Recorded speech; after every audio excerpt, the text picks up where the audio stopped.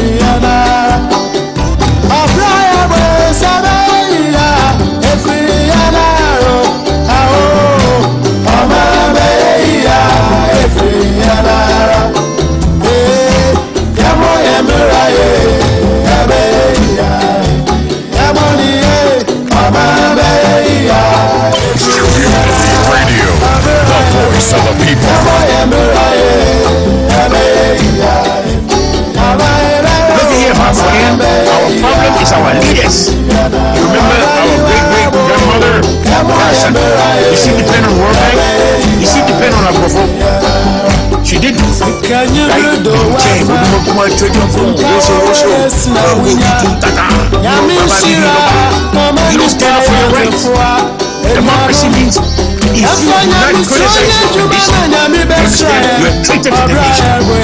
Go see the council, go see the people they got. Dr. Famina Ministry is there. Professor Dr. Masan Kwanamishan is there. Dr. Professor Emeritus Tikwabiana is there. Nanokutupo the first is there.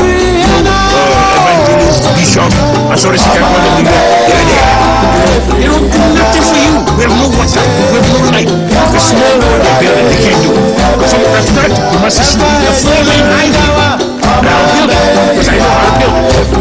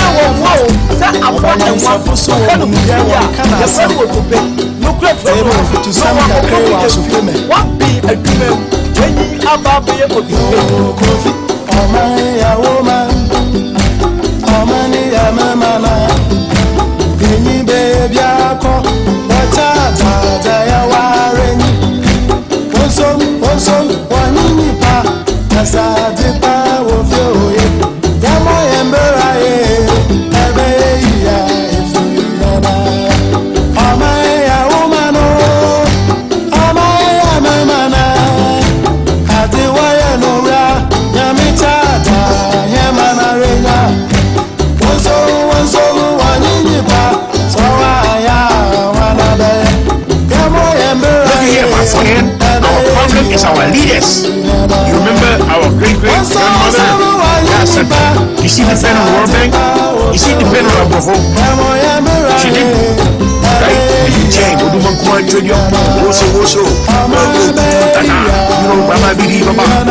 don't stand up for your rights. Democracy means if you do not criticize your condition, you understand you are traitor to the nation. Go see the council, go see the people they got. Dr. Famina Ministry is there. Professor Dr. Masan Kwanamishan is there. Dr. Professor Emeritus Tikwabiana is there. there. Evangelist, bishop, sorry, second one, you know, I'm working for you. We have no right. Look at small road they're building. They can't do it. So I try to put my sister on what I'm building because I know how to build.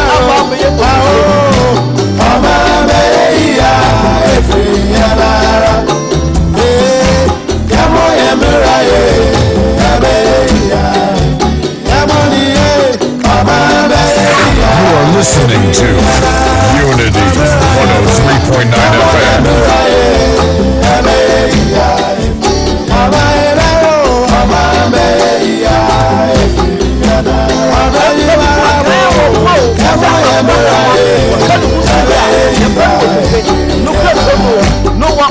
Can you bring the Wi-Fi? Waiting for yes, now we know. Yamishira, Mamani Payate for Elianum. Yafanya Misroya, Jumana, Yami Besrayan, Abraya Boya, Amoya Muraye, Abeya, Frianara, Amabeya, Frianara, Asitrebeya, Frianara, Amabeya, Frianara, Amoya Muraye.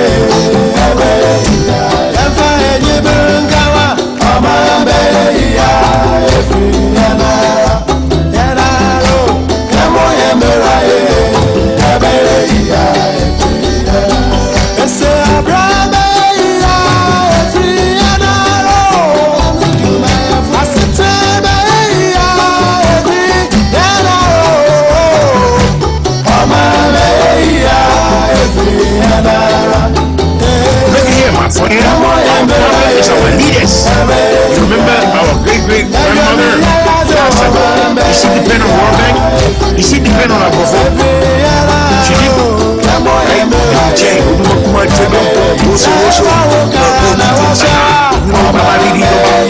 You don't stand up for your rights. Democracy means if you do not criticize your condition, you understand, you are traitor to the nation. Go see the council, go see the people they got. Dr. Famina Minimshi is there. Professor Dr. Masampwana Mishai is there. Dr. Professor Emeritus Nikwabia is there. Now Timpo the First is there. You know, Evangelist, Bishop, and sorry, Sikakwana, they're there. You know, they don't do nothing for you. We have no water. We have no light. Look, a small road they're building. They can't do it. From Accra to Kumasi should be a 4-lane highway. And I'll build it because I know how to build it. Penifua kaya wamwo sa abwa enwa wahwene husu ya ye friend wotope no kura trodo no wa opoku jemfi wa bin adwumam wanyi ababeye otope.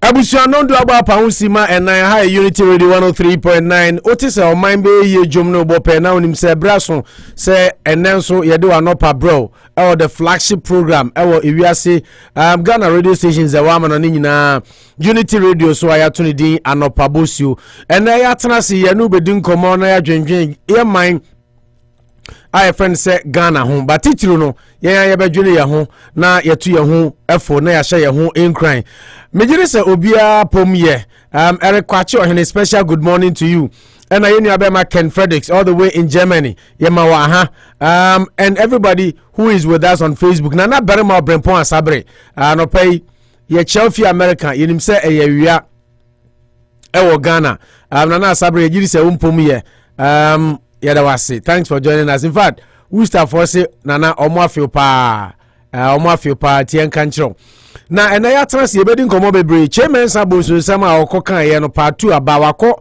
hello fm asa konit fm akọ update ne ho na nsem na okan no watwe asan da bi odi bi aka ho ane ye bedin mu nkomo ene na ye dia bro eno da nchen so a ye be kwa akohwe other issues apie o reference a Loteje Corps efiri bra otwe ne ho free NDC amanyoku nim no nsem bebre asisi eno ade ode beto dwa NDC for penekunu na NDC for ye capable se o mu bekunu ene o si o mampanin nanado ene na mamu lighter amam forecast dumso abano Loteje Corps da bi enye dumso na ya upgrading fidie intene Loteje Corps to the rescue of NPP. What has changed? Yebedi mu nkomo na ya baba mu na ye de nia esese wuhu ene nia unso esese woka e de aba na ye nyina together ya dwendwene Ghana ho eno da nchen so a ye besan adi nkomo akohwe owura friend se Kojo Alanchematen Chairman Sabonsu say I stand by what I said.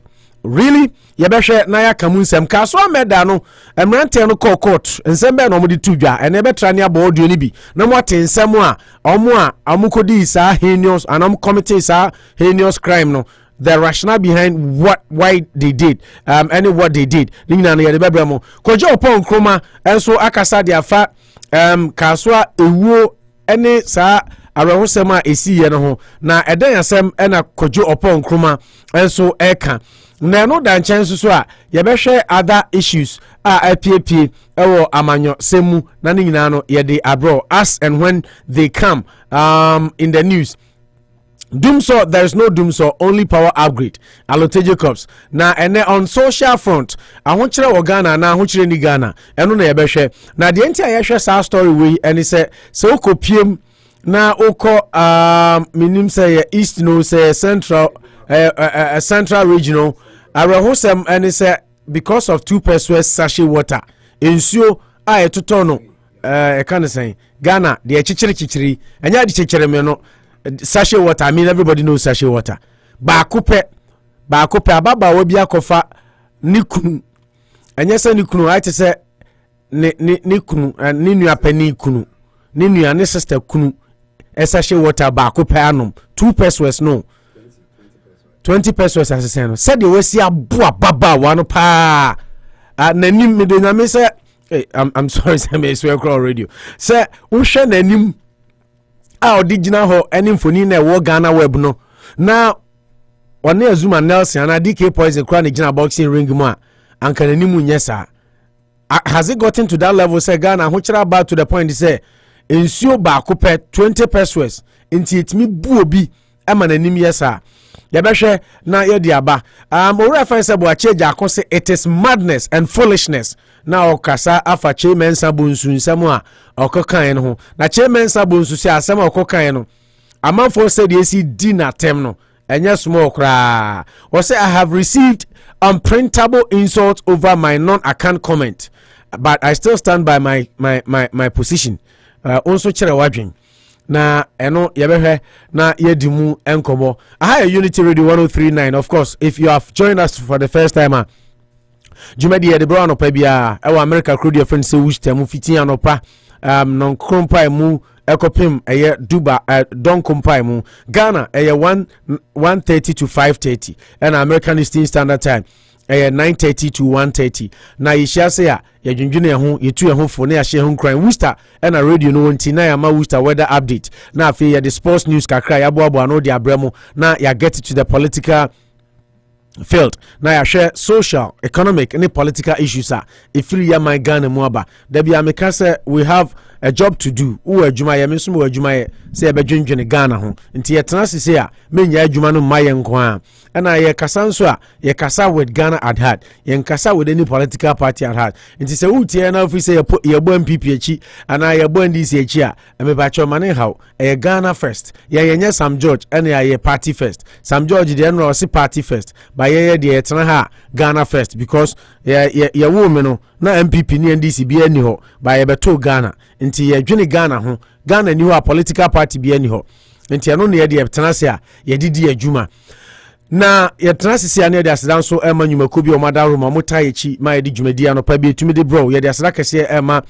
Dan Auto Repairs a big called the ama Danko African Market and Wholesale ya the PSA so majumeku I friend say KM Ralph Roofing usi dan abebo so Ghana me pacho jomo number na omo MWL Ralph G Man Driving School so tayechi obejo driver's license amount Richway Auto School ye rent to me fielder obo adwuma yie pa sanso ena anochi trading ena samas trading omo enyina eka ho ena yetena se a na yedi dwumadi edi bro I say another fraud. Meaning what Eric Kwachi or Hene Opes or Chere. I say Opo, let's listen to Kofi Wayo. Kofi Wayo audio na with the power. Okay, into Kofi Wayo back on the metro. Look here, my friend. Our problem is our leaders. You remember our great grandmother? Yeah, Central. Did she depend on World Bank? Did she depend on Abrofo? She didn't. right? And you change Oduma Kuma Chodium Pong, Woso, Otutu Tata, you know, Baba Bibi Baba. You don't stand up for your rights.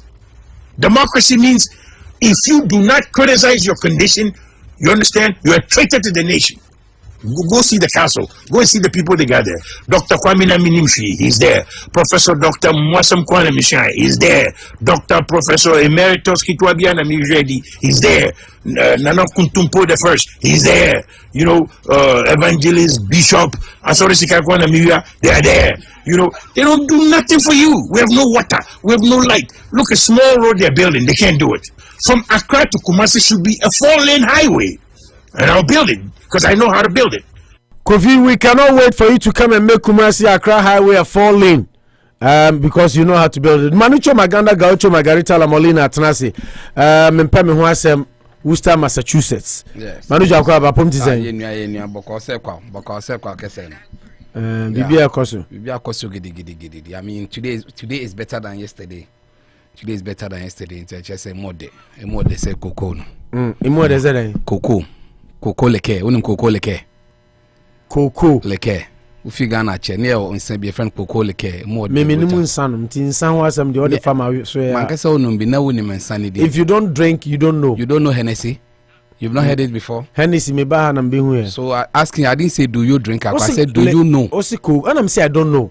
So do you know how? Do you somebody know? who drinks no more answer. I agreed, but if I ask you, do you know? I'm not saying do you drink alcohol. And then I gave you an answer. I said I don't drink, so I don't know.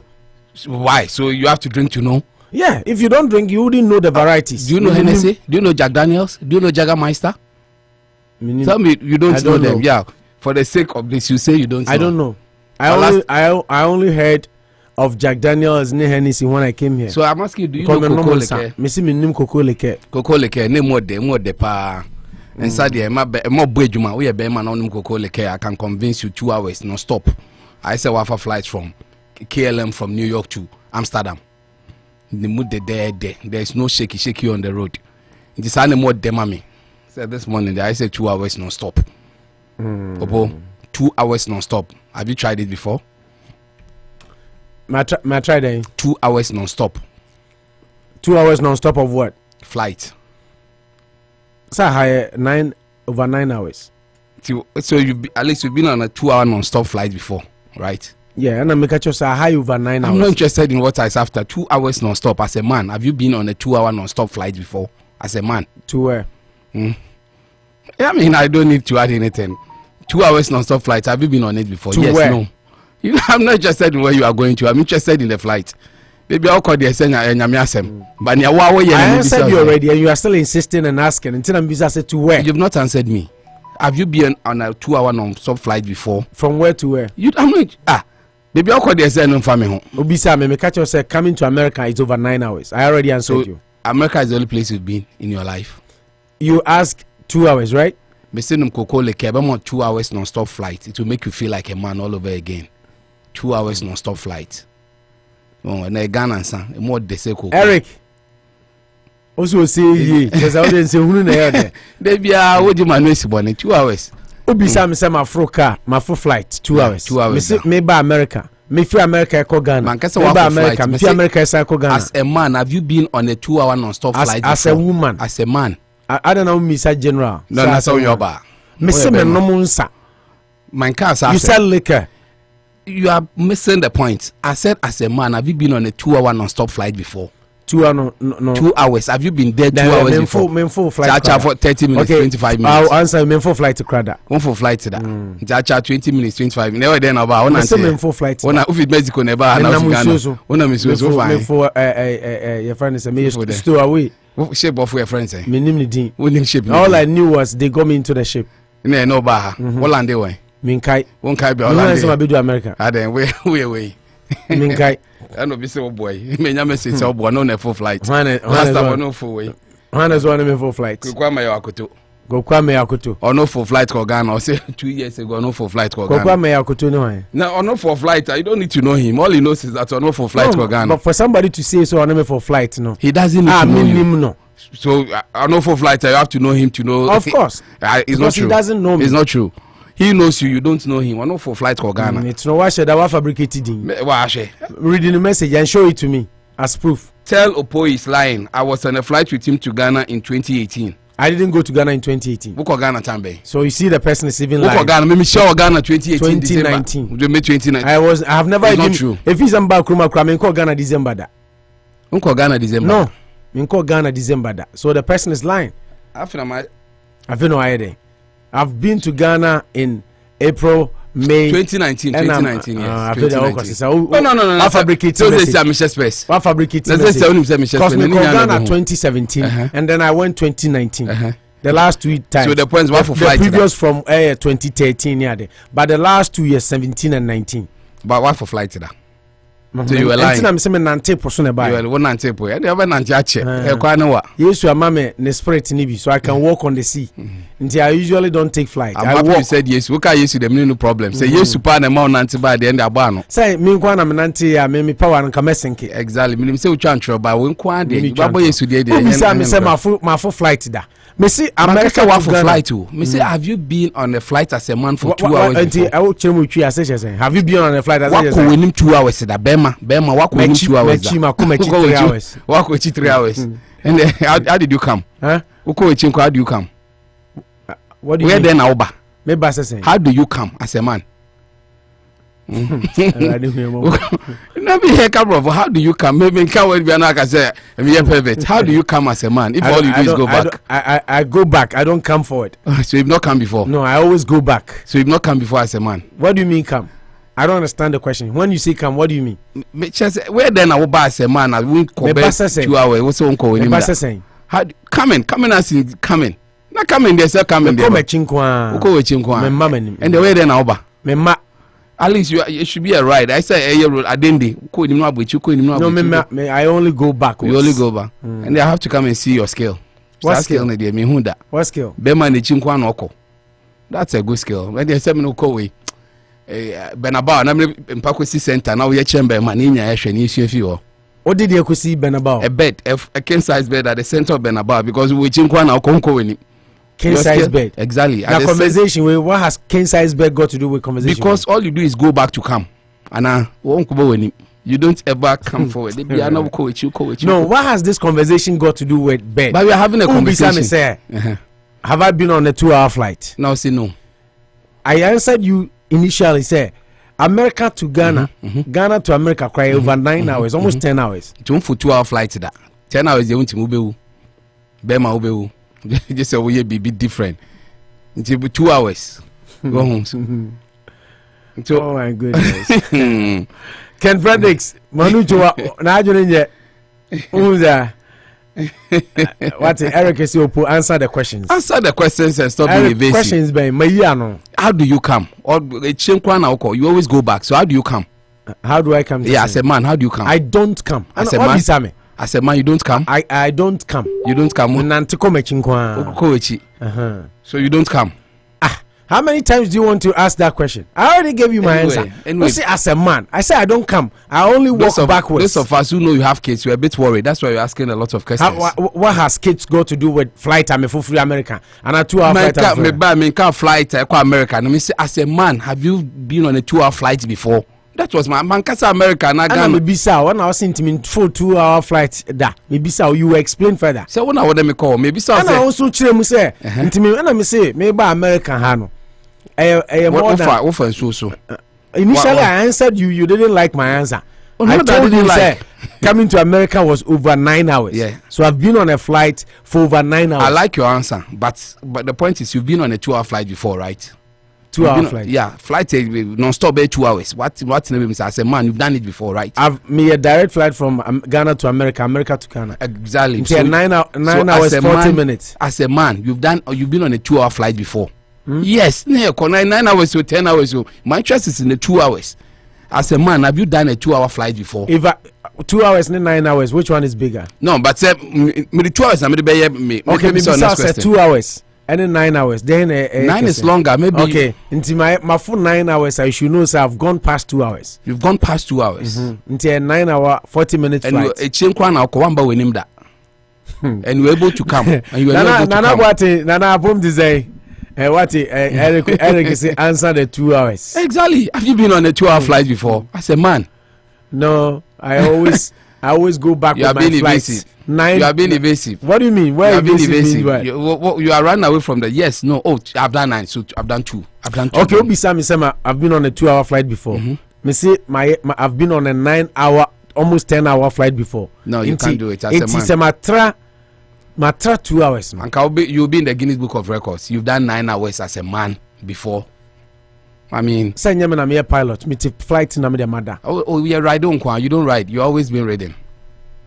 Is that so? Right. You're riding. What riding? You won't shut down ride this own. Me pilot. Until you are always been riding and you're not riding.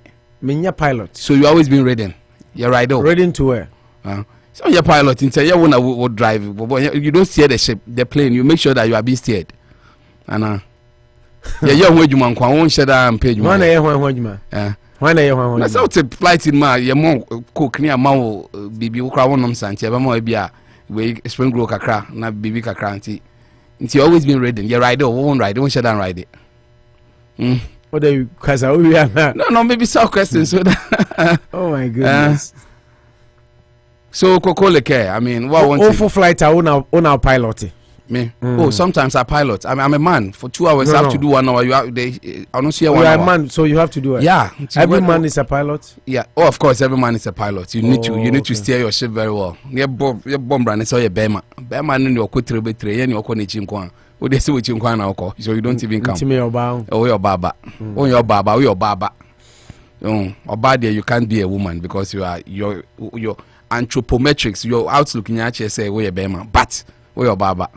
When should I skillful? When should I Ronaldo? Nick and Fredericks, the Nama Yayen. What am I? Nick and Fredericks, you were in a Montreal celebration of life. Mama Montreal, what a shock. Ya Bob Ranevi, ya Boise, pepe, You start with you from all the way from China all the way to US. You are saying in UK Kakra. Into Osha, you have been celebrated. But Bema, dear, I mean 2 hours minimum. You should be on a 2-hour non-stop flight. Whatever way you want it. Until we Ghana, as of Coco Leke. Meaning said as well. I don't know. I'm out here, Bema. I'm out to Jinembe 2 hours. Ujina dim. Ujinem. Edim. Na Bema dear. Ujinem Okato and I say, won't stars, Christ. Ujina dim, mintiase. Yeah, catch you. What do you say? Mintichi. Yambo 11, Kolaninko school. Even that's all if you're more online. Now, flight are somehow can ever. Bema, I asked you as a man, have you done 2 hours non-stop before? You said you not. Well, no, don't change your question. Flight, non-stop flight. Until can flight. Also, have you been? One can have you done? Also, have you been on a 2-hour non-stop flight? You see, the caveat is as a man. As a man, have you been on a 2-hour non-stop flight before? As a man. As a man. Yes. Have you done it before? I don't understand the question. You don't understand. What do you mean as a man? Yeah, sorry, Bema. What could 2 hours non-stop that? Mako 2 hours non-stop flight. Flight to the minimum said American 2 hours. Flight. Met air with Jin be 2 hours. Me full plane. We say Musa, I won't go with you. Me full plane. I don't plane there. Why do you, Mr. What is a tree? Are you asking me that? I want to talk about the bird on the tree. Talk about the tree, don't talk about the bed. The bed, I mean, who doesn't know a bed has weight and or can occupy space? It's that's inherent qualities. I mean, so after he wants to answer the questions for us. It's a Bema. Anyway, sometimes I understand, but we are Bema, dear, now minimum 2 hours. Near for Bema.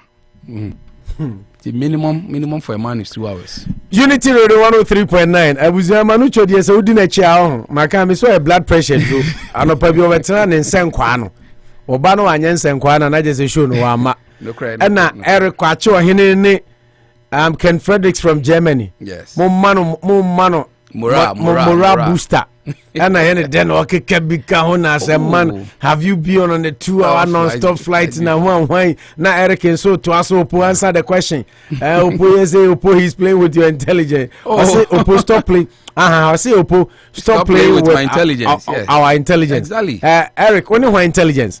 As a man, have you been on a 2-hour non-stop flight?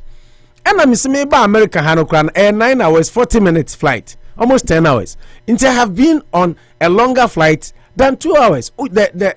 The underlying word here for me is flight. My more space to put just a word that was having a superfluous. Have you been on a 2-hour flight before? Yes. Me a Bema, send me a Bema. Maybe some next question. You're a man now. Me a Bema. Are there about you to for flight 2 hours? You are not talking about women here. Me know that was studio. Baba maybe some question. Lilian ba maybe some. Me know. Bema. Let's talk as men. You can't Bema. I'll say your body. Forget women. Let's talk as men. As a man, have you done 2 hours before? That's me you are no. You are still working cornerly. No, I'm shocked. Not maybe a flight. What can you kusi se me flight? Me me full flight. Opo ujima flight. I didn't have flight. Ujima swinging plane call left, call right, na any flight. Flight de minim say na mwiem. Flight bi na mwiem. For your flight bi na mwiem. And then flight, what is flight? But you answer my question. The word flight came from flight. It means something in motion for 2 hours. The word flight came from. And okay, flight means something in motion for 2 solid hours. And then you can flighter. Mami Orlando. Kevin us I wadam from him flighter. No ye be done. I see a virgin. I'm saying no. The virgin. Where's the virgin bend home? So flight is virgin. How does that connect? But everybody has to break a virginity at a point in time. I'm also playing for the first time and you are breaking your virginity. And I'm a boy. Okay, microphone for the first time and you are breaking your virginity. See, virginity there, you don't joke with it. So I'm saying we're a virgin now because you are evasive, sir. But 2 hours there, as a man. Anyway, and you be maybe I know a bema. Why? Being a 2 hours non-stop flight in your life. Baby, I call there, leave it to God. Look at when you say we do heaven. So I fly to when you're emotion, you just go to heaven. Look at when you're speaking to see Jesus Christ. Oh my goodness! You worry about where you are going now. Big Olu, and over chow.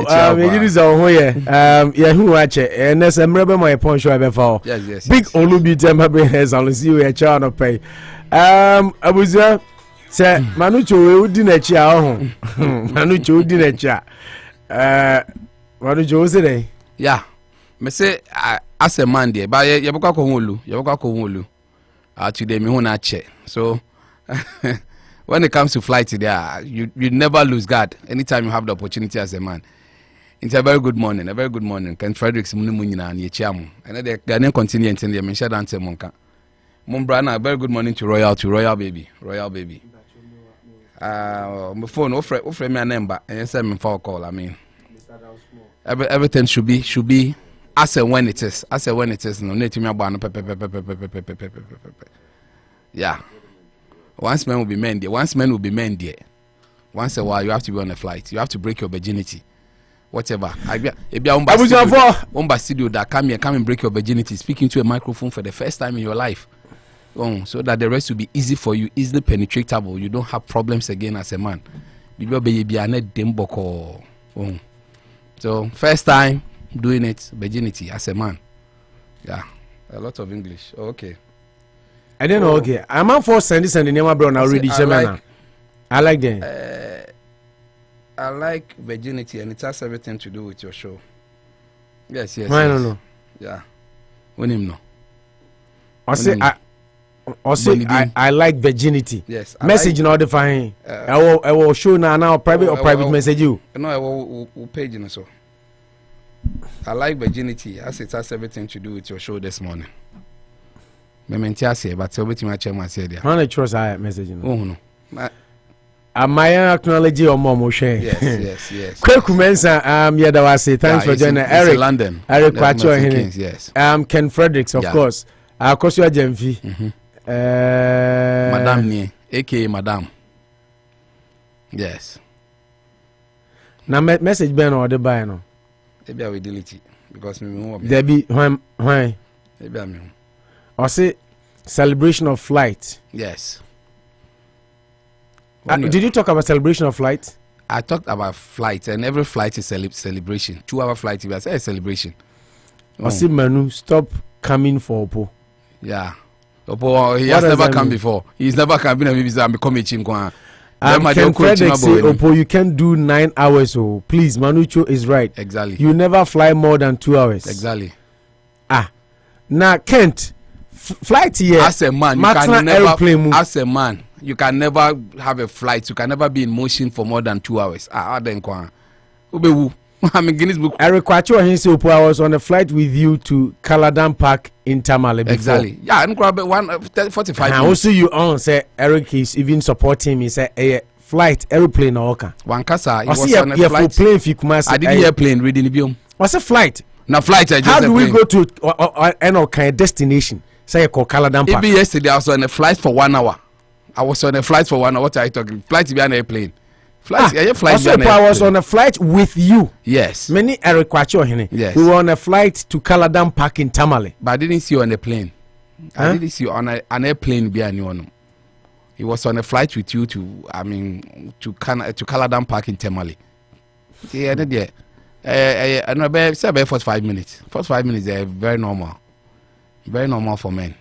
I see Opo Manucho is speaking parables. Exactly. I don't want to understand sa parables no all kind. Oh. Even if he is sa parables mean person no, man atade na media amount say so nimu. You be no be naked Opo. There are times you have to put it in a white clothing. Oh. It's ya share atade na edenam. Be me bia ati asese be ma there 9 hours there you will die. If you can never do 9 hours. Wako wenima 2 hours. Why are there 1 hour 35 minutes near there? That's what men are meant for. I mean, men are built for competition. Men are built for flights. Men are built for everything. Fine. It may occur 10 minutes, 15 minutes. Sometimes you can allow. Opponents say, "Oh, first time I've actually 10 minutes, 15 minutes." Well, maybe I know it's not playing from Attack to Cape Coast. Bet 15 minutes. Know what you may be. But we are Bema there 2 hours non-stop. No, for playing. No. Yes, you have to be on a flight for 2 hours non-stop as a man. Couple of messages na yes. Me sa flight na my full flight I call. Wow for sir. My full flight I call Nigeria. 2 times. Yes. My call Tunisia. Yeah. My call Italy. My call London. My call baby baby. Me bi kura me kai Libya ni adi nyina. Nti sa 2 hour flight na Libya mate say more de pa nti how was it like for you? Libya. Yeah, I call Libya. Again more there. Oh na what for you be man? Libya. Me see my call Libya say more there. Egypt. Madam for see Egypt there na 2006. Hey, how did you find it? Find what? Oh, yen can say Bema. What for flight I call Egypt? No, me say Egypt in the Ghana. Anopabusu. Yo, and ya me mema show. Ya show no for Obani mema ne Ghana. Me trying Tina near Rita ba you talk about women. Rita texted so be join show and also ye do adwuma mo London to be join here enche kra say say my friend umbrani e threesome. The three of us should have a discussion. Me never know no. You have a threesome this morning. Why? Pius Hayford. Yes, it's in London. I say sex. Then the flight to Takwa be short pass. Then the be 28 minutes be. Kweku Mensah say the focus is as a man. Yes. Opo answer. Let Nucho move to his next question. Exactly. Why my own. There's a reason I said as a man. As a man. Oh my goodness. You, as a man. Pius and say, Manucho, your mind no day. Say your mind no day. So a very good morning to good afternoon to them. Ken Frederick say, Manucho, don't mind Opo because he need to break that virginity on radio. Yes. That you can help him. Exactly. Kweku say, hey, Nucho. And then Eric say, Manucho, insist on your answers. Exactly. I'm not quavering. I'm asking. Opo, stop doing long. Yes. Yes. Manucho, your sense of humor alone is making me laugh. Sir, here. Yes. Opokra is doing long the studio. Too long. All I can do is to lubricate the whole show. Yours is to give me a very smooth penetration. Maybe sounds I won't. Now what in baby. I can be only a quick lube for you. Quick lubrication. I can the one say we were Juma.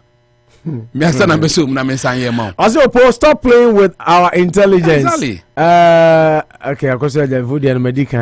Exactly. Can Frederick say, Opo, you can do 9 hours, so please, Manucho is right. Yes. You never fly more than 2 hours. Exactly. Now Germany to Ghana, Kent. As a man, the focus is as a man. Oh, me land for no we a lawyer so. Say lawyer be say as a man, have you done more than 2 hours before? Have you done Sesen? Have you been on a flight? Have you done? Have you been on a flight for more than 2 hours before as a man? But also You see, Ken Fredericks is saying, say, Opo, the maximum is 2 hours. Yes. You can't do more than 2 hours. Anytime you say, why you be that? So that you break that record. You break that record for us. I didn't da. Yeah, in 2 hours, but maybe I won't work more than 2. Now, I know a certain man called Oponashan. He did more than 2 hours. He did what? He did what? He was on flights for more than 2 hours. I've always been on a flight for more than 5 hours, 6 hours, 7 hours, 8 hours. No, you can't do it as a man. As a man, you can never do more than 2 hours. Flights now can. Yes. What is flight in this context? What is flight to a man? A man in flight. We should say this man, as a man, he was on flight for 45 minutes. So we should be thankful to him. What make that?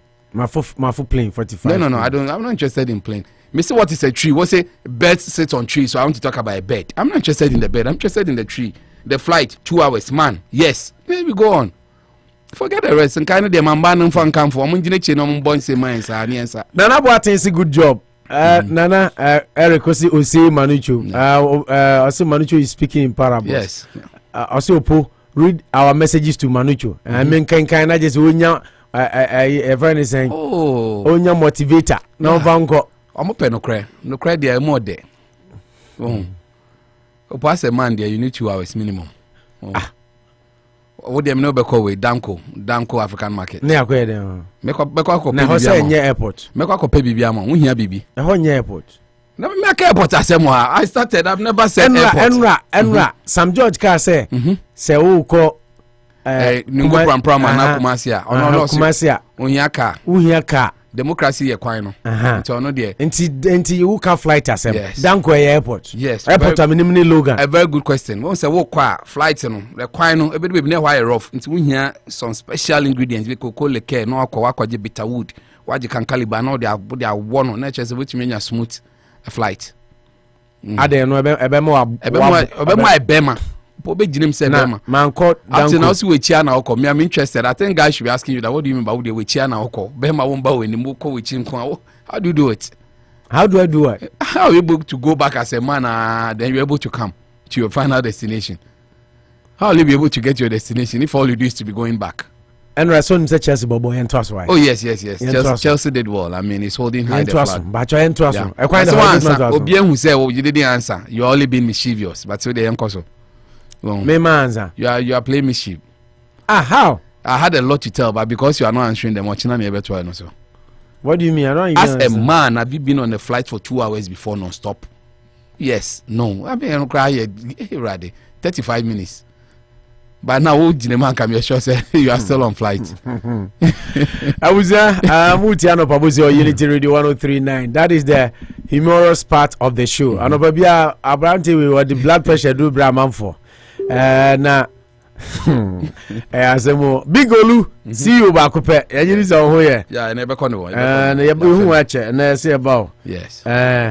You who watch it. This I feel a bed the more cookouts. The weather is very, very good. And my name's Dixon or Tibro. Yes, can it Dixon bro or say this guy is talking bedmatic. Yeah, exactly. Hey! It's a branch. That's Dixon so quite lecture. Exactly. Bizanzo define bedmatics in my bedmatics. What is bedmatics? Hey! It's a pemuasem. Yeah, can pemuasem I was saying to play so. When I make a say. Charlie Dixon, they say, so yet, who create a dictionary? Exactly, bedmatics. Hey, now yeah, Dixon. Yeah. Pedium and the dictionary, you know. Wow. Dixon's Webster Dictionary. Dixon. It's not as a man. Now me pay be free because me for Bruni di bianto so. Dixon go free hin. Na me fa Dixon ni krom dictionary. They be a Dixon. It's your dictionary. Exactly. Yes, in promote here there. There be a for Webster there one. But be atiase maybe as a man now they are 90 sa be me be atiase as a man there. Oh, you have a minimum 2 hours. When you be down here, you can caliber kakra, when you bitter wood kakra, when you bamboo leaves kakra. Nobody are here, Mr. Sobola one, what the ginger one, what the lemon the gum. This is a customer into COVID never come kakra man. Near Jinem. I feel with you. Ken Frederick say, I wish I can call, but forget it, please. Kent, some person Frey, I'll pick you on the show. Frey C 508 304 9394 508 3049394. Come and answer for Paul. Dixon is so free Kokofu. And here Dixon Kokofu dictionary. Kokofu Marco say, oh, wofi bekwaya esumnya no wofi we continence sebedie esumnya kokofu no aba bekwaya major towns won ma se ho na obi a wo free takra de ada na onim kuma Ashanti regions a se honum na I want to spoil there minya bedi anko du bekwa me we patriotic ntimi ye wo me bedi anko ntimi ka oba 6 years me say me dey from guy for soy me se bekwa is akrokari nyama kwana nti wo won say class 2B ne sha se won ne di sani kakra no honum o ye debut me man so wa be ahwehwe achi kan waje ni pa bro tam say oba krotko eba 2B be say 2B exactly me ba honum pa na me pepe dan akrokari ne ma se bibia kokofu ekwesi yo no mbrode bi gu ne nchen wono e wopo na mu ode no why bo brode honda brode na was some we bi o se mu ye dey some different manager if you ochina ko show you suspend you for 2 weeks what are that one go bye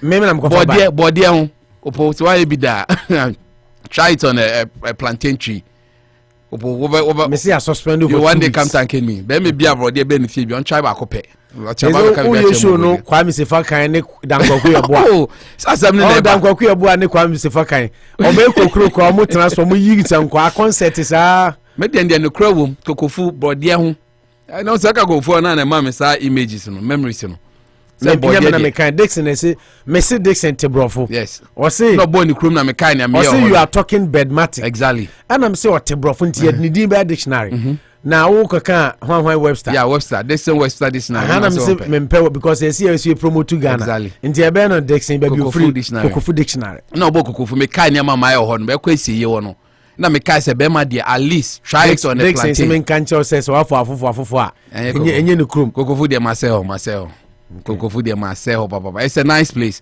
on communal living e ho na wo nti me man che opo within 3 days na menya ba ko man check kra me ka be man check kra Ghana na kokofu because they just like me we do another time no more take me point and me join akotan kokofu life is good plantain tree a man try it once opo oko Ghana ali ka say my son need to come my menhwe say no kra put it close to a plantain tree and just try pushing it we won't say the ba eno bend there na dey aba ekoni ni ma na dey aba ekoni ni ma na dey be bros you don't need to stress you don't need to stress to do it on a plantain tree. What the rough? I can't even. You can imagine. Exactly. I say we won't can crave. I bet you not to move about Pakistan. Yeah. I say my make can you man na me can no I no okay. No want it. Sisi answer the way we na want security for no when no matumi am obi be studio has. Because truth no cry there a man we pie mu say Jesus we pie ma ba no cry no ba be kan. Yeah, exactly. Ti be ma there plantain tree. I kid you said you can be oh my god what are you kwacho him? Manuchu I will try the plantain tree. Exactly. We try it on the plantain tree. Then try it on the plantain tree. Yeah, let's now we push into now. Let's there. Yeah. Let's there. I mean let plantain tree then be pushing it back front back. Be fa pepe. I just am not coming to say. Mango tree na dey more den. Pear tree na dey more den. So we say ahwekra pa kro be pra. Won obi pra but plantain tree na smooth until you just push na their bro. There no be pra. What say? Na there no be pra. What say tree na back. You are the friend back. When I say heading. What the form minim tree. Exactly. You understand why you letting me stress to explain to you? No, me tell you why no be pra. What say? Why no be pra? What the form one now up him on the plantain tree. Why no be pra? What are you talking about here? Where Bema until one money ye piano there by piano there. What have you been using? Carpenter for almost the fans say we metal say carpenter for so almost play near almost cobase. So they plant plantain trees. Who have been some say there near the coba. Me say for farm plantain tree na bosso na mpimbra puzzle na mpimbra a bit camera off. On the plantain tree the feeling is different. Ti be me bia wo ko amamwa wo ko fia try it. You come and give me you come and tell me testimony. Say wa adwene no. O say ati free. Kokofu de obo kokofu de ode be ma de wonye sika kokofu kodi be 1 week na sambra kokofu ba be say the differences absolutely clear. See it only brings the memories, but I mean every man at least once on a plantain tree make sure that the tree is a bit stronger. Me duanu mu yedu kakra enye sa anhwa na bua gumu nyam so e bua kem. So when the tree is a bit stronger opo you have a lot of testimonies. On Jawo da. After a plantain tree. Unity Radio 103.9. Anopabos using Yaka for says, Sabi out here, Jumadina, Worcester, and now any other part of the world. I'll bet to me a Play Store. No, download your app, Unity Radio Worcester app. No, now what you may Anopabia the Brahmo Monday through Friday. And the banner. Manu Chuba or so or segment Tibia. And no say Luno or Diamana or sponsor. And only a humorous part. Or no Becky can sing Hunins and Qua. I don't know why people enjoy Sausage Messi online. Nipa go online or muti. Muti in your Facebook. Exactly. And Nipa online muti. Yes. And yes, I'm open. We say truth to power. Truth to the truth. Oh, no credit to no credit. I know what time I be brand to crime on once about studio Hane. Oh, no friend. No friend, our friend. Oh, Jesus said a chimocon. Jesus is chimocon. Ocon, some no man, oh, chimon. No, what I say. Zacchaeus was so hunting. Exactly. The plan here then. Or Cochebiano. Exactly. Adrian so what Obiasha straw or what pump. Exactly. That's a good mic in him. Yeah, no, you are talking to the listeners and the viewers. He's saying the revelations of a man. Exactly. And you are maneuvering around. Exactly. Dancing cornerly. Captain the needle or so exactly. It doesn't matter, Captain. Sorry, planning is happening now. Exactly. Right, yes. And listen. Bedmatic, and I love the word bedmatics. It's true. It says Pemukuntebo. Thank you. Who's the bed? And mathematics. Exactly. What I say? It is in Pemu Akuntebo and what church on. And it's like the way I go around. What me take up, maybe I'm cooking. I'm saying, Papa, then I'm done when I say no because Jesus was Samaria. Exactly. I'm some mambo main topic in now than baby. Maya. He's giving us the Yinjas are blue medications. Exactly. He's giving us the natural blue. Oh, I said, blue. As a man. They want to ride on a plane. Honestly, I don't know blue. They want to ride on a plane. Blue. No, I don't know. Honestly, I don't know. Then you need education. Honesty. Honesty. Never be blue. You see blue. Exactly. This is natural. I didn't blue. Explain. Blue. So you can. Somebody might be like me. Only blue. Yes. You betcha no. Okay. Blue. A sexual pill beer. Those people. Until the can you say sure asem now? What a tell playbook of Ghana 2 hours. I don't know before. Before God did. Yes. Until the can you as a man, have you been on the flight for 2 hours before? One question. Yes. Have you been on the plane for 2 hours? What's the 9 hours? 9 hours in the other. Was that the reason why you said you need a bed that I will Benabon. Let's also with Chinkwa now. Kumba with Chinkwa. Bema with Chinkwa.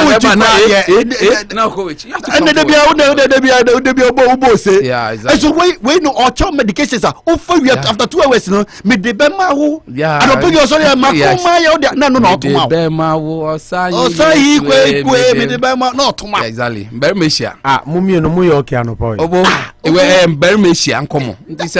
I mean, sometimes you need to leave this kind of politicians somewhere and do yourself self-medication. Let's bedmatic. Let's be strong. Bedmatic yourself. Exactly. What you say? No, you're strong. And now what do you? And then match yourself. But he's giving you the right medication. Exactly. Who's the call? Mami guys, I'm sure you show a bedmatic show. Bedmatic show, but a time Obama say a bedmatic no. Who say bedmatic? Maybe I'm in non-part or yeah, that's it. So crowd, how did they tell blue after all this lubrication? Still, you can't penetrate. You can't penetrate it. There's any age.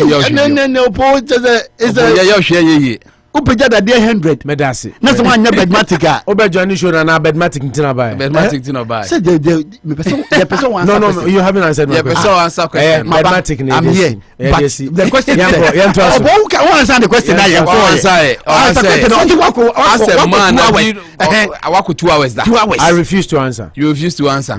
You have the right not to answer. And then they said you have your right but apart from everything you jury now no the numbers that are online. Which my Mensa. Unity Radio 103.9 no Pabosio Sinabuzia. Mbacho samo pesa mo ye Fred Dixon. Yes. Nefre Kent Fredericks Germany. Nefre Eric Kwacho Hene. Nefre Tangmai. Nefre Omo Makano. Some pesa mo ye memo show amomeje tana mo show. This is my morning show. Exactly. You and I refuse to use the morning show for bedmatics. Yeah, omom go online and put say show na eba so. I see abeka nsema hon. Yeah, mbema ebe hia mbema. Men need flight. They need to be in flight for 2 hours, 3 hours. Ti mumbra meje time for mo show. Yeah, beba beje. We your morning show. Your bed OBC, please, where is your radio and the frequency? Mbacho yewo Worcester. I don't know where you are texting. Yeah, Richard Tyler. Richard Tyler. It's in Ghana. Richard Tyler. Richard is in Tyler. Yeah, Richard. And you know what you can do is listen to us online. Over to Facebook and now download the app. Our Play Store. Oko Play Store. I know I should share Unity Radio Worcester. Unity Radio Worcester. You can download the app and be listening to us. And trust me, Tyler. it's less than 10 seconds. We'll be app. I've been doing it for people. What boy, within 10 seconds you have it and start listening. Won't spend more than 8 seconds to have the 2 years to have it and listen. I mean Facebook or your Facebook. Yeah, or you'll be exactly. On yeah, she said Ocean with Facebook. Now it's on Facebook. Okay, yeah, that must yeah, they see her. Yes. Bedmatics, so no bedmatics. We have a lot of issues to talk about. Yeah. I am why I'm going to say now why I'm for what exactly. Yeah, Opoba it's Caliber, bitter wood, and then bamboo leaves, bamboo leaves, and then starting showing in temper, and garlic. And we are crying a little late. Like and then starting them 10:02. They say about 10:52. Yes. Next one away. Maybe some flights are saying we've been live even on Facebook for 57 minutes. Oh yeah, send me a bear. Me go 2 hours. Anka we nyina survey. I've said man, I've done 2 hours, 3 hours. You need to repeat the medication exactly. Because you hear Kankaliba womb, bitter wood. People are writing it. Bamboo leaves, Kenyan tea. Ni nyina woko we are Danko African Market 785 Pleasure Airway Main Street. You will get it. So the opponent Gina now to say Bema 2 hours. 2 hours. But that's all my dosage, you know. How do we take it? Interestingly, when they what come I'm better. Now when you don't say your local way, the more you drink, the more you have the power. But and even it boosts your immune system. Against COVID, you know. So COVID. Ni ade nyina so bolo kakra honum ginger kakra honum. Inti as a man there be on a flight for minimum 2 hours. Don't mind no. And also 9 hours in here, but it's not true. You can't do 9 hours. Because I'm 9 hours. Obisa me say flight. My full flight 2 hours. My say what for flight? Have you been on a flight? How do you interpret that? You say.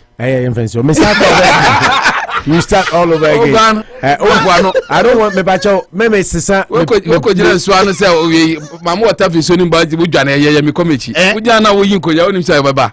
Mamu water fi so ni. Ejo bani shia ne. What be yin ko ya no oba shia no. Oba na asem to ni. Exactly. I mean, I am amazed that people do 2 hours. You are amazed people are able to be on flight for 2 hours. That is the reason why I drove all the way from where I was to come and join us and listen to the good news that you are throwing away. This is a good news more than anything. Yeah. You know how many people are praising it? Royal saw more the women's perspective, but no criteria into why won't you maintain? Unity Radio 103.9. What's the segment? Yeah. Olu best. Manicho steak. Manicho steak in the morning. Early every morning. I mean 10-15 minutes. Okay. And Jinem said Bemo Jina Okoche Betty for 2 hours. For 2 hours. 2 hours. Flying the plane. I wish listeners were watching. Charlie call Facebook now share because I'm adding all the gestures in there and to be on Facebook. Wherever you are no, be on Facebook, share it. Share no be an share. Don't enjoy this alone. Make sure everybody everybody will be with you. I endorse it. Papa this be on the live. Now born so at least we can interact. We can interact and have very beautiful conversations. Into me phobia OTCC and say try and be on our Facebook page, Unity Radio. With the Worcester come be Yaba. Then you join us so that you can watch it like a movie, audio visuals. Watch and another who near Konya as a man for 2 hours. As a man for 2 hours. Oh yeah. Because you're testing crying kind. Oh, Opoya kind. Praise how you are going there, exactly. On kind. Opoya kind is very important. Those in their cars and everything. Messages from anything that me buy because baby I made do pa me no. Yeah, that's it. Yeah, nyawa na ya ma papa ya nja baba ma na maye dro na. Blue nkofo be fa. Exactly. Blue there yet. go for the natural system. No. Opo, go very natural. The natural therapy is the best way. Go to Because Danko it's really African helping. market. Yes. There are testimonies. Na Royal Crowd me testimony. Say manichoni me kind no. Or you be mobia. Radio sentiment kanina. But can caliber there. Every man needs it. Better wood. So that I can be on flight minimum 2 hours every day. Wow. Every day of your life. Opo when him say Bema there to avoid prostate cancer, no, you have to come for minimum 21 days in a month. Opo 21 days in a month. You have to come. Oh, you can Google it. Bema there, you have to come minimum 21 days every month. Oh, say nyame dey achewa money be 14 because of us I going to me there. So reason as a man unique and caliber unya Bitterwood, unya Kenyan tea ni ade nya from Danko African Market, 785 Main Street. Not for your wedro. Opo tomorrow by this time, yes, let's because I'm choose. I'm now doing 2 hours flight. Why? Over try. Over try over the same minimum. Can caliber no. Yeah. One at the call. Can caliber. Oh, I'm a Henrietta journey. Oh, Henrietta ba. Or see, oh my God, you again. Yeah, Henrietta. My feel say. Henrietta never hijack show no. You buy or my young cash. Some me channel. Me channel Henrietta buy me kasa into December me kasa. Ma come on to me for 2 hours 1 hour. Laugh for Henrietta into me kasa. My imagine say me kasa da. Henrietta be the African babe kasa. No puma kasa. I don't know we are saying here. Me no tell me be man. Okay, next segment is so educative because exactly. Because this is the best part. Educative in what sense? Blue yeah. I send me man. Is that you? Na blue bear me I don't even know what people telling me say we educative. No blue bear na mo kan. Blue bear. Blue. What a chair was here blue. You don't know blue. Only blue. No, honestly speaking, I'm being very honest. Cause CVS, we don't call super blue. Say blue. Blue. I don't use those. I said Chuvada. Chuvada near the blue. I mean, you have to know blue. Okay, I'm very sure. No, I go backwards. You can go back. I mean, Bema there with me committee. Coach Unity Radio 103.9. We shall man go for Mike and number hijack issue no. The tennis and the Worcester weather near Kama. It's sunny. Na we are no be kopim se be 12. If he 1 aircon be partly cloudy, kopim se adiebesa manabo 7. If he 8 na mostly clear. But the temperature no in Worcester and maximum be 65. Intiane better, far better even than yesterday. Gradually we are getting up there. There is no indication of any downpour. It's going to be sunny from now till 12 midday, from 1 p.m. till 7. A bit partly cloudy, and then a cast partly cloudy. And yes, we are be bad. We are not too much. Clouds cover kaka. It will be very good weather. When the kids close from school, I take them out. Let them have a little fun outside. 65 maximum. Oh, your area yourself and call a baby like 2 kids are more than about 60s musa kopim 7 o'clock. Yeah. About 8 and I drop it to upper 50s. And then by 11 p.m. lowest temperature Ibinyan and Nekrabe 50 degrees. Yeah. And that is around 11 p.m. So the weather is beautiful today. Remember, say weather report no Dan Auto Repairs Adaruma and now my de Brown Pebia 45 Fremont Street. Can problem be uma what the bar Mr. Dan Subi CC amount. Now watch me I see from now I drive with confidence. I can say yes. Me can me the go pram exactly. It me the me call the back exactly. Now I say me ana work you go pram. Say no the I'm judging the kind. And the okay ya she. Bema there so to go pram. Be 35 minutes 40 minutes. With this medication. Yes. You can go. Exactly. And then I didn't go for a day, you know. Yeah. Hey, Pete me mama Agnes Buffo. Mama Agnes Buffo. You know mama himself Mami Agnes so this one big lady no dey inside. I see oh Manucho, you make my day. Exactly. As for this one, big woman no dey inside oh. Obi ape. Open na ompe. Oh my goodness. As a big man, as for this one, big woman no dey inside. Everybody they like am. Inherent. Na me dey akan ho. We need be a doctor. Exactly. It's a good thing. But Henrietta say blue now more can I see my brother the blue I think it's a tablet some guys put in a drink for girls to let them fall asleep that They can. That, yes.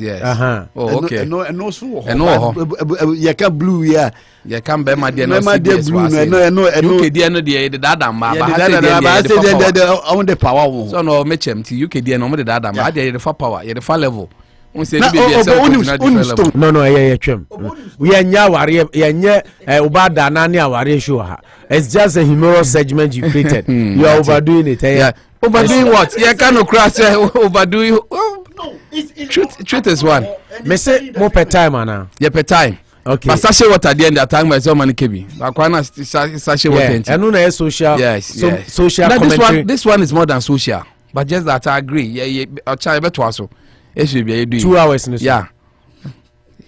Everybody likes it. But I won't pay. You don't like sex? I don't like what? You don't like it? What? You don't like sex? Oh, into sex? You don't like it? My sex. Maybe can say, do you like it? Do I like what? No, but you don't like sex? Oh, into sex? No, you don't like it? Yes. I don't like it? Yes. Where it you don't like sex? Why did you? Mefa kweku mensa sem na say wadwene na ate praga. Yeah, very good morning, a very good afternoon to everyone. Wadwene na ate praga. Unity Radio 1039 kai say weather report no dan auto repairs na bro. Ena anopa bia a motivational message I know channel so reach way to school adaroma ena de o se ene unche Alice Moss L ena kan sa asem we. Alice Moss L say not every day it's good. Enye da bia ena be ya ma. But one thing is sure, there is something good in every day. So, not every day is good, but there is something good in every day. But the fact that you even have life to live, there is something good in that day. Until said clams you and so. And also know that in life there might be some days a bad. It will not be good, but always take something out of that day. Say, no matter how bad the day might be, no matter how not good the day can be for you, there is always something good in the day. And only in crunch as man of pay no che.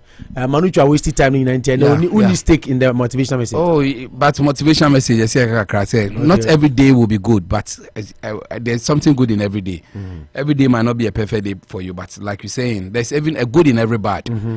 Once you have life, you have everything. I mean, to become a dead goat, you and still sometimes have the bad days come for you to prepare you for good days. Yes, because when you face bad moments.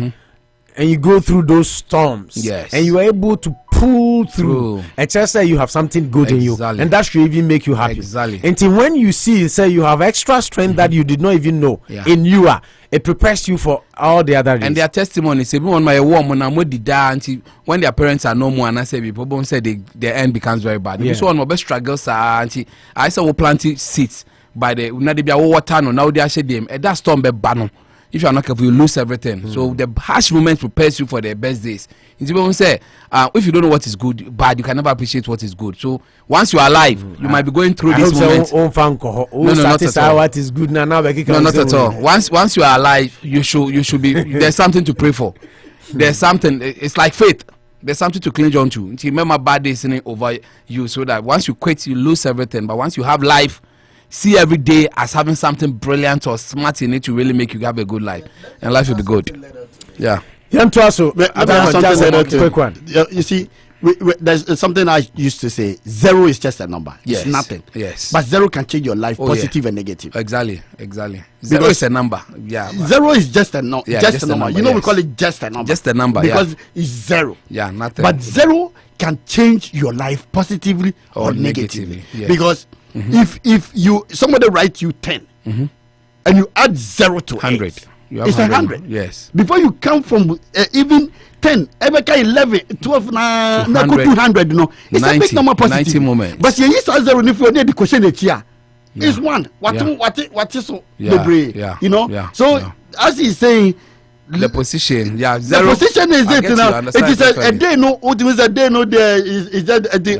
How you position yourself that day, surely will give you the will give you a positive or a negative. It's very inspiring because when you see zero standing, zero means nothing. But that zero when put behind 100 becomes 1,000. So the position of the zero is very, very important. So how you position yourself in all this will show that in the midst of nothing, a lot of things can happen to you too.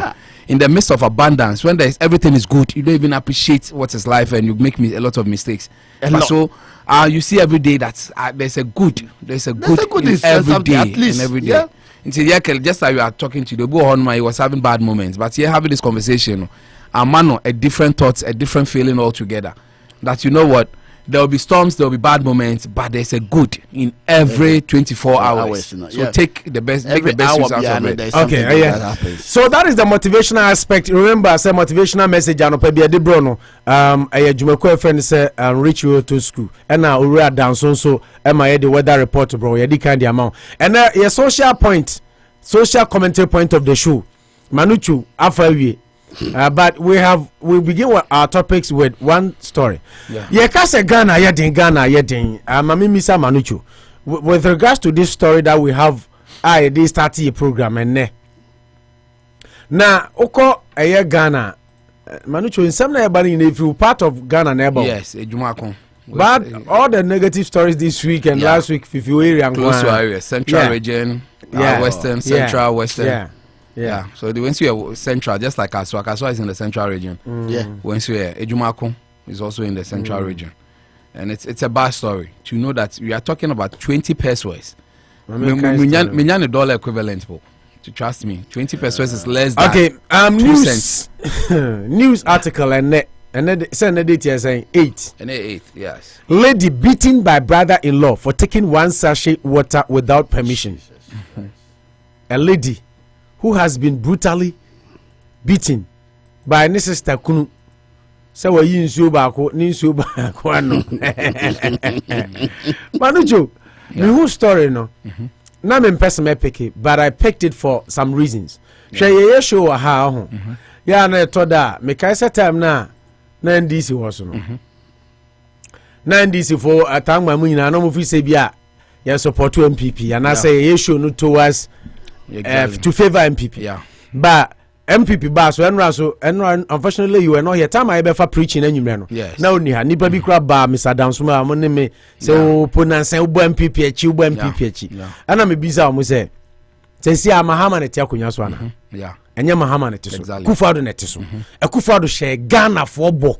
Sa na obegia kunya no. Krom ha Biden e promise ye no. The media is on him to deliver all the promises. Nasa mi hu se nyoma bi nko ye stories ba misappropriation auditor general report ba ya over 1 billion 20 billion yira missing unaccounted for 20 billion na nya Akufo-Addo sika o. Yes. Na mesi me pe Akufo-Addo asem mesi me pe MPP asem mesi me pe party no. Yeah, NPP. Let's say it that way. Yes. Na ma betena ha na ma be defend na ma shield me conscience cry will serve me right. Nti ye betena ha so we be show MPP's lens. Now they are now Angela show MPP lens. We no problem. There's nothing wrong with it. So we show NDC spectacle. Yeah. Now they are NDC corner. Me no problem. But me oppose national there. Why wouldn't you take it from me today? So me better console we anymore. Yeah. Me hear me programmer. Me share MPP atade. Yeah. And I me share NDC atade. Atade ba ko pen na me nim share. Yeah. And only red, gold, green. Ghana atade. The question sometimes I ask people, they say, "You're criticizing Nana ni MPP. Na Akufo-Addo ni MPP ye Ghana here. Wa one make no. Unia uba Ghana ni ote Ghana no or benefit ya wemo." They even stop pressure say bremiska no cry be kofom and also say they also improve their obia life ye better. Yes. Say nipa no ye MPP ni kra na ne life ye better. Wo MPP ni na wo ne me kono emo. Ebebo pa. Nyama ye shape ko Ghana ne ade. You don't get the reverse. It is improve ya. Who one or two shipping nyama ko Germany na England ne ade. Not that they don't have the product. Sure, anano opening adade. On na opening adade ana. I might be 2 weeks ago friend to our show Worcester. I know ka say they are na ya betena brochira. Ye hu difference. Ye sure na asan ye extreme partisanship. Na ma fa MPP pure. Yeah. Inti Ghana the MPP ya ma betena krom akra minim say ese say me this civilization e call mining mu no or say oh you can't change no akra de enipa many dingo mo ba ko ka say you can't change them. So why? So you support? No, but it's not possible. Na me bisa ni say oni masema Martin Luther King e kan ya ne chikrom ne akurasi ni abrante te say me ti America metimi aware amema ene mrofuko school. Yeah. He had a dream. That speech was say I had a dream that one day my 2 little daughters able to me name mrofo will be in the same school with their white. Yes. It was unheard of. It was unthought of about 200 years ago. You see, Ghana need to abrochire no nyasa adwene ni say you can't change them. Na yeah. Because you don't need rocket science. 10 million people to change in Ghana to change Ghana. Yes. If even 1 million, one can say enam a profit baby kiti. Change can start from somewhere little na spread. Na spread. He said your bonnet and so to me spread them. Yes. But it's na ya jene party. And it's getting worse by the second. Say now can on. Me dey be me equate way to being in an amphitheater worship program. Edu baby ani a doom light ni nya opo ni the spotlight na to actor no so. Ya the 2 actors so be say on mpa boachi anatare no crap say anye you say. Benyo bia wa perform we tenchen ye yi na fi abro nim. Oye MPP NDC no. Na dey be you are worried about him, but the one acting, the one with the camera with the spotlight in there, what can I say then they don't like it. Whichever way you look at it, the government in power will be under the biggest stake. It used to be Trump in this country. You see, and I think critique it's more with Biden. Trump maybe in the past way, they'll bring it back to discuss it here. But the truth is that let's put the government on its toes. Unless assembly can make us extreme partisanship is also allowed. So BNPP ni, or BNDC ni, so be Finfi, or BCSA, ni. At the end of the day, now it's a special vehicle. I call one destination. I think that my for NDC car a very good route. Obviously, no for MPP car a very good route. Obviously, say infrastructure in here. Obviously, say human development in here. At the end of the day, we need both. But one feels that which one should come first. And then a debate, So as we sit here now, it will be more prudent. Even the president, Parker said, be citizens, not spectators. Don't be sitting on the touchline. They say, crap. When the wise decide not to talk, the fools will rule us. I mean, at the end of the day, you don't want to be considered a fool, and it's used advisedly. Obianka say be away, but at the end of the day, we should have that mind that we are trying to put the government on it to better our country. As soon as we denigrate it, you don't insult, you don't use abusive words on people's family, but you can attack the story. At the end of the day, I will give you the story and add my little voice. And my voice in the me expect to say Manicho Kadia. No, it is my thinking. What's it, Eric? My thinking. Eric Kwacho and his Opo. Also, we know you are MPP. Till the point in his say, Mimi Adam Asam women can't you? Yes. Ghana, Name Obisa Laja Limaradona, and now so what time grad get never to show so. Obia Ghana be our yes sports. I never declared my support on radio. Sami Kotokoni. But growing up, Obio Nimbi Bianim say. Me kotokoni. Yeah. Me co stadium every day. Me dressing me kotoko kalis and son be journalist. Exactly. But me intina de biana ya na me din sanctuary for na Ghana no here. I'm telling you. Yes. I don't know because you were trained journalist. First pana mirror journalism no mu hold ethics of the job in high esteem. Yeah. But say sika to omu nyina. Yes. Sika say omu nyina. Say you follow sika chain. No credit. Yeah. Shoot. Neba na minwe. Obisa Ali Maradona. Ali Maradona nimseme ye kotokoni pa. Pa metina radio so na me sports analysis just like you do. I don't do analysis in favor of Kotoko because me support to Kotoko. Yeah. Me ye program you ma solid FM Central Market. Bisa mankwa. Omutimi ba say Kotoko supporters timi be converge so mo ma sin free ya boy sign so. Ambebo. Yeah. You didn't say good things about it. Yeah. You expect to hear the lies, sugarcoating, near Mamutima, but yours is to make a talk. That is who I am. Yeah. Me, you. That's how it should anybody, be. I mean, you Be professional. Ghana. Engineer, your environment affects you. Engineer, mostly Accra supporters has. Yes. Kumasi, even though has supporters, but mostly Kotoko support will Kumasi more. Yeah. What I say is Boston. Second year, me buy na my support to Celtics. Me Ghana na Celtics. Exactly. Because regionally, this is where I belong to. Mostly, you get affected by the environment. Your environment. But when I sit before this console say minya brand Be minya very daji professional. na metena ha dia. It's called professionalism. You can be That biased is at it. times. Bias is kakrabe bim, which is allowed everywhere. I think CNN cried if somewhere bias first way, but it doesn't take out the professionalism. That then come and sit on air and say that it is good. And I, because I am a MPP and I me MPP. Yeah, on my way, Mushe. Lady beaten Ghana News of Wednesday, 7 April 2021. And one a story nearby. Lady beaten by brother-in-law for taking one sachet water without permission. Now, a 27-year-old lady, Gloria Ishon, has been beaten severely by her sister's husband for taking his sachet water at Ejumako Mando Tayil in Ejumako Eyan Isiam district in the central region. Now, speak Ejumako. Oh, say you should din body of no chrome booty. And Rakra don't lemon crow show booby tea or no say patch or it happens. He did there. Oh, me ma was anti-DB. I make Trump to his own team. Somebody then chambo so spelling but two names is Yabu said to be Sabon. Then chambo. Me born into what me about, but me spelling the dinner crocodile stone. The both of yeah. Anti the story back. Speaking to Kasapa News, Yao Boajan, the victim said she took the sachet water 20 pesos because she was very thirsty, but pleaded to buy it for the suspect Kofi Carpenter.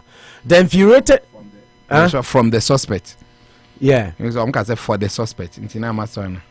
I say, speaking to Kasapa, the victim said she took the sachet water because she was thirsty, but pleaded to buy it for. Pleaded to buy it for. Or no man says to come there no say metal amount. Okay, pleaded to buy it for the suspect Kofi Carpenter. Now the infuriated suspect then insulted her and she also replied. Kofi Carpenter got so upset to the extent that he beat her mercilessly till blood was oozing via her mouth in the absence of her elder sister. Kofi Carpenter in her. Now, according to the victim, it took someone to save her from Kofi, who she believes had wanted to kill her. The case has been reported to the Ejumako, right? Ejumako police station. But Kofi Carpenter has is yet to be arrested. He's gone into hiding. Yeah. Manucho, social commentary point of view. It really helps in a conversation because you can't wrap your head around the fact that because of 20 pesos, now may try to convert it in dollar, it's 0.035 USD and do 1 cent import. That's the money we are talking about here. 0.035 USD. What booby? People should go and watch the picture. But and I'm saying only DK poison. Yes. And the general ring man Zuma Nelson and Mike Tyson crime. Sure and can base. Yeah, because of 20 pesos. I didn't a bit me factors been a bit my anymore. We saw and the brother-in-law. I said no, I know. Say and I'm say factors been. Then Tina Bema will be a phone suanum. And you see, and say it's a need. As soon as I will go change the ashe. We hear ring be that one. Yes. It's only so feel kromu bano. One to you krum. Your bano. Yeah. I like your angle. Moshe from this angle. Then Tiana me kofa. The story. Why a man for say oh you better ha Nancy as a criticize MPP near the Anamika say MPP na tiakunyaso. Into be me criticize NDC. If there are emergent stories in NDC that can we discuss, I'll take comes there by I will say NDC for capable some bikuno. You be kind some George there by ya me blastino. Exactly. I see don't get last week or last 2 weeks Koki can say who is there MPP for Akofa lame dark kind of Furiata. MPP fairly, ya me blasting or yes. When the stories come, we do justice to them. But the point in it say, when a president promises us, say, yet is castle, now so come there. Now say, question I may be saying, say, Ufri say, what will cause some of these? That is the question. Abranti, and another bush audition, say, yet is castle, now so come there. Now say,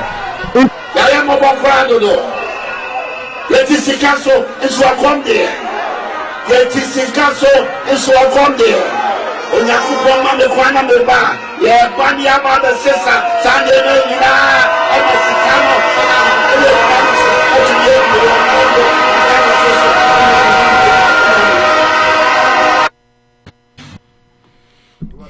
and Marujo. Yes. So when a president says this thing that promises us say yetisika so come there. Share the only factors I don't care. The old bear man and your ban in ten. Ne sister ne yiri nua ketua na wabo ne sa. But notwithstanding, now be just add a girl na nto nsu ni biam. Yeah. Nti wo feel say boy no nsu say enya ho kire pa na wo fia. Yeah. Enya ho kire pa na wo fia. And can show 20%. Until now crank be bisa say ada no be mi nsu baako. Opo this way pa there. I disagree with what you are saying. Because hey masa jai let's be let's have a beautiful conversation. So who say yetisika so come there. Don't put politics into this. Don't we have economic hardship say nti say ska wo fia me bisa say nipa akwa bi or you well to do no koba kakra nya well to do kra na ono so ne dia nsuo sachet na oyiri nua yi nsuo no ma what is wrong with that? Exactly. What is wrong sir? Atang my bisa question say adena girl ni fra bonten ba onto be wo na oyiri te na oyiri nua ba ofie no yi nsuo ba ko no ma wo bebo no. What are you talking about? Abeku yenye debate ha ye issue kasa no that is not how I run my shows. Manin kasa that is how we do. It's an angle. Obi kasa no obi so kasa.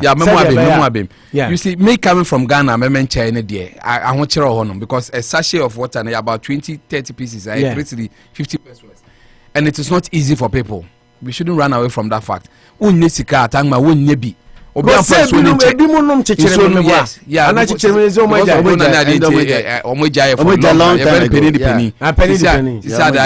sachet water na ye ton back 20 pesos na there into water 30 pieces into what on 20 pesos and now 6 cities.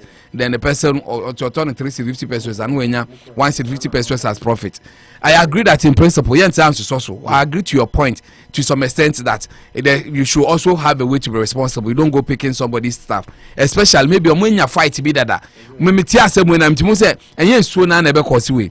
But dealing with what you have on the table now, dear, I accept that Ghana yeding people don't have. And thirsty, she's thirsty. It's to come deno. As you know, say, I tell my metal as and can empower will be no aquafasha because say you can live without it.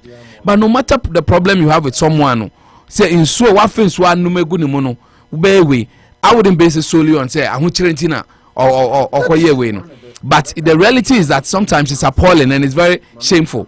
Say we live in a country because of 20 pesos into big kumbi wa bonus okunu.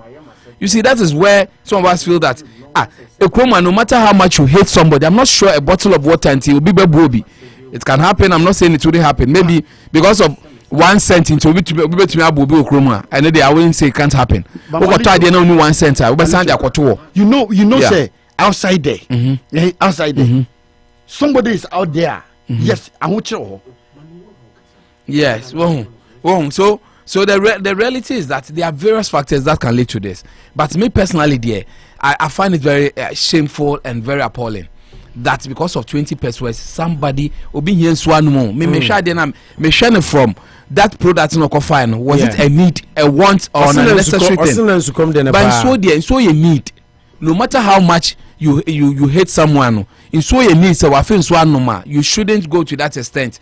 But I can confidently tell you that Ghana heading because of 5 cities now. Me share from an angle say at time I say Bema Aden Obane ban want to be ama just like you said. Yeah. We are looking at economics in this story. Yeah. The economics in and this it was story. put in the story to make it look for emphasis that because of sachet water 20 pesos into no on say omo story no. Yeah. Omo can say why you need sachet water one. And now omo share bracket mu say 20 pesos. Yes. It no stands for the economic factor in the story. Yes. Or point of interest or point of view in the story. Yes. Yeah, share from Obama now. Manu until what time I was asking you. Uti way. Now we yiri nua be fa nsuo ba ko krum hanom. Obi ba ofie no abe yi nsuo ba ko anoma. Will it even occur to you? Say girl no what did you attempt? Umpenasem. Na hiye we hinkura. Will it go to the point say we use nsuo anoma be bono? The that's it. Maturity first. Though I came in unannounced and it's just a brief way. We are a family. Yeah. The family. Say the point is I don't stand with the man. Every man who beats a woman is a coward. Yes. Yes. That's a fact. obema bi oto ne sabo obo bia no oye hufo oye yarefo oni say there's something wrong with his memories. What does it? But the point is, we are looking at the economic factors. All the economic factors now. I understand it. And the economy, baby, could you believe that I say gas? When you said this week, you two gas almost 3 times. Oh yes, almost 3 times. Exactly. I'm metal gas Monday. In Miami, I got to gas here. It should go 270. And I say, what are you talking about? It was 260. All of a sudden 270. Maybe go 290. Yeah. What I said. We are all recovering from this COVID outbreak. Yes. Around the world. Yes. But what do you mean can't tell me so say? Ufi komo ben so komo de ufi komo sa e de be wie fie e be ye ni so and sana obe hu su anu say me wi amekoto ama. Oh come on, you are not going to buy it. Me, I don't want us to attach this to political. Oh yes, we should attach it to human thinking. Yes. That is where I want us to come from. Many of my LPP NDC. And yeah, I mean, fine, or both or do create the economic side, the political side of it. But let me tell you something. This got nothing to do with politics. It's attitude of average Ghanaian. Yeah, it's human attitude. Yes. And you can yeah. And why didn't you even ask? I didn't want to. That is the boy. Can't say Minisika. It will be pension. What is it? I don't care if someone want to be the dada. Yes. But looking at the point, say, who will come back?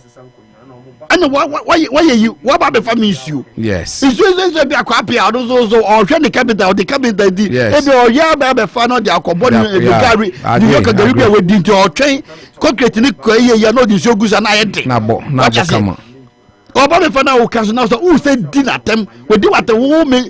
Why did you do buy it? Exactly. And I'm say that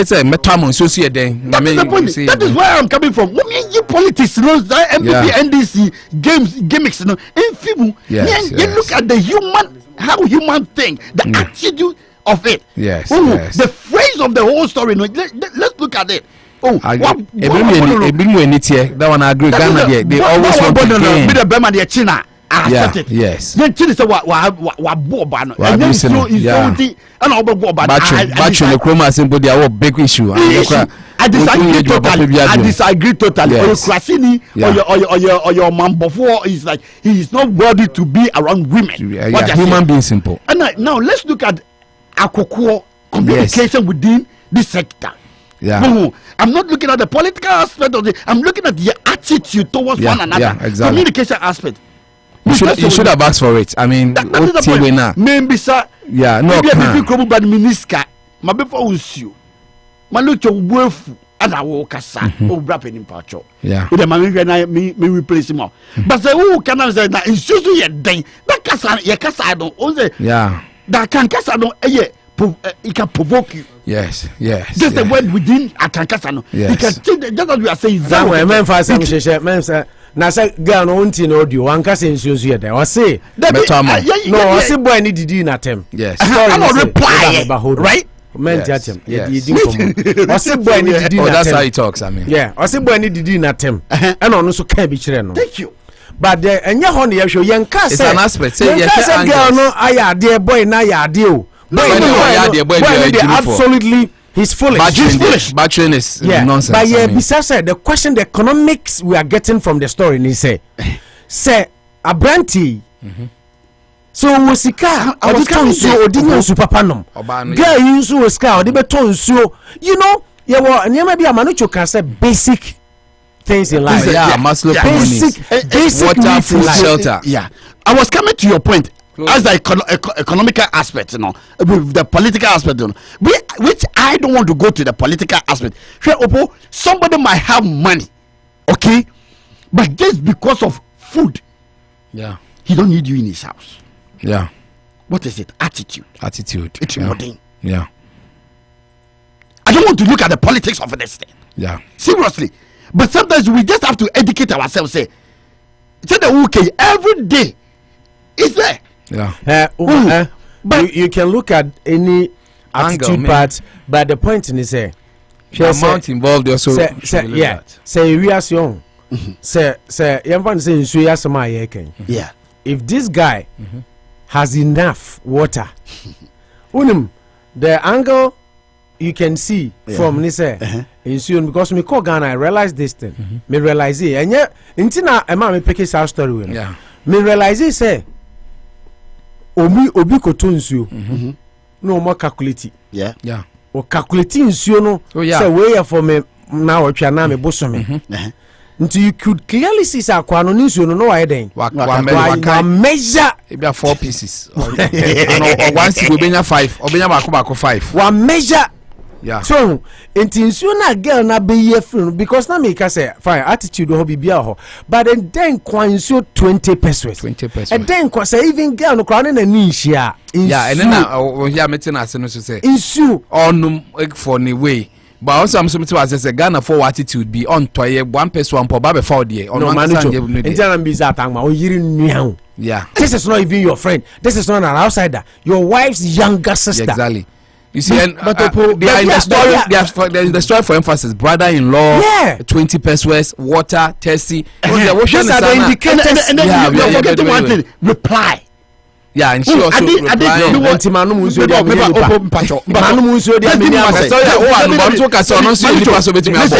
Beggar has no choice.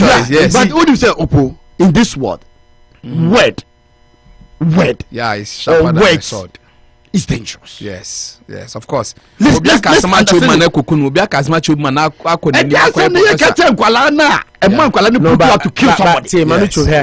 word though. This whole thing started with a guy. Okay, girl no use no man. One can't. Yes. In so crowd they will be used no. Anyway, it goes back to ahochere no. Yes. So ahochere ni wana nka wo so crowd be kind one so be ayi bi. How are you going to even know so in so no be by then? AIB. Yes. But my point is say, sa hochire ni ho a, no obi ayi wunsu a, you won't even go and ask your sister-in-law. I don't know you mean so. No, they okay hochire sada. I don't know you mean so. What's my point no? I don't know you mean so. You won't even ask. So I don't know you mean so. Because nsuo no e wo ho, e doso, e beso yen. Nsuo so de obi kura ba ofia o mani bi no. Yes. Nti I don't know say nka oyi what's my point? But Ghana the enkopo obi mansuo. Ghana the enkopo like based on sometimes the I want channel so that's why I mean being a believer of it. Being a believer of it. Also who can say Ghana enkopo mansuo? Why? Of course. Because the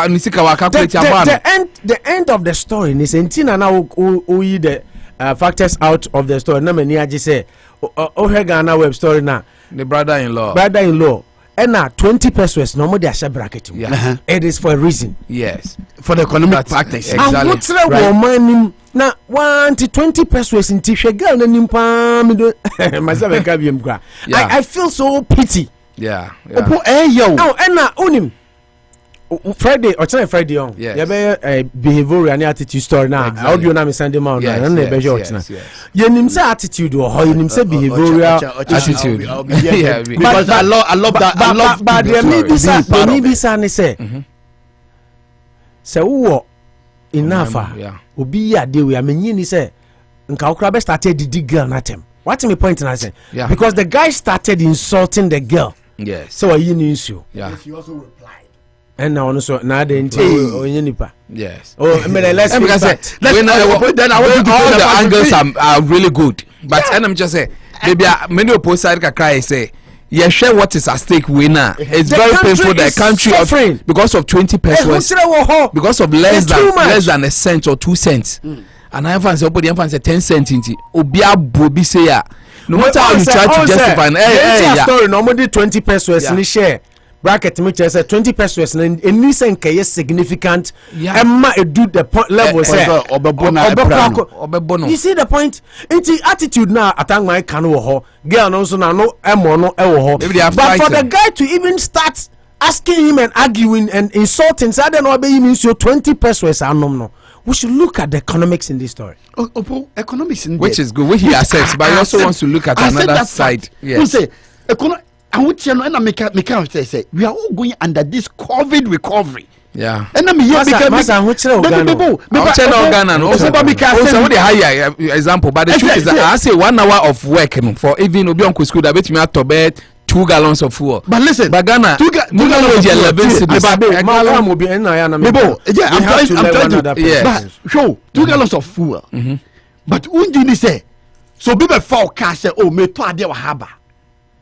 Not a gas look for more. You will not be happy. And there. Thank you. Before Kwejuma cry the same route, but one man is car. More level. Because before somebody comes and take your car, now ni pano bit me to exactly. Now you're okay, kakra. Because this how maybe sell car. No, the point is then, but on top, you feel the change. As much as no one yet in there. What does it? Comparatively, what I say to Ghana, the second one they bought them. Ghana watch no. No, but until I make us say, unsen ganzio no me fan say. Because me offer. Eko Ghana na Ghana unum sachet water and to sachet water si ho na sachet water if you no use ho I want to hit into super ya no turn the vortic e dey no good fridge na ne offer se ba akoko yi vortic na afi wajai sachet ne nom ne vortic ne cocoa pie nti e no de on se cocoa pie no ne cocoa pie because option me fra brochire ma no sachet water no na onom na ma ba betena me ba ye no sachet water ne bi ye den e ho ba wo se makwakoto vortic nti avede wa upgrade we free sachet water na onom me vortic me so me ntimi nom sachet water because e bi amenya diarrhea nti I know the cocoa pie. If there were reasons to say we now, it makes sense because there is an option. And I will by force over for Fabucha, but no news of Benum now so conum. Because who will be? But Vortic no more the chamber no, but the point I get you. By the point, but to say and Ghana with it. Ordinarily no. To say sachet water no exactly. So until we hear it and I will cross story Ukraine saying yeah. Very way say we yiri nuon e hokra na nkafere say ono ani nua kra unse wa utimi ya robust against your own brother than o yiri nkofo ko yiri nua ba nti nya ho kire na wo ha kwa visa obetimi abunu sa wa calculating so no wa hihye. Yeah, it is possible. I mean, once the factors are in the story, that's how you have to look at it. That 20% what Bobia prepared the Ghana police say the guy is on the run. What the run coin? I don't for that. That's not my point. This is a guy who has to be in jail. Exactly. How can you molest or say so I no munsu back? 20%. We have ministers that have been beating their wives so. No, they you see, that is what I don't like. Where's Anamo equating yama? Minister back up Mami BCCA. Equalization. We don't have to equalize. No. We have to. You are trying there. I told you. The guy we have to arrest him. And then the intimate concussion. Sabi. And some phone. Yeah. And the minister bone yet. But Obia din some phone say make us a minister for crab. So you are trying to justify. No, I'm not the minister for crab. I'm not. You are getting me wrong. That was the shallow part of it. Okay, but let me say my last submission before I leave here. Yeah. This guy, okay, you show economic factors. Ghana, which I would say there, Ghana pa. This all of us are working. Because Ghana na same na me what they call it. Me so be kwa vortic but maybe the vortic the kwa I am in Tampe. Me said I'm here call fa one pie kubelu. Nia matoni na. It omo boa no mo omo de sieve e ya no mo hwehwe gu se de be ya e hwe nko vortic no but ewi eche ekwala bi o fi o ade de omo de omo ko fa no mo num ni na e de mi kokro na ze o omo yi ba akoma mi nkita na in case of emergency bia no ma no ya si asa oh about 20 borders I could be nsu no but me say what it is like oh asa and a vortic na kasa so you say no so asa. Wow. Say, how attitude that one has to do with it's attitude. Okay. I don't know but I just kept quiet. No I don't know why more. I don't know because economically you are sound, you can buy another one. That's why I'm coming from. That's why it didn't miss me. Boga ukrum na boga bebu obi okube ho ka odi betene krom what's that kubensu boga bebu ne it didn't make us say I'm looking at the economic factor of it. Yeah, attitude. Don't we can put the government into it say what money boy the but wouldn't be said na make a petrol cost what's the Ghana so your education no seb no kwanya minimum your education no a very shallow kakra. Yeah. Even some Ministry of Information, Communication, and CCA, is it? Yeah, SCA. Those ministries now you go. NMC. Opo, seriously, those places now you go because they are not communicating and educating the what do you call it, the citizens. Yeah, NCC. About that. We about. Oh no, I'm coming. This topic back. No, I'm coming from somewhere. Yeah, Roll is 100. New information vans be right. If anything be now, they go around to the villages. No, teach. How does that connect to I'm this? traveling in the. I will put. I can travel 2 hours without on the flight. Exactly. You're a man, man. Yeah. You're a man. What I'm trying to say is, if you be Yoko baby, the education within this thing, behavior education. What do you call it? Say economic say economy no tie meba say economy no emwayen ahu child bagana. What I say? NCC for my education say men for being so no. Oh, that be. Na education listen, in this these people are there. What are we doing? They didn't ahu chaba. Ebia government yes say na ko na ye recover etin na nemo bebe e start because so issue boy yedi then na issue boy yedi because petrol cost so as soon as Ghana so there as soon as petrol cost so properly I know say e be cost so listen in as much the education in Ghana no enko ye tie intina me catch us sometimes o mess up stories. No, I'm messing up the story. You try to take education in this story. It's non-existent. Education in this thing is very important. In any sense, education in this story. I'm trying to cover the economy aspect by. Okay. See, then echo. The international. Civic education. National Commission for Civic Education. Omunfa van and say Ekufu Dubai no anase Ghana sisi no COVID inti oman mu ayeden inti oman mu ayeden inti ade na ma oman mu yeden obi akofo obi nso 20 pesos anu mo abunu na eka wo see education how does this connect to education?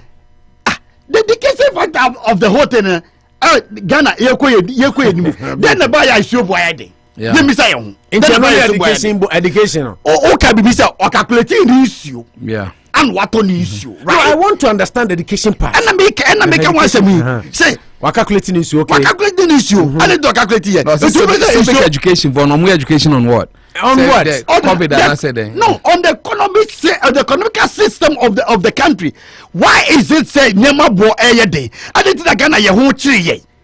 Make me understand what is going on. What do I say? Obiti one ma to be about the country.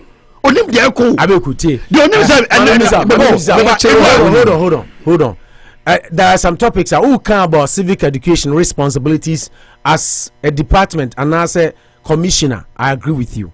Say it's on the low side. Even COVID by vaccines. For say among 1 year we could be educating people. Right. I know you're different. Until I catch say. But but topic we are connected to education. It's not connecting.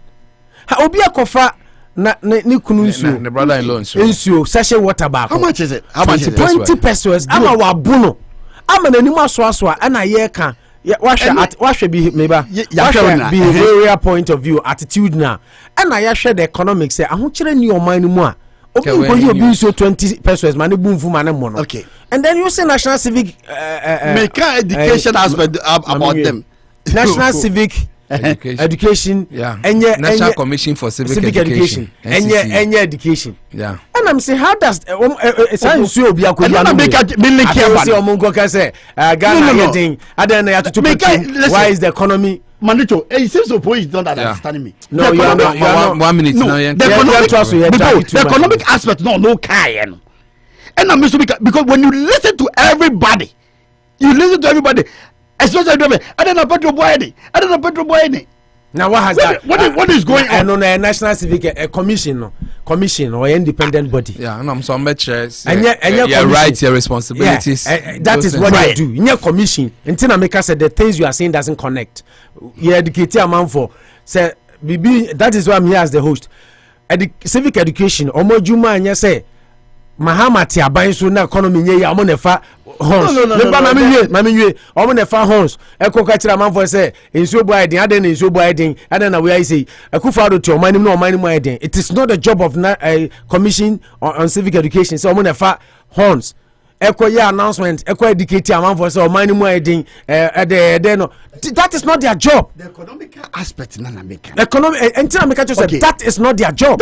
I'm not are they not under those ministries? Correct me. I stand to be corrected. Ministry of are they not under the Ministry of Information and Communication? Are they not? Yeah, they should be. I mean, civic education. But how's Ministry of Information and Economy? I didn't know in the government. Uba Ghana. If you see a Ukroma Akra, what to be that? So you will be a responsibilities. Commission be a. I understand. Obi ono ya civic. What is civic education? I say civic education. Ono na kokas economy. I the right and responsibilities. Of the civilian. No. The civilian. I am grouping them under one umbrella. If you are talking, sir, I don't think so. Poor understand me. No, I am grouping them. No. And yet I don't understand you. The points you are trying to connect are simply parallel. They don't connect. Listen, because civic education, you want to call my educate you on economy. So my a civil right. Juma is civil right. Civil right, grandpa. The civil right, grandpa. I mean, you're dragging on this issue. This Obianko for abuse, has nothing to do with it. The civil right. No. It has nothing to do with it. Civil right. I say young girl for yeah, I understand. Obiawo point, economic point of view, beautiful. That is it. Attitudinal point of view. The attitudinal point of view, you understand. Okay. Education has nothing to do with this. Yeah, education to tell them that you don't need somebody to tell you that. Is it not their right to even educate us on how to deal with our fellow human beings? No, your economy. No. Let me expect the church is not doing our role. Exactly. Economic education. Education, I will come once.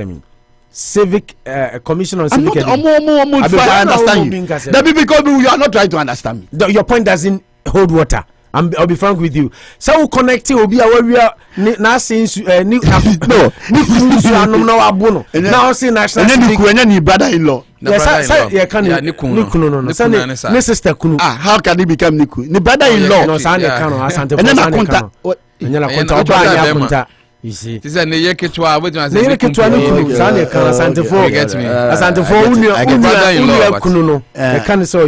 So yeah, what's sister Penia?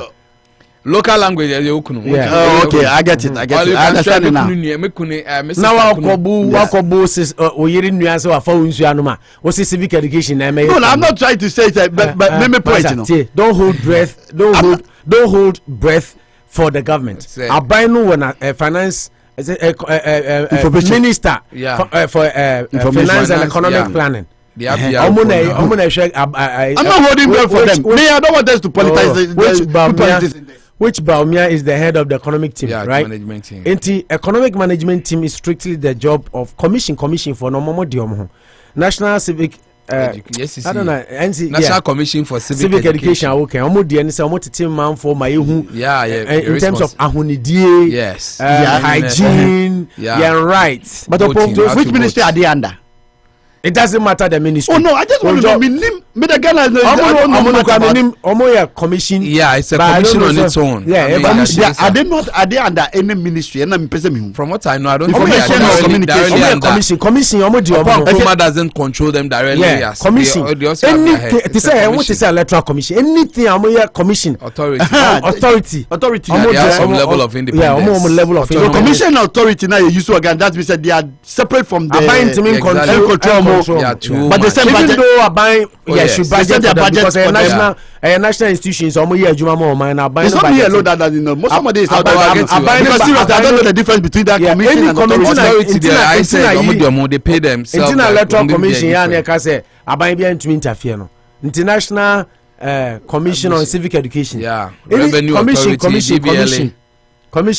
Commission for na commissions and authorities omo level some salaries could be na was through but NCC there more of a government way but and as much as I understand you, this one doesn't have much to do with educating people because I didn't say more me. There's education in this. No, unless you are telling me that me, but I need NCC to tell me that I should stomach it because well, COVID in the world economy and what I should treat people well near there. Oh, because I won't share.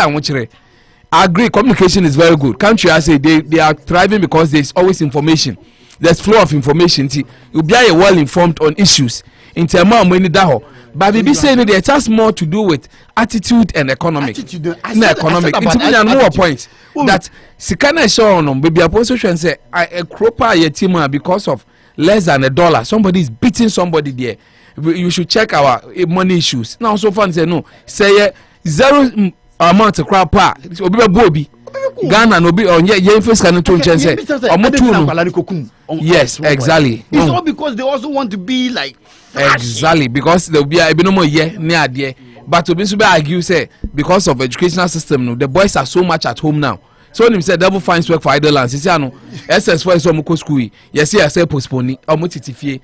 By all means, they are very young too. All those things. Exactly. Okay, yeah. School once. I can't say education be any idea. Make us attitude now. No, because say it be a controlling of temper anger near there. No, they are fine. Now I say make us economy. I dey yan say about say this can recommend. But the flow information. I don't want to do politics. There should be information. I don't want to do politics with this. And I'm saying, oh yeah, that's why I say I respect your way. Okay, yanto so Unity Radio 103.9 on Pabosu Sini. Me ba cho yemfa ntufo. So we yeri nuaba ofie no be no munsu amemmo no. Why? Since you na last one kra no fa no amemmo no. Water is just basic. So without jokes aside, water is just basic. Insu na be ma brane kwa brane watimi aboa kwala kwa minim se wo sha wonyini ye. She's a very young girl. Oh yeah, she looks very young. Yeah.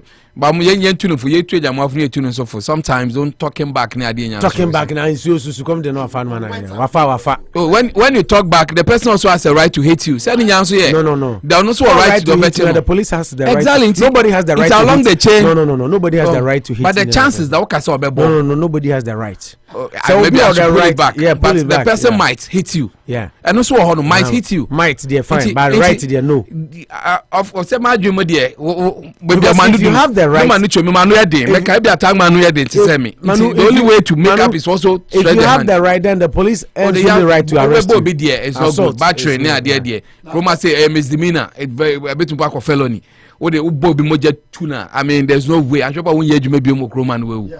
And now you have some better jobs in Senedia. A foot okay. Ghana no. Maybe you should introduce some of these things, and yet deterring enough. Bibi say no. At the young can with you. Because the young can with you. Bushy Semana. Ye jam tra. But Sanka, where I agree with the police in China and China so. So you have to America because under Ministry of Information. Oh yes, I mean they inform. They inform, but they have some level of autonomy. No, they are autonomous. So I don't think that because I knew a girl was working there. Yeah. Ubeka say Satama Lady Bakuka say Charlotte say used to be the head of SEC before she was moved to the EC. Until where the education be education and say na na do ne MPP for ma o man no munya mmerema Ghana for kaka na ho kire ni because I say we woti I say nsuo kran ka ekwa check girl ne no munya ma nsuo ho kire ni too much. Go and give them some twisted sachet. That is the gospel truth. You know when you say this MPP for person beti but anya dem beti person beti ne be ka kire mo the gospel truth ni say o man ni mu aye den Ghana de mu aye den MPP callers what show you some dey be phone lines am amuntie they are crying.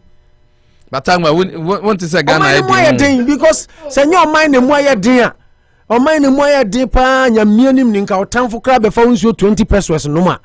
Sometimes you look at the issue not has significance what story no say now obi akra te because na 20 pesos there when me cry the worst enemy cry 20 pesos and then because of unsuo no no oba na one cash 20 pesos there no ko bu akwala say aden o man mo etin o anu ba announce aba no dey understand say ye can say girl no ya dey say o fight o kika bi kire ni kunu e say o sister pani kunu o man bu say ne bu ofukura no dey ya. That is why you touched on the attitudinal pattern me support say girl na no be katikati there ba wo hwe a de ma ade ne be hyase be hye be ma no ne say em so wa calculating butum ade ne but they no mass. I love that sense of humor there. Calculating but they no mass nti ade ne tani sunu me bia ona minim krom ho bi kra na hwan bia na ye kra se unim some America say unim say there are some areas I'm telling you this there are some villages uto sachet water na chese oh yeah Oga. oh yeah Exactly. I'm telling you Of course. It's true. yeah nti bia kro mu ebi kro no na sese ja nti wa calculate ade no kopim say bi obe the next farm produce obeton nya 20 cities bi asa ti bi akoto nsuo nti akola ni yiye no painful because of 20 pesos. You I mean, I understand. But the point when you have a very good point. At the end of the day, maybe I'm coming to me a judge. Economic point of view is true. Ghana had dim pa. People are. I can remember. Say Ghana had that. Remember now. That's the harsh truth. It does also mean that we don't see about the minute here. Now they want to go and thank you. Didn't you say a point? No, but it doesn't mean you should always go and take somebody's water. Somebody's. The story did not even tell us Otifio and us on Tifio. Yeah. I would have loved to know that, but either doesn't even vindicate the guy. Talk about what you don't know. So Otiwa girl ni Tifio now I found you any so bono. So on Tihona se bi amote if you trashiem kra na why you come on the morals in the story ni say in short no bema no ni so a good big time. No there poye nine. Yantoso Unity Radio 103.9. So that is our social point of the day. Obabia oneni kunti obobra bema na koto sachet water e dia begu ho bema na me nkasa but the me did free story ni say bema no wa kan suo no because mo kire wo who ya na yiri nua na be nsuo ni bianom ogo kan no didi girl ata girl so say adam anu mu nsuo nti amenkasa onu so na no mo no no so keka bi kire no masa ko Ghana web na ko hwe say de we si abu girl na say asem na ko do police station 20 pesos nsuo abuzu that is where baby akokudu no Ghana. The Ghana we want to see will definitely come to pass. Memma we mbu abem Ghana be Unity Radio 103.9 na emra next story sir. Empanifo kan wo sa aboa enwa wo hwe ne husu ya ye fra no wotope no kura trodo no wa opoku jemfi wa bin adwumam wanyi aba be ye otope. Okay, yantuaso man honorable Atangman just passed through obecha on Nebraska oko. Manu. Yeah, exactly. Yankwe. Alote Jacobs. Now what is our award Scream House? Now presidential award house. Yeah, but yeah, share no other stories. Okay.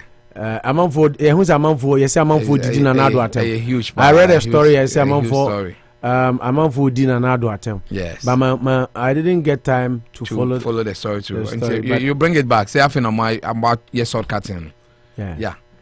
Now you move on. Now you heard your next story. Alote Jacobs. Yes. Asama Okanye. Yeah, na etoda. Ntina nra na nipa na meka se menini di nkomo efa Ghana eho ana meka se moma ye ndwene MPP ni na nado ho moma ye ndwene Ghana ho de omo aye ni ye no ye mo omo aba so de omo anyi ni ye no moma ye nyina ye nyedai ye nka no mo ye ni ye sa na bebo ama Ghana afa ne to yes so Akwado see any citizens, not spectators. Just send the back, KB. Be a footballer on the pitch, a player. Don't be sitting in the fans. Exactly my point. Yeah. Inti say assembly banner yankebia. Now it brings me back to asema na make can say enra nipa bi ni medin komano ka say you can't change them. But there be ameka say aboso aba enema eja e pai. Say ka say no be atiada. It is only going to get worse. So what I say? TSC you're fighting with him. Alote Jacob has been sacked, dismissed by the NDC. On one so you know the answer. But the strange stance Alote Jacob ateki say ama aye nipa binom nwa. Ghana, last week we discussed about Doomso Aba MPP for NDC for ade ba ko kan Ghana politics ebom ye Doomso. Se Doomso ba MPP ni NDC no munyina akobenkrum because omo feel say light no dey affect ubia apolitically. Now, Alote Jacobs ekotena Peace FM Kwame Sefa kan adwumadi so. And now say there is no Doomso, only power upgrade. Alote Jacob schools critics. Now, social commentator Bernard Alote Jacob say the current power cut in Ghana is not Doomso, Doomsaw became a popular term describing the irregular power outages under the erstwhile John Mahama regime. Ghanaians are currently facing intermittent power outages, and it's become a serious concern, particularly when the President of the Republic, Nana Addo Dankwa Akufo-Addo, promised to fix the energy sector. A large section of Ghanaians feel Doomsaw is resurfacing and have therefore expressed their worry. The Ghana Grid Company has informed the populace that about maintenance work it is undertaking on some lines, hence resulting in the irregular power supply. The Gridco has indicated the power cut will affect Accra, Winneba. The company, however, clarified it has no intention to embark on a nationwide load shedding program. The assurance came after what it described as heightened perceptions of impending nationwide power cuts. Doomsaw. Now, speaking on Kokroko FM's flagship program, speaking on Peace FM's flagship program, Kokroko, Alote Jacob stated that the challenges in the energy sector under the Akufo-Addo administration is different from what Ghanaians experienced under the Mahama regime. And no any and someone, Ura friend say Alote Jacobs. Ade atu ejana ma nipa bebre ho adwurom say say na emere tumi dane ana emere enso tumi sisa Manucho. It's an interesting one. Alote Jacobs stance. Tina me bisa mo say what is Doom. So I think that we call internet omo de aka Ghana vocabulary, because you don't need anybody to explain Doomsaw to you. Or because say Doomsaw Ghana, you word because say IHS. We call Wikipedia. A persistent, irregular, and unpredictable electric power outage. In a friend in Ghana, a friend way, the frequent Ghanaian blackouts are caused by power supply shortages. Into Washa, let me point into at what point do we call it Doomsaw? It's very important, because then I'll tell you of the year any issue. Say Greek code the letter about say for now they are more of a crime winning but be affected by this. Until they are working around the clock so that it will not be a nationwide stretch. But we know people in other regions so more experience but Greek letter they are just some few places. But for northern region and no crown, northern region no money, even Kumasi. I was monitoring a program and Nankovoka said they don't have light. Cape Coast maybe so on more say and said I'm yet too serious, but the lights go on and come on and off at. You bring a comprehensive outlook on the energy sector. It is already there. It is already in. I'll just say systematically. Kabila, the major problem in there. Oh no! Was not established for nothing. GRA was not established for nothing. We have excess power generation. Was not established for nothing. Bami, the issue is a system upgrade. That's right. Greekofu, look, them transmission system. Just first, you know, VRA. No, we're breaking. President Akufo-Addo breaking into Greeko. No, the three utilities in VRA, Greeko, and then ECG. More in there, Tambia, they upgrade their system until Otum Wabaya advert to her. Catch out there this area, the me period, the your light, your bay, or your system upgrade. But the major Greeko lining for so many years in look, we are in a modern era. Until you need modern equipment to help you to transmit your power. And already now there are independent power producers. Ninya is fed into Greeko. Into the system. If you young politically, say Kwame, politically, you have one political weapon. Tambia you better easy win elections. Rural electricity, rural electrification, rural electrification. And what? Almost every village has like. Yeah, spread. No, that is what must happen. No, I agree. But you actually there. No. But it has to come with commensurate development. Commensurate development with the distribution. Our people in the rural areas will not have it. No. Antimaso. Kwame Antimaso. No. Mr. Antimaso. Menyo ya adwin. There or the spread. Yes. But you spread it to them alloterical. Now you improve your systems. Look, that's what I mean by commensurate. Okay, yeah. Manu Kabila wo ena Kwame Duncan ena Alote Jacobs ena Kwame Sefa.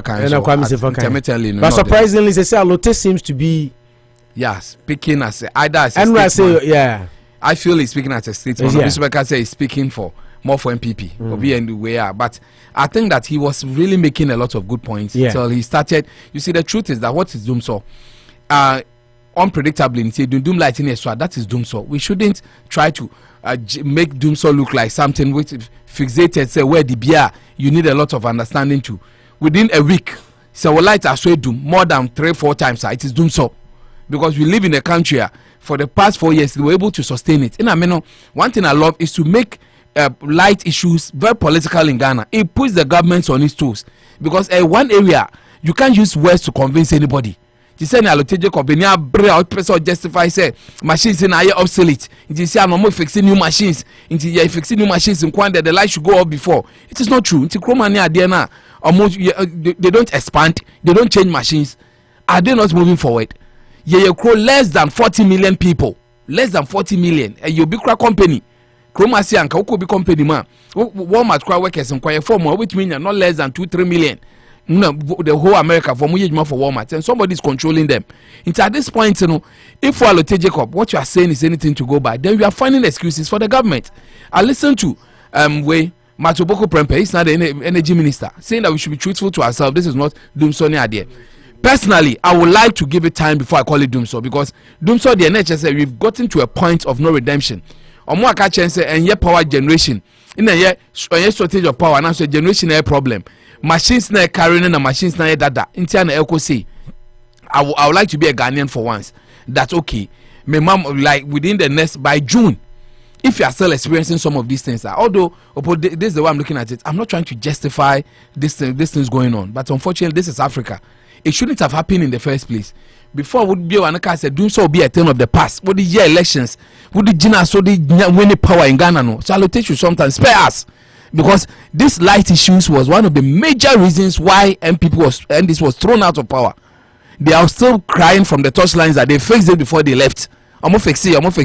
NPP say no way. Because the issues were well tackled by us.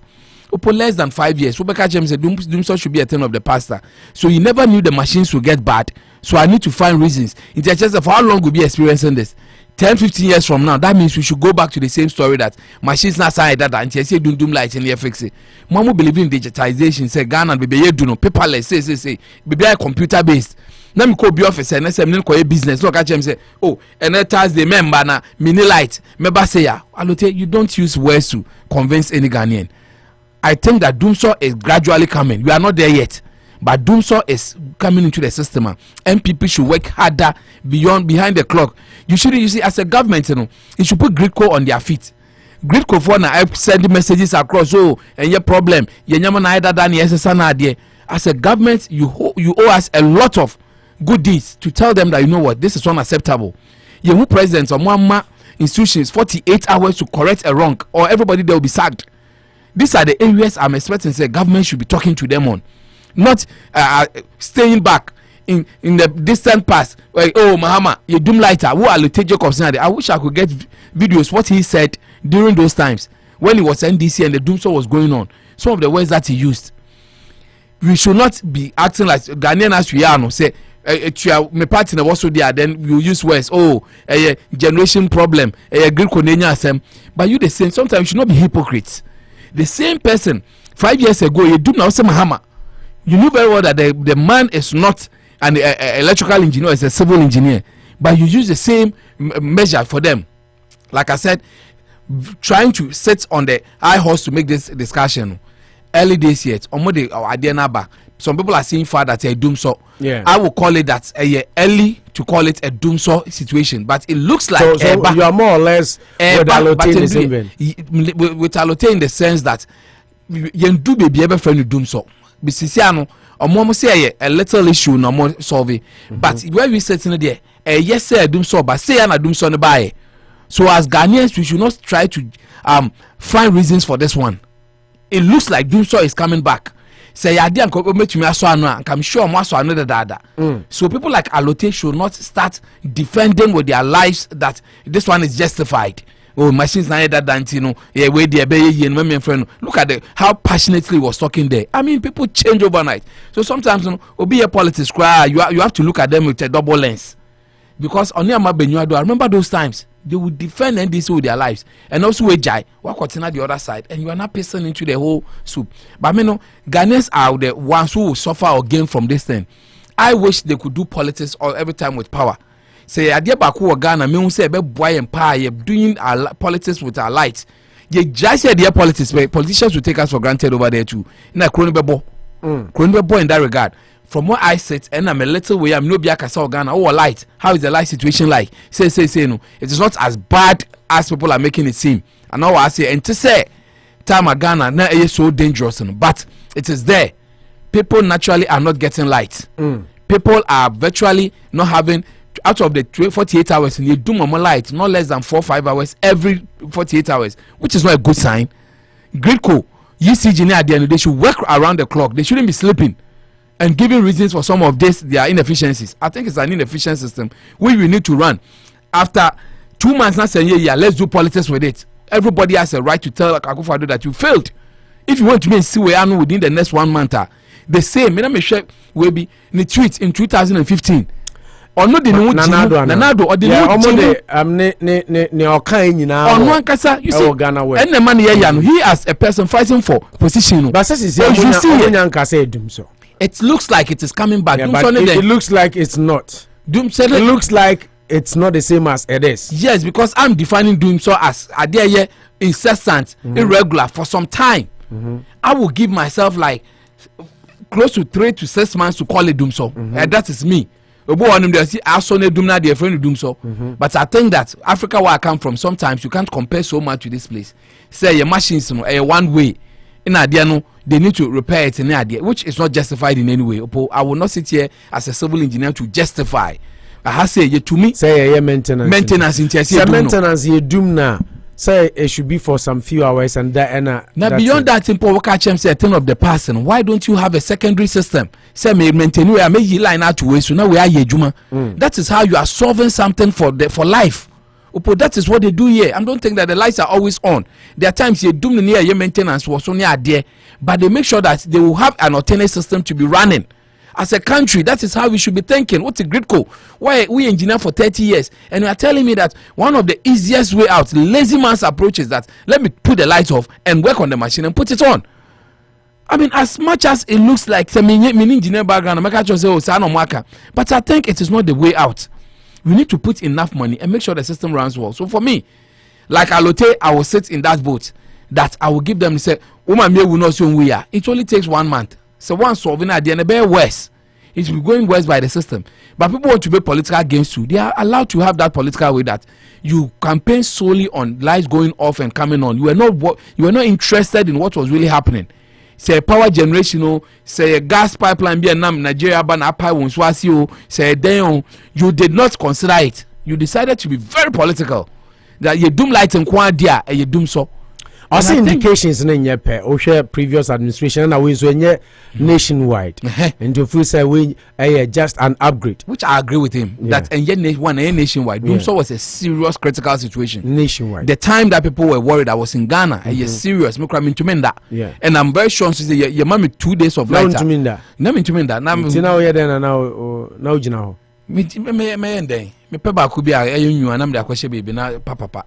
Be na say that time no hotels here juma ntu pede me peba ko share hotel bi anam de show me how far dey chan like ma ba fie o san start on no who no bisa me na me how was I keep what's now ntumi nda I just you know one thing I don't do is that I don't lie. I will not tell you me kan kwan dey no kre that time na dum so gina mu no peba ko no da share hotel ade chan obi na light adem. So the truth is that we are not in that situation.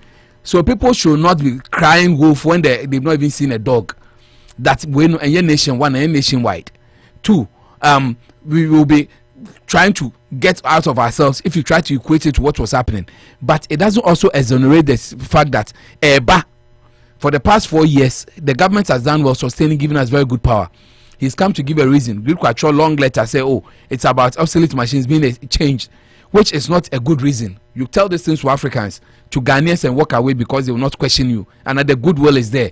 You are not doing a lot of good service to the government, because at the end of the day, this is where you should tell them, you should have envisaged, you should have had foresight, you should have thought out of your heads, think outside the box to solve some of these things. I wouldn't sit here and give you kind words. Say, yeah, repair machines in Dubai. I mean, who does that in modern days? Dubai, yeah, repair machines here, doom light to Dubai. You be doom light. You're not saying once a while, maybe call China once, be near doom no.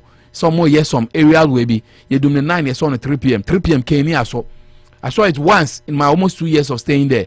UK the man tibin put that. Me came first time I call classroom near doom light say light off.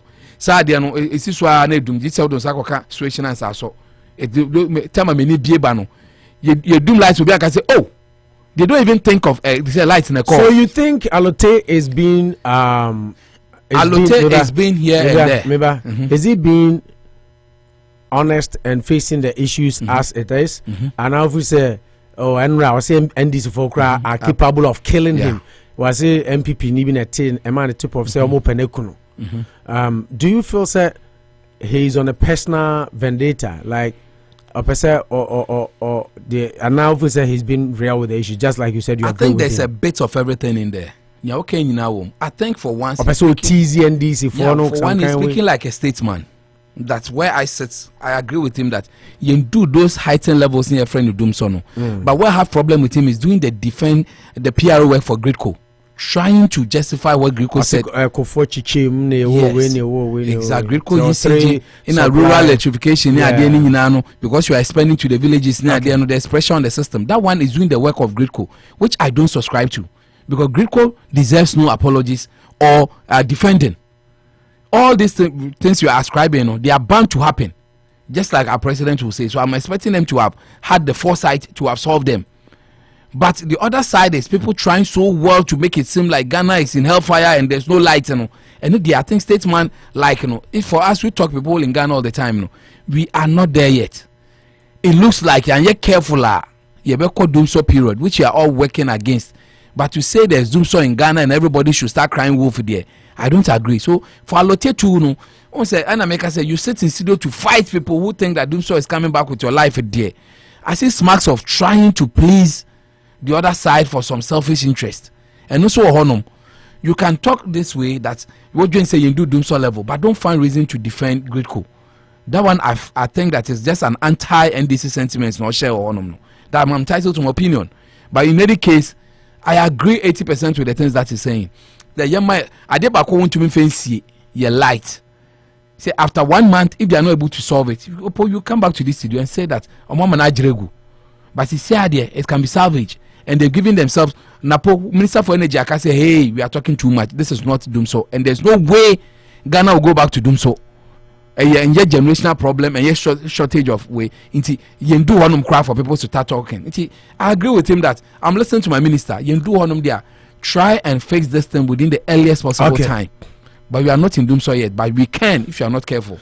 We are not in doomsday yet, but we can be there soon if we are not careful. Unity Radio 103.9. There are 2 more topics before we open the phone lines for you to also join us with your opinions, your ideas, suggestions on how to move forward. You two you can't problem no. We passionately argue and then we try to lay out some suggestions of solutions to help rectify, remedy the situation.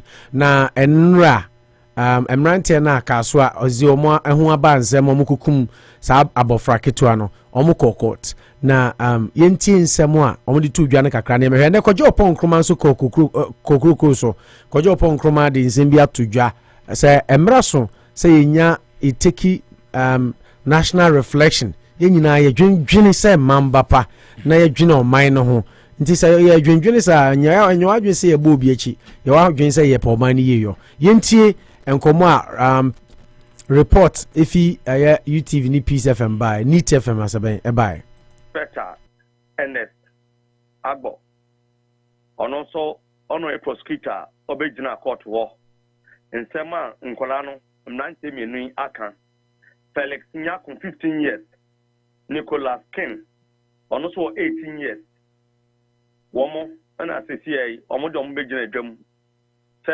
omonum nsema o maka no Chief Inspector yi ebehwiegu ho o kiremu a se nkola ya omukun eye akoraketwa ya wanya impiedu no kire se Felix Nyakun no 15 years no suma ni nua baiwa owo impie nwotwe 8 years so onko Felix Nyakun mra na Felix Nyakun so ne sa bankra no mfie no Felix Nyakun ko timi ko akoya omakuni fie ekodidi ne ma me tie aduane ma omo because ma me nso ye aduane ton enti eba o tie aduane so mu nyina mu ni no mu nyina abɔ madi enti okofre no bae na Palestinian kono de abrante no ko uncompleted bedroom bi mu enti anche bia na Nicholas King 18 years abamu ayi so bae enti oba no ka che Felix Nyakono say ompie mfiri ho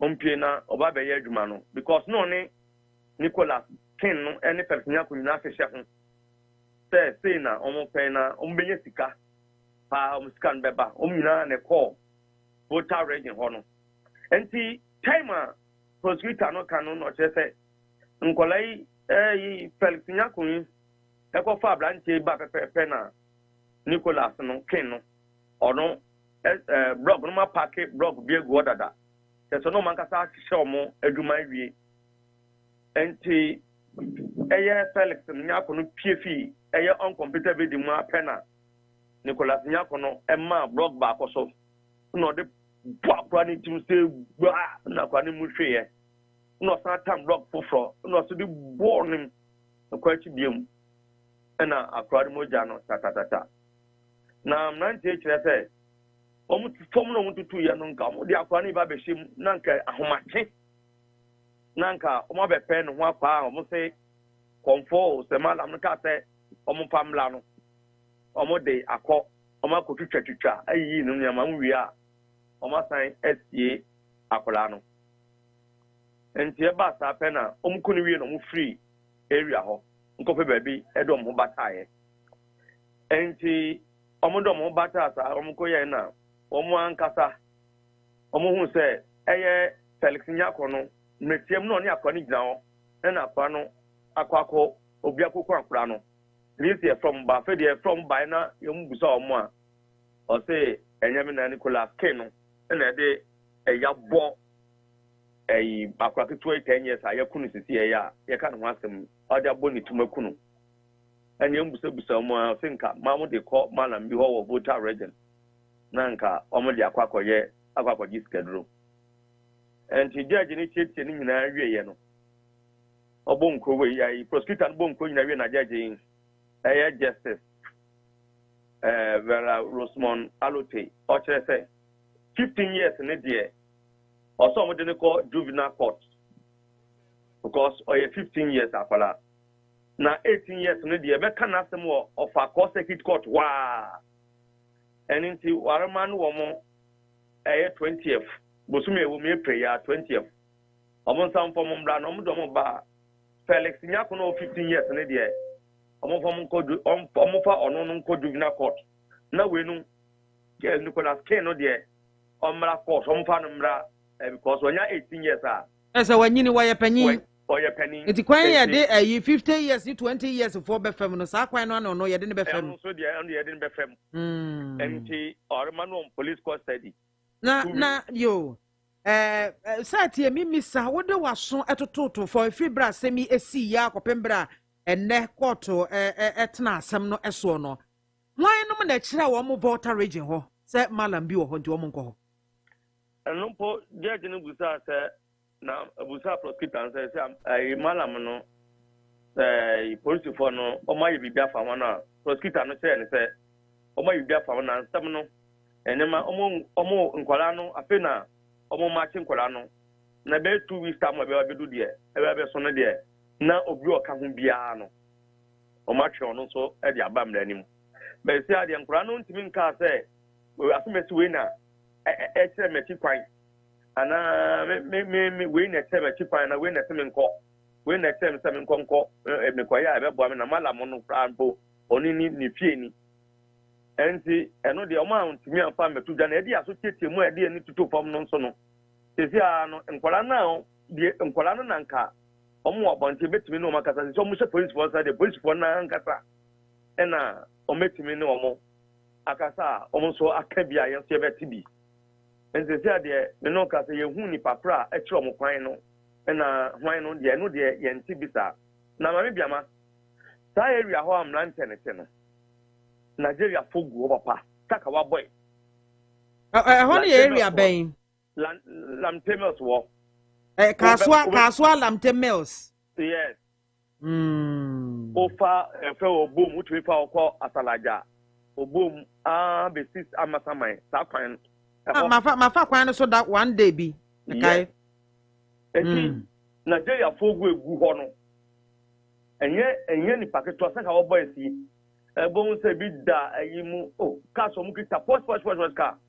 Entu ya branti anaso ya wani bebre. Na chese wo hwe area mu ho no mo a enkoda mamu a afa no ma si nyini kwan so no ebi mo nya sika de post cars mu post car uko area hon kwan dia bebe ka cho se da area hon kwan dia ayi saka boys ni dia ka se e fan guo saka boys mo fika mo ka so a e fa guo mo twetwo mo ti rasa e twetwo mo ti ase na e twimi de glass na usi omo na se omo janyu mu gu omo kanima eti gbi Okay, yeah.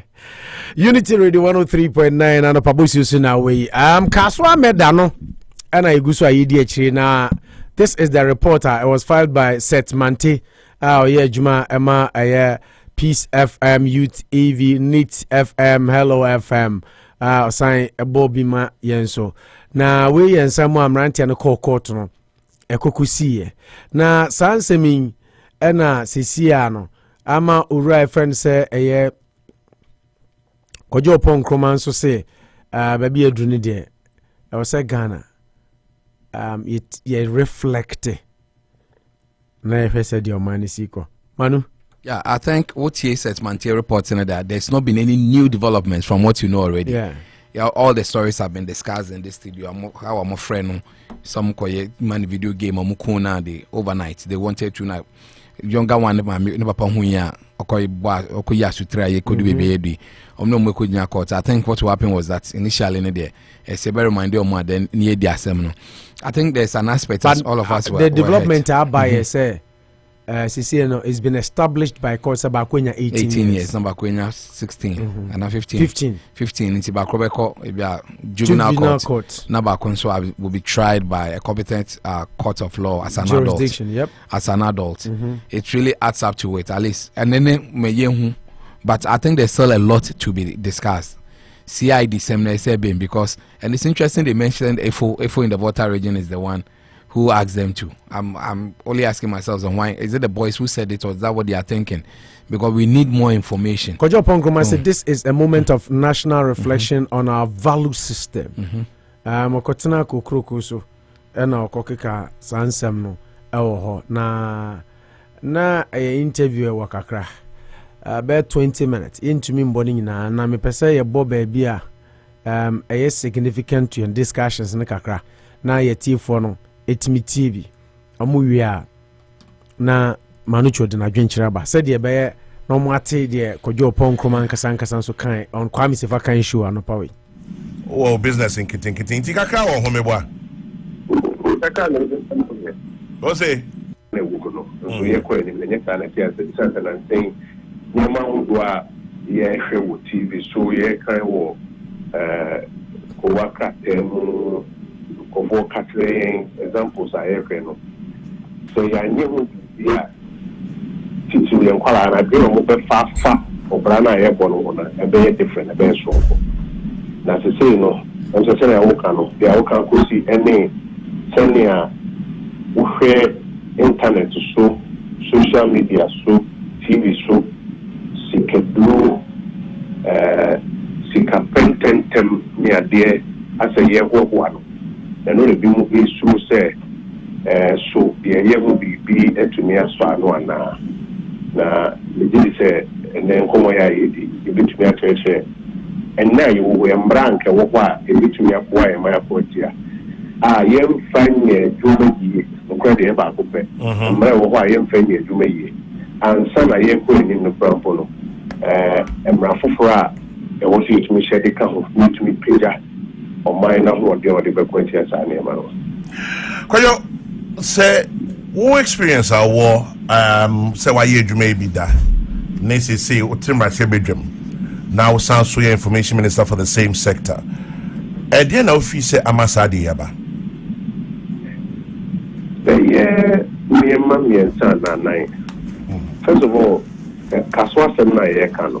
So because a baku pet and a course say Nkwalai who team so say Kovoyi to do a normal robust car no more Ubi Obenya Kuma dia Pisca mom and Okuan air course now within the Adrian.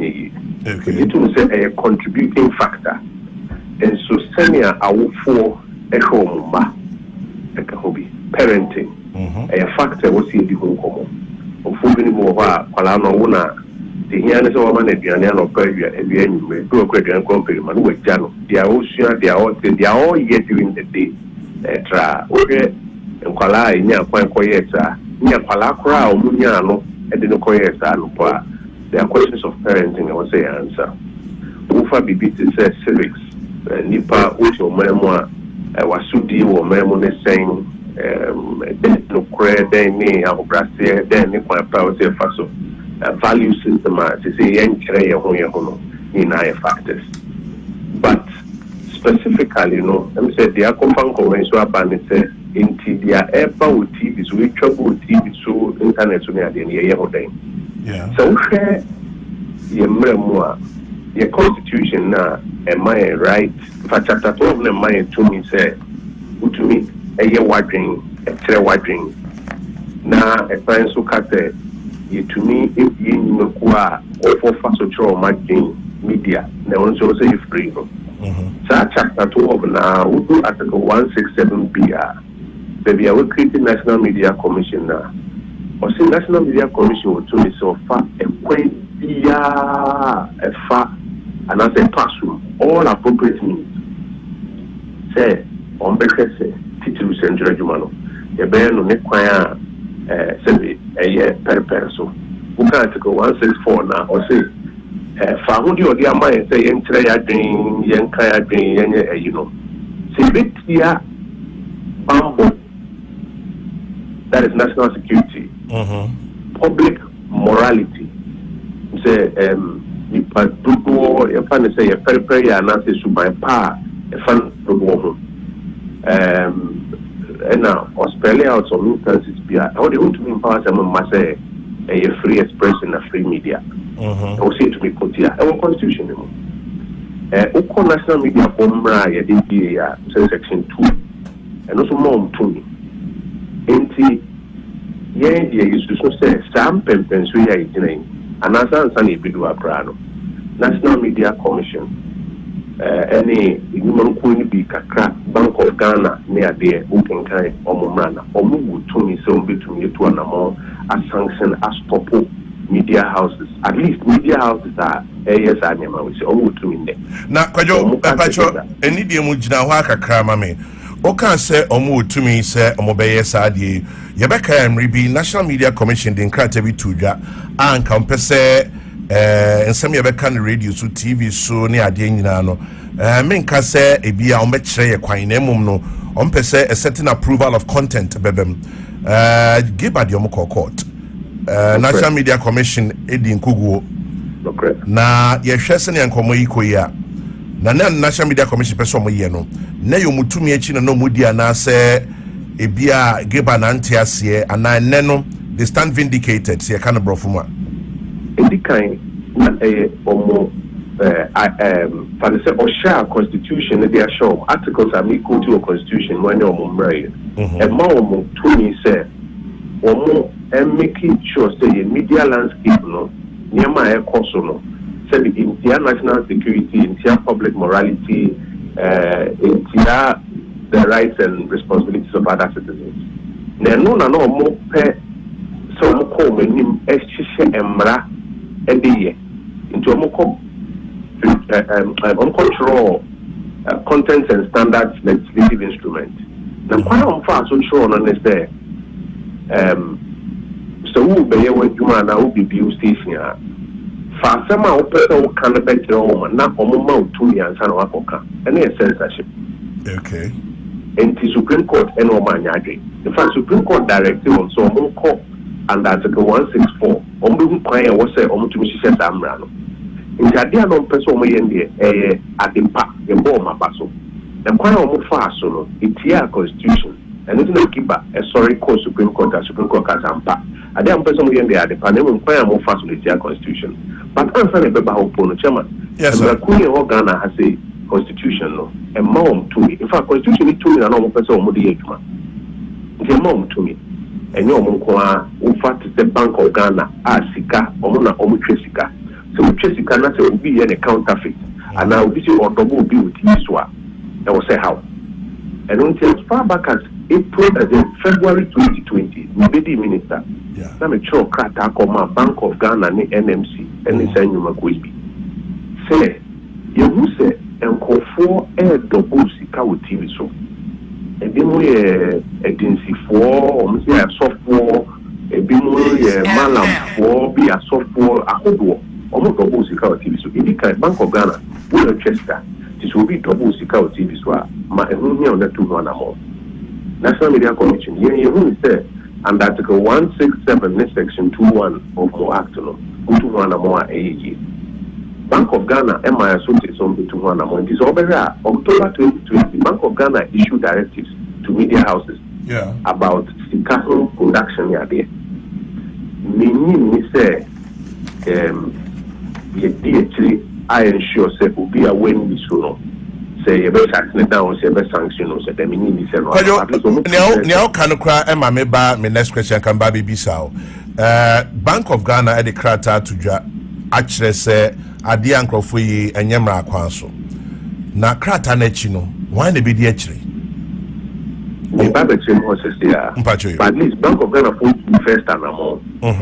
The National Media Commission force also to an amount. Meleta Metromo to an amount. To move Ghana Independent Broadcast Association on a meeting about why on which we are passed to stop well. And throw me back say, or if you are taking to one amount, me give back Asia, almost to one amount.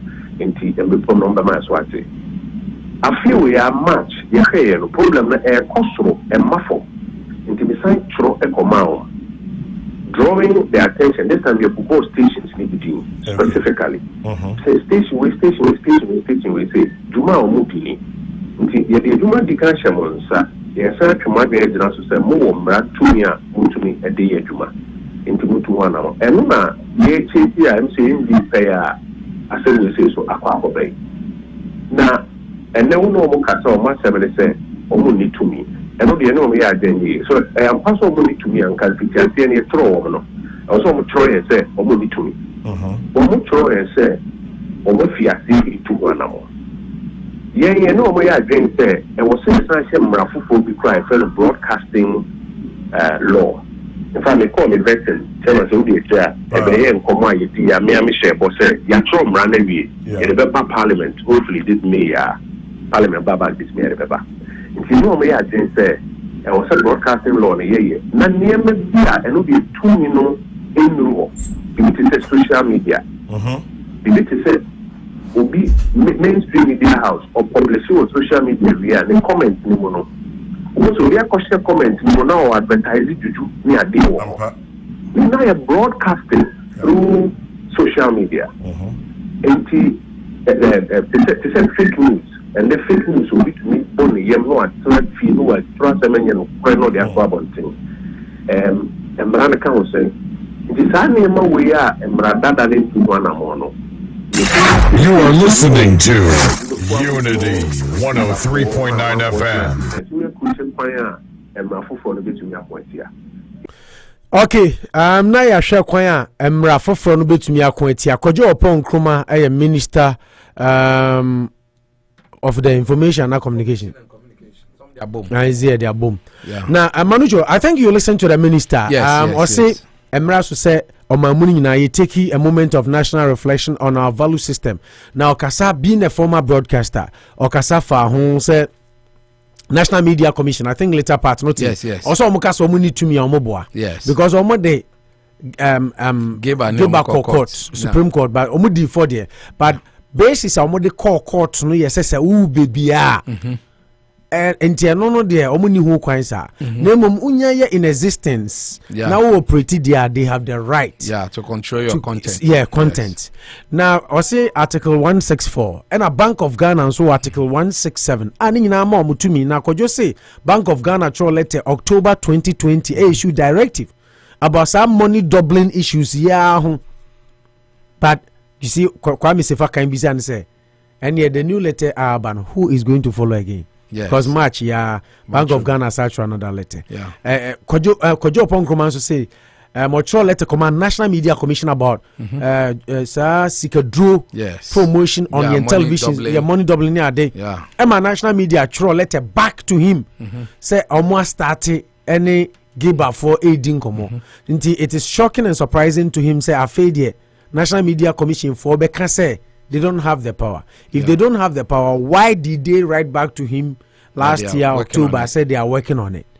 And these are some of the issues. Into your Kotu Article 164 say omo kwine into National Media Commission eyo omajuma and a two Bank of Ghana and so as a so omajuma because Bank of Ghana started and at the biane ka say gidi near Jagu. Hey near Jagu, we don't do a follow up. Yeah, make it asem na ba pipem and that is enough near Jachiridi. Nobody follows to see say at the end of Bank of Ghana, if he say about boy and value system, the society, the core fiber of the youth, near Jayatoho. And what he says they are going to do, they are going to enact broadcasting law. In fact, it is fully written yet to be sent to Parliament to be looked at. Until no bar, about boy and so many, and no young to say Enrachinian Ramekachro. Yeah, show now, yeah, picking. Na me hu se malam bia be choro de ato ha ambush advertising no de abeto upeso yes kania I had to delete about 3 or 4 messages enra ne enrechi ne enra program ne kosoro na manfuti na no de abefam no atworo no de abeto Facebook ne number ne so those things are all part of broadcasting law now kojosi omo ba meaning your take yen share what happened and the truth is that this has been long overdue. When I say wutie interview Minister for Information and Communication interview we shot ourselves in the foot and some people should bow their heads in shame hearing that Akwalai Weyewu because they knew very well that there are lots of magicians and tricksters, fraudsters, confident tricksters. They admitted they know. Yes, on TV trying to woo people to have some of these heinous acts. And then Peace FM News, let me tell you, one of the fetish priests, say, from the point of view, but these people, because they are tricksters, they will tell you that go and bring something superficial. Are there any idea? Say want to mean yentin, I say want to mean yentin, but young boys now they're no more ban. No my bedding. Okay, so uncle pet, your name, my uncle try my meeting back, and that is what we should be guarding ourselves against. But I think, and I saying, I'm happy upon Chroma has come out with this because your board I waffle. And when some okay, I was afraid on the show now. Both Mama come to you say they don't have any your money per chronic license and quantity no pen or Ghana. Now, like I said, National Media Commission, to me be say mobile control content. Does that mean they don't know what they are doing? I think this interview, because would have done us a lot of good to bring that man on it. To say that Ghana Independent Broadcasters Association which I think it made a bit of sense because you more control now we might media plurality Ghana because everything will be censored controlled. But it also doesn't mean that what is wrong is wrong, what is right is right. Content and stop the show. Exactly. We didn't want that high hand to prevent us from, because when anybody absolute power corrupts absolutely. To me say no be close and down say hey Kagana. So we want to all prevent some of these things happening. But that doesn't also mean that there shouldn't be some level of control. Send pakrone to one make say kukuma me na wo petumi akukuma me na beji tumi no wi na wa sebo ma me na. I've heard people say this numerous times on national television and I get worried. Say I can forward baby say wo petumi a for ma me kokwaji tumi no wi na what they tumi akwaje ma me na so they nkwaje say we kura there. You see now kase esi kokumi we are mama. Exactly, Sanya can but so we say you kill you kill your mom. Once you get the power you can bring your mom back. How do you bring your mom back to life? But that is what people have managed to convince people with some of these things. Say people are blatantly preaching that kill human being, double money on TV. I like the way upon Kruma went about saying National NMC they should come again. That's a who are ya the engine will be for no ye say they should be able to censor every program needs. There should be a list of things you can't do on your TV. Movie cry, there are some movies you can't show on your TV. Edu baby we be no movie a very profane movies prime times of the day near there. Omo yen advert defying everything Ghana. Obama they be 2008 Obama ba Ghana or can something very significant. Say you don't power institutions they say here Juma America has said their tendencies people are even worse than mom yewo Ghana but I know in Juma you make sure that if you had kept some of these things now in any case George Floyd we in America a lot of reforms will come because of we it is a OPBB a small boy 10-year-old boy in the picture now I know people they even want to talk about it and I say can't say on what basis now young teenagers will kill that at their son ne yakofa body ne yakotwitwa ne yiyi part ayehia ne de akobota region ne de akopesika ne de 5,000 account opo when you were kids less than 20 years 5,000 what they call ye den ubenye bi kra wo henfa. I think the media space needs a bit of control. Bank of Ghana, you don't just write letters and sit back. Security agencies, what are you also doing? Ghana na kwa talk shop and I like the way asem we pon ye DH kakra. In the past you be ani ekoka asem foforo and I'm happy you see yen kasa asem we. You forget about that White House, yen fancy one you be time akan no. But this is a running story. The more you hear, the more you are not happy. I think the CID people should not relent. If there's one case Ghana for the person who the very end it should be this one.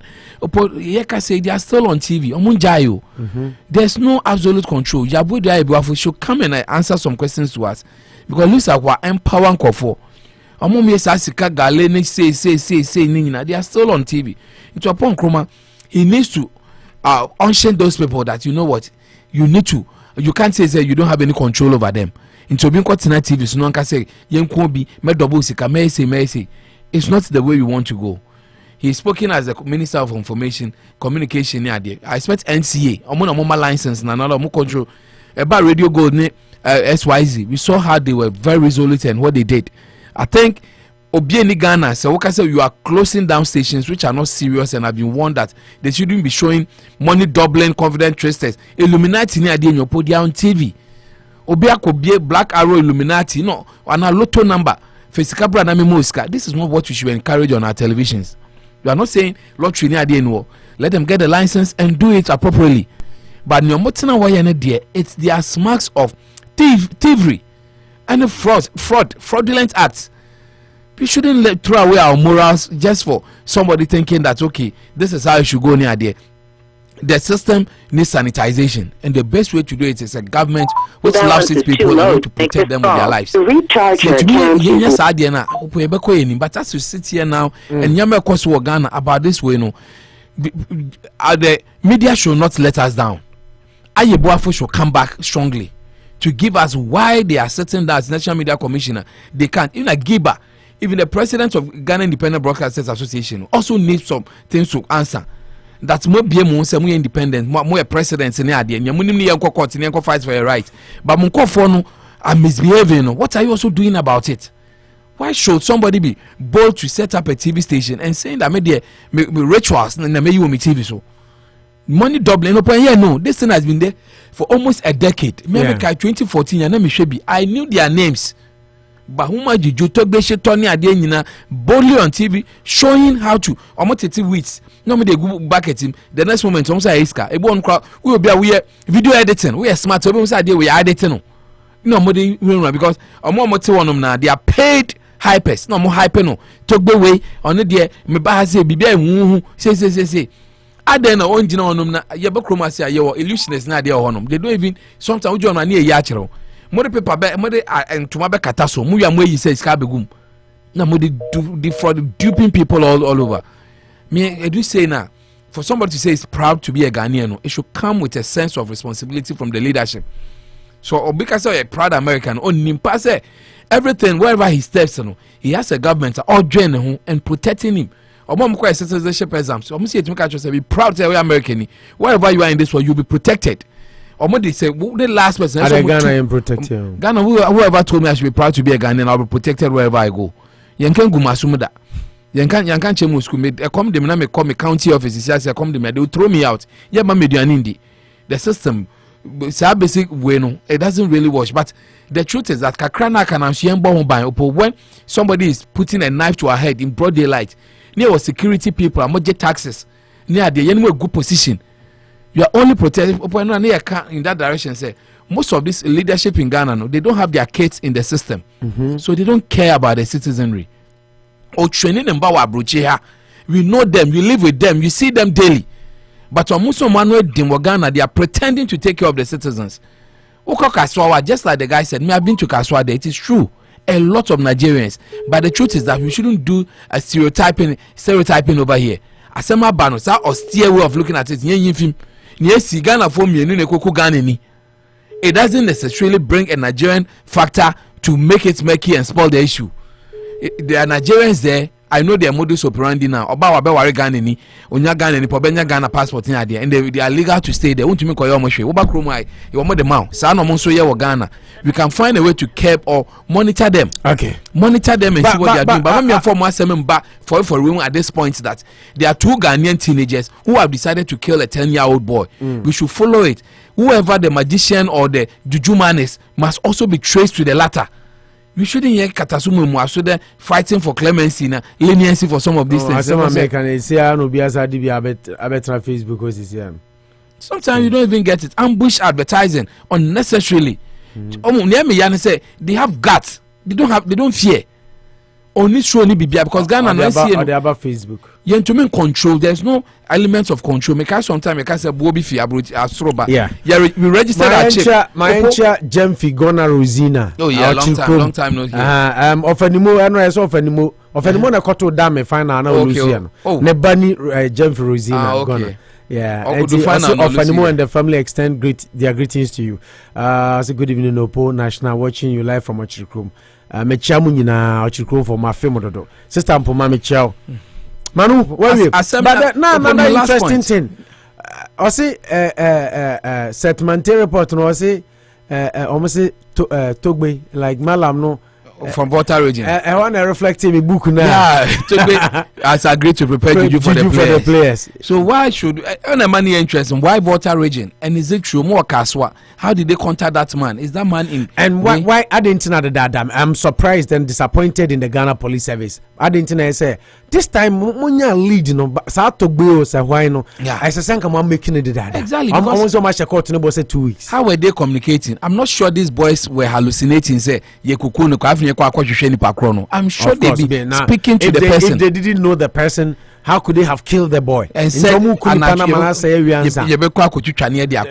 there is a bigger hand somewhere leading this thing, and that person is the one we need. Okay. Because that same man, is the root of the problem. Because other cases might have succeeded. And I'm just saying, on the internet, in the newspapers, missing child, 14 years, everywhere. Their kids are getting missing. What is it, Mante?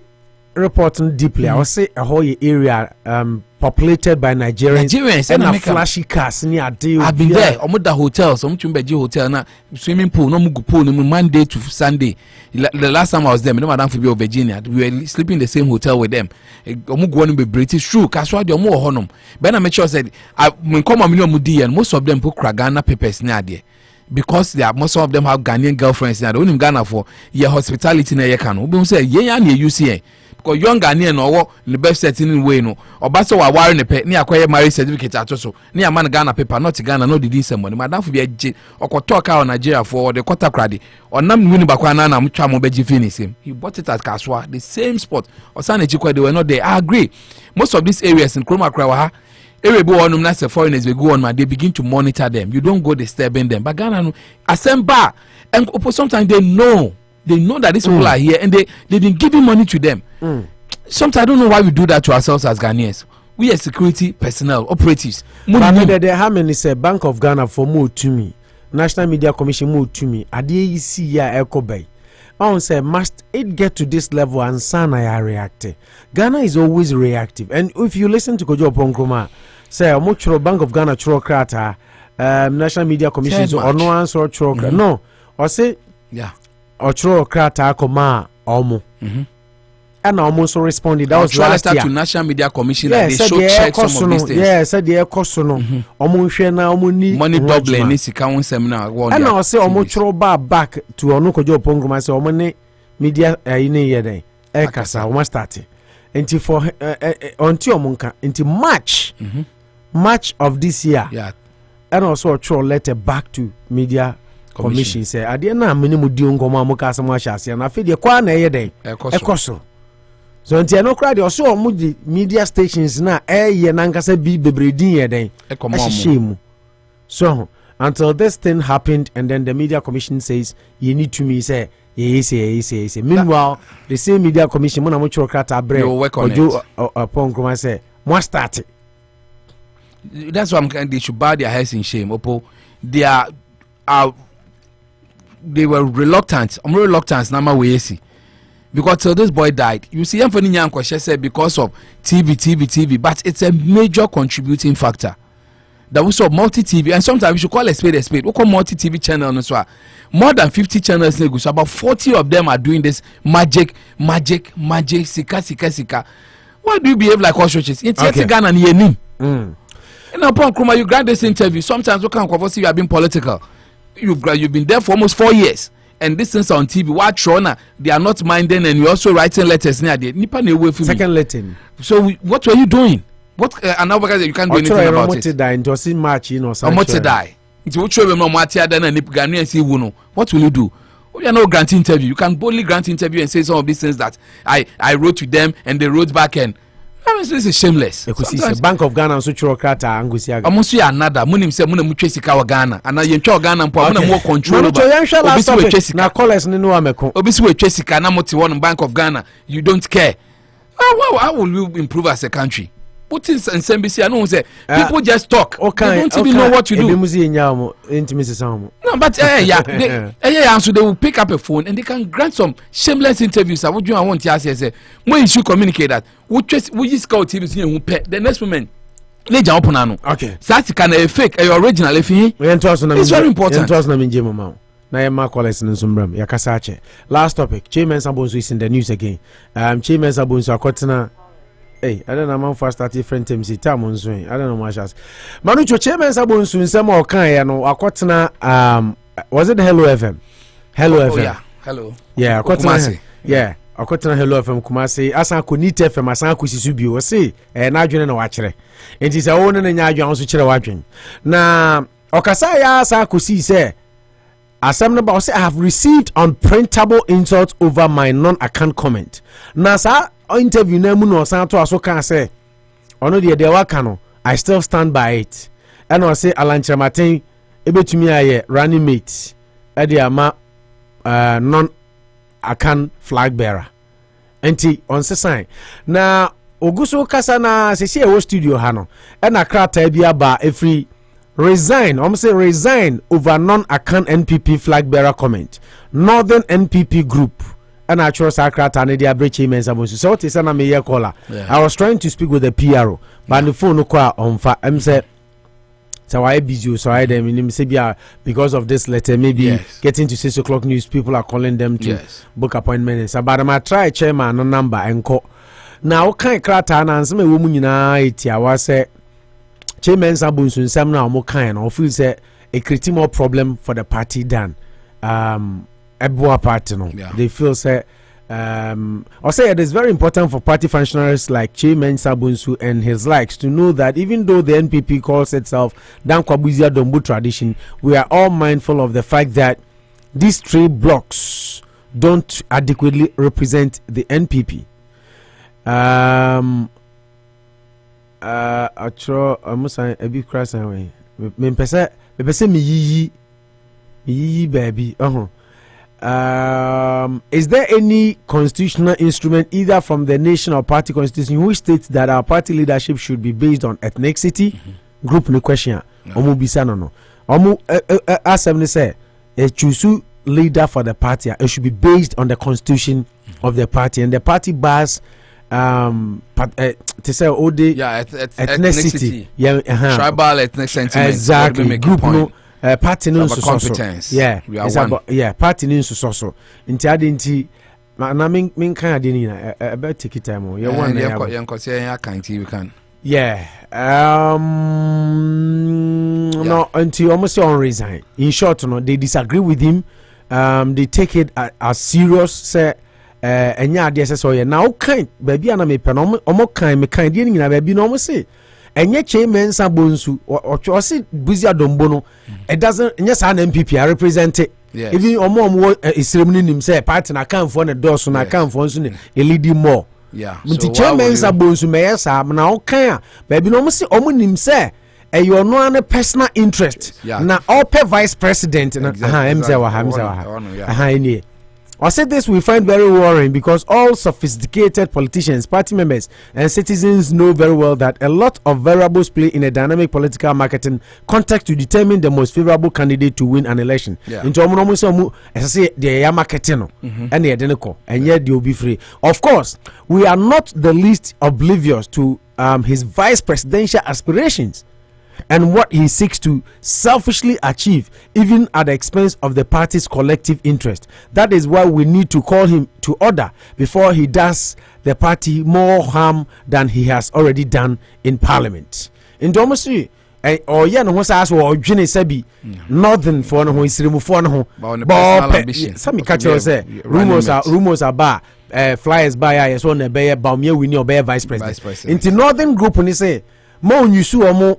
And fan compare on the position say as see a mass ceremony ba because a man for say MPP ya can party into almost on resigning. Yeah, so OKFM rather. Yeah, we not okay. And a National Media Foundation for West Africa.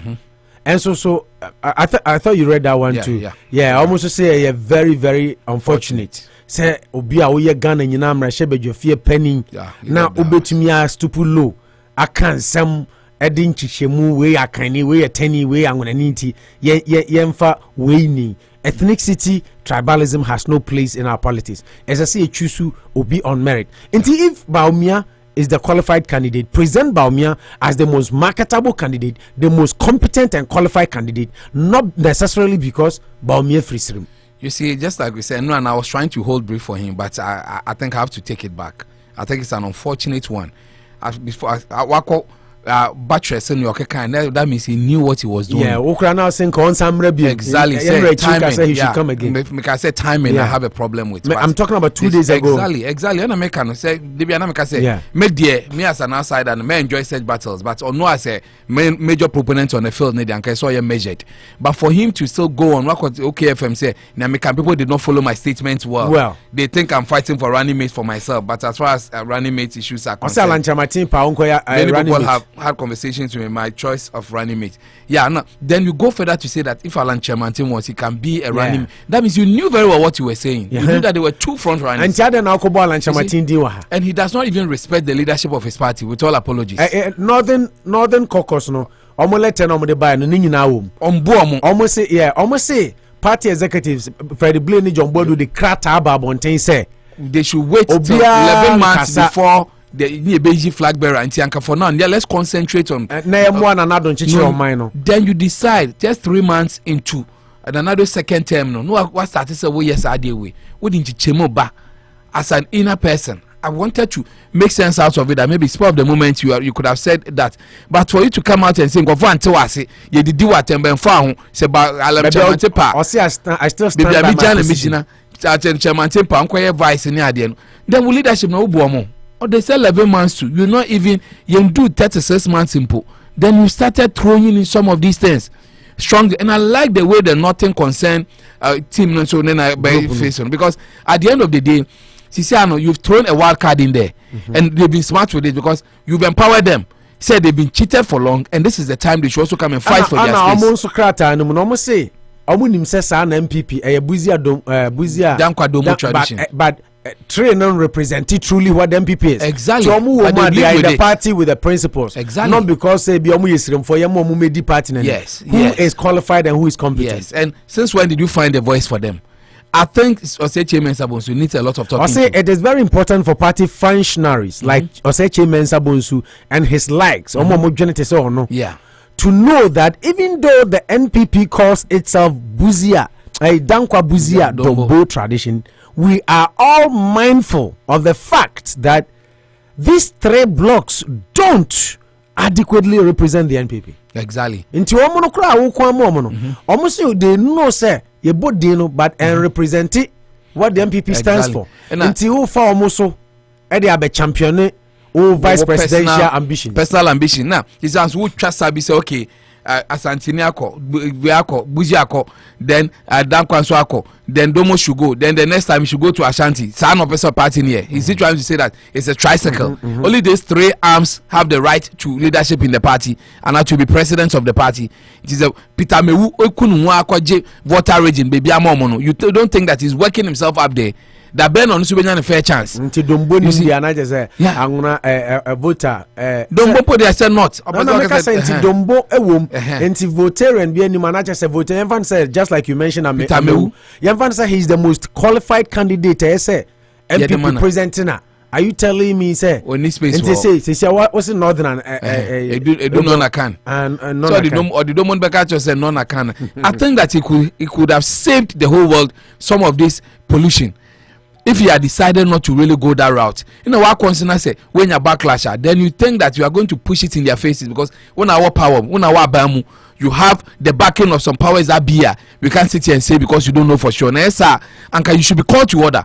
Who started saying na party leadership next year overnight? I can't say, Master, this is not what you are preaching. You are just pushing out to opposition or dividing the party for us.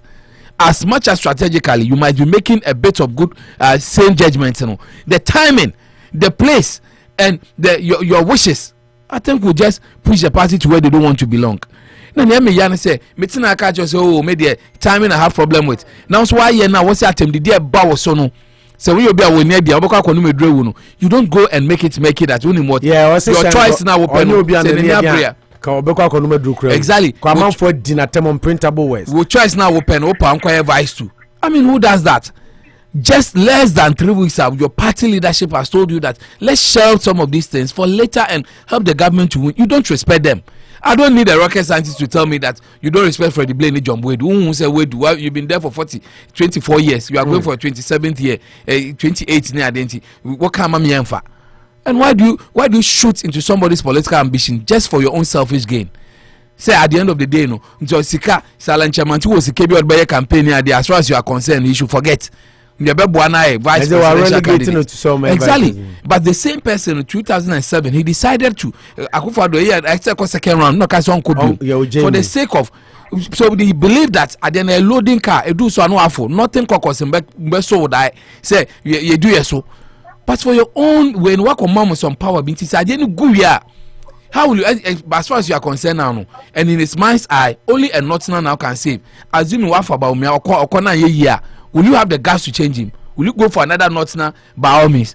Marketable, competent candidate. I mean, when so I say nothing caucus in Kwalabi never catch your answer. When we say what you said was not in the right spirit and direction. And where we come from, people say you belong. I think that he did not do well. With all apologies to him, said 3 months to election we declared way at that time primus inter paris but not just 3 months into your second term. Now, you will not even and can throw it out there. You are now granting interview, justifying such a bad position at this time of the party trying to do well in their second term and break a jinx. Whatever happens, this will be 4-2-0. Last time you won in 2016 with a margin of almost 1 million. 2020, we win with a margin of 500,000. About 500,000 people. Almost say it is not public. It is not public knowledge that the National Executive Committee led by Freddie Blue recently cautioned Party Faithful against expressing interest in the presidential primaries and rather focus their energies in helping President achieve 2020 campaign promise. Is the Honorable Osechi Mensabus not a member of the National Executive Committee? Is he not a member of the National Steering Committee? He is.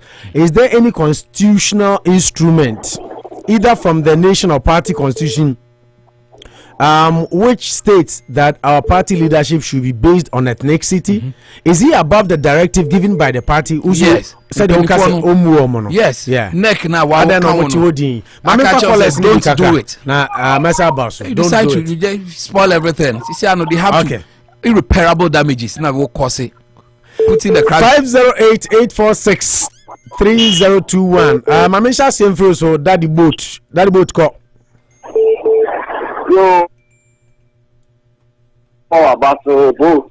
Now about the boat fashion, there was 18 the beauty then I will be a make sure you 2 MPs. Some of the camera to make it about for you. Now East and West MPs. MPP ma more in America. That means we MPP for na mention mo. Boy, I can't be the same and the work I say. I did not say I'm just and for military. So with that. Yeah. You will be more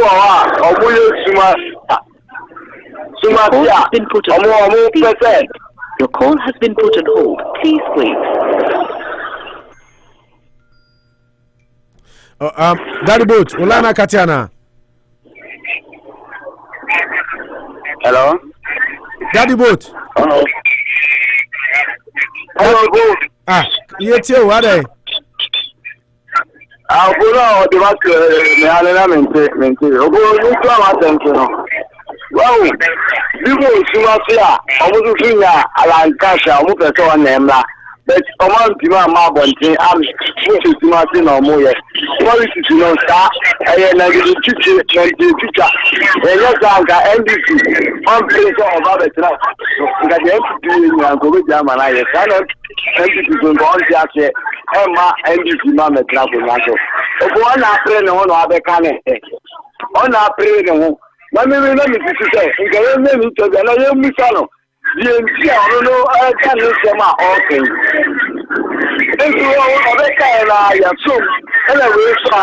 No, daddy boat. Winter program here. Ono wasakasa, wakasa. Ewo OKFM. Wasakasa. Sa some kind baby ojina no ojina. Ono wakana adwene. Ena Northern Caucus. Me bacho wa mo line so no. Ba kwa bia radio kese pa e my feedback ni sraw. Senya no so a mo mute and this are very noisy mo adaruma. Baako de my very bad feedback. Eti mo line so mo adaruma obi a mute ni phone o be kasa na o ye free mute.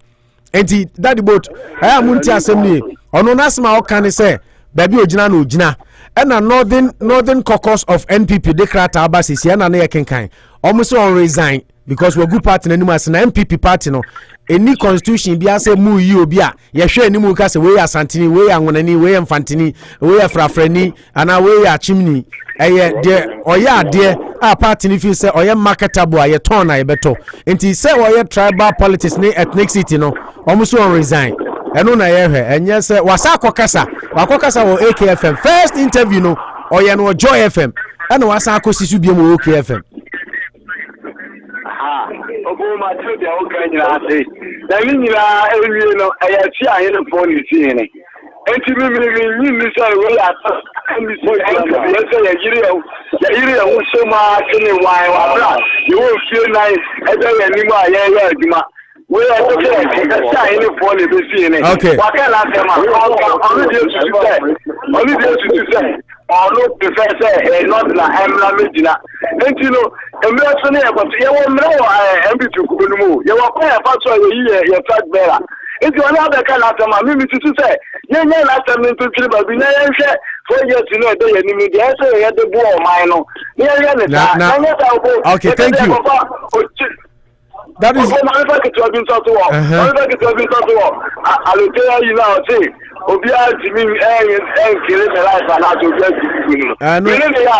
know you're quite do. I need to. Me ya agene because obo lele ngofo bi ma omu peta NDC wa bra your papa mess ebe mantle ni fi your papa former president Jelinsem sa ko ni be wu ene akwara ye minister o me finidi omunyira aba buama NDC ni be jira o nkanya sa se de na NDC mu a se what do you say Garibo to time naso omo time no mimi tutu sa ni do mu no kura na wo pe ama NDC na ni bi mu na embeto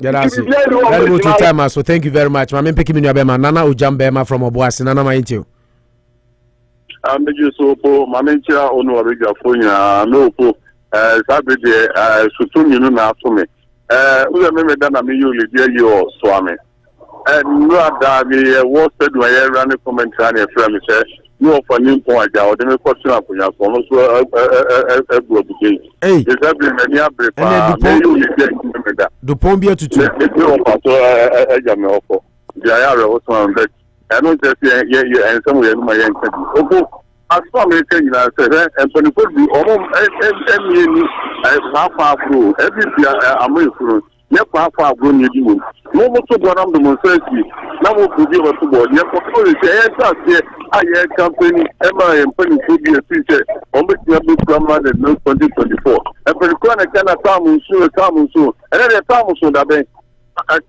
ben first you are and they this one and now say that I'm going to make answer that literally you know normal and coming in the you be something you say you know I'm on for my mind to smell you oh I never do on my but I funny you can question and consider for you respecting a lot but I don't know okay character but they you need to party and some pasta step and you then all kind of things can I say that so I can say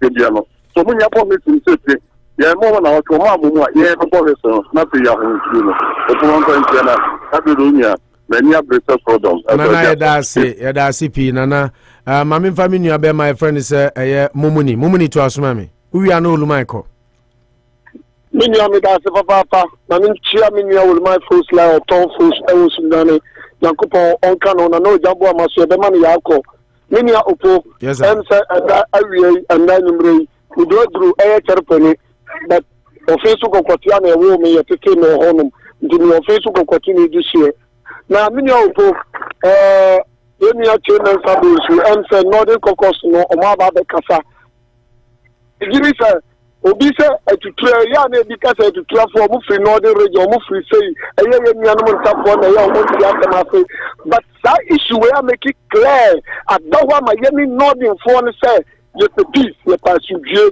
ye pe fa hudie ye pe basabasa ye pe pese min kuminya ye pe se udu nsabi no be fo ade we na min ya no northern caucus aba be kasa afa onabu chairman sabosu sambia oba be ka ye se wombra no be patch no eye ma wo yie eye ma almost on patch no on san resign almost on resign kura de wasen ne ekopim ni china no pa na waso resign was said Maya, you know, Catano, Ghana have about 5 something, America so about 1 o'clock. It was original copy channel past 8 o'clock news. Because I said, and you mean you know this, you know, a year number Sabbath, sorry, baby. You know,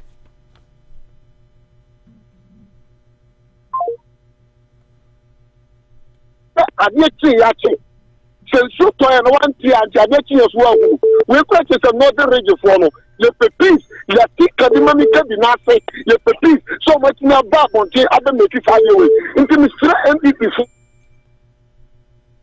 Woman said, you know, northern for some no marcano, or my chairman about to resign. And yes, sir, 2024. But Sabida MPP moi, a big judge chairman Sabu Swakano. Into no northern form person would give himself, or when I did Basabata Yababa, or when I did Pesamicunya Baba, and no my press conference to say, chairman Sabu Swar Resigno. If you can make people paying for the Manado and the Baumia, so we teach chairman Sabu to exercise a unified parliament. No Sambra Pagan for Nacho in the MPP phone. On me pagana for Nacho.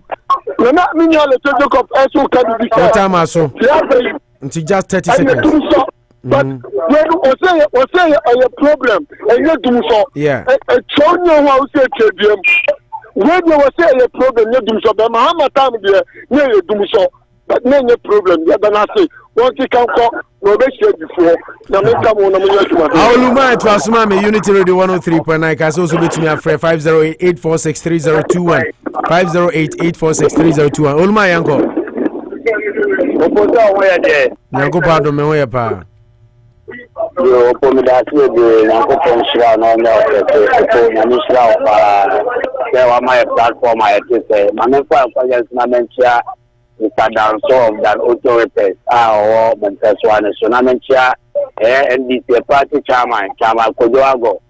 The program I know when you hear or wow, for no approach, my deputy saying now can I had an honest and for funny say. Some crashes some I now at the Maya and some of us are not a saying crying. And the area won't say Bay man, Santi, opening qua. Almost tired, almost seen some Mayaka. And Kata ready so many years of Mafia, Ghana, baby, or Pomini or Ghana, baby. It's been kind of last time a penny before you end this penny. A friend class or shaming class of mine. You know, 1 hour, yeah, dear. In the abundance, I do not open our way. But a point to me for no flash of crime. Someone will go with the Obiano and then shout there and the Opo. And yeah, Papa, and I, in fact, a former party member, I look to say, do so now, a problem. Ghana for Casado. Opo, baby, I'm a castle, yes, no. We are no. I don't know be a shanty mammy boss and Danny mammy do no. Or not bonnet the animals since Danny mammy no. Now from Abonano. And then the oh yeah, you all castle and run me example. If I could play them and they were empty. Because from night upon someone, their party no home. You go bomb penny probably MP to come. I'm also spending on my own case on my Baba and say, Casayao. Omukusa kusa mutrim because when himself party and there maybe according to now the danko kupa na now the side and ko bi yo mo yaka dia omu say maybe be ba party be from side it in the party na be di mahama so maybe na Rollins mahama so ba be do maybe party member did in some group atamos someone akwa do no na atamos or atamos special aid no. Some men at Quacoido and Campa Rollins. At the media men at Quacoido and do Rollins at them. But at Quacoido do Rollins at them. Not for Fiadam Sweat to Quacoido and this quarter. Through that, any of this suspended Quacu was suspending for Fiadam. When you say, partly that a bigger than or no Fiadam, including Rollins, or Barfon Ben was and there were MPL wood. Oh, into the main country, I will send the money in the Yaobiati. And for from us and pay from no attack. Because we are in the Dumson. Mahama, I'm not telling you, and I have faced Mahama Castle best. We are now called organ and some demonstrations are all then uncles organ. This so-called celebration for nice money. The Prince David was family. You can demonstrate with a Ghana, it's Mahama Manu International. Mahama okay, all my time. Some years demonstrate here, Tiano. And for me, I don't know which tenants are going to where penny, maybe a wire among your summer Quaco, in Castan, said yes, Syria Qualas, and send me a Anokan. This is last I intend the name of Quacaze, Abambano, Cranabano. Nanka 1% na limbe kwase and that's how I ran it. We now say the course of parliament or you any team to can you say Ekasa say we are watching the parliament from 97 to today.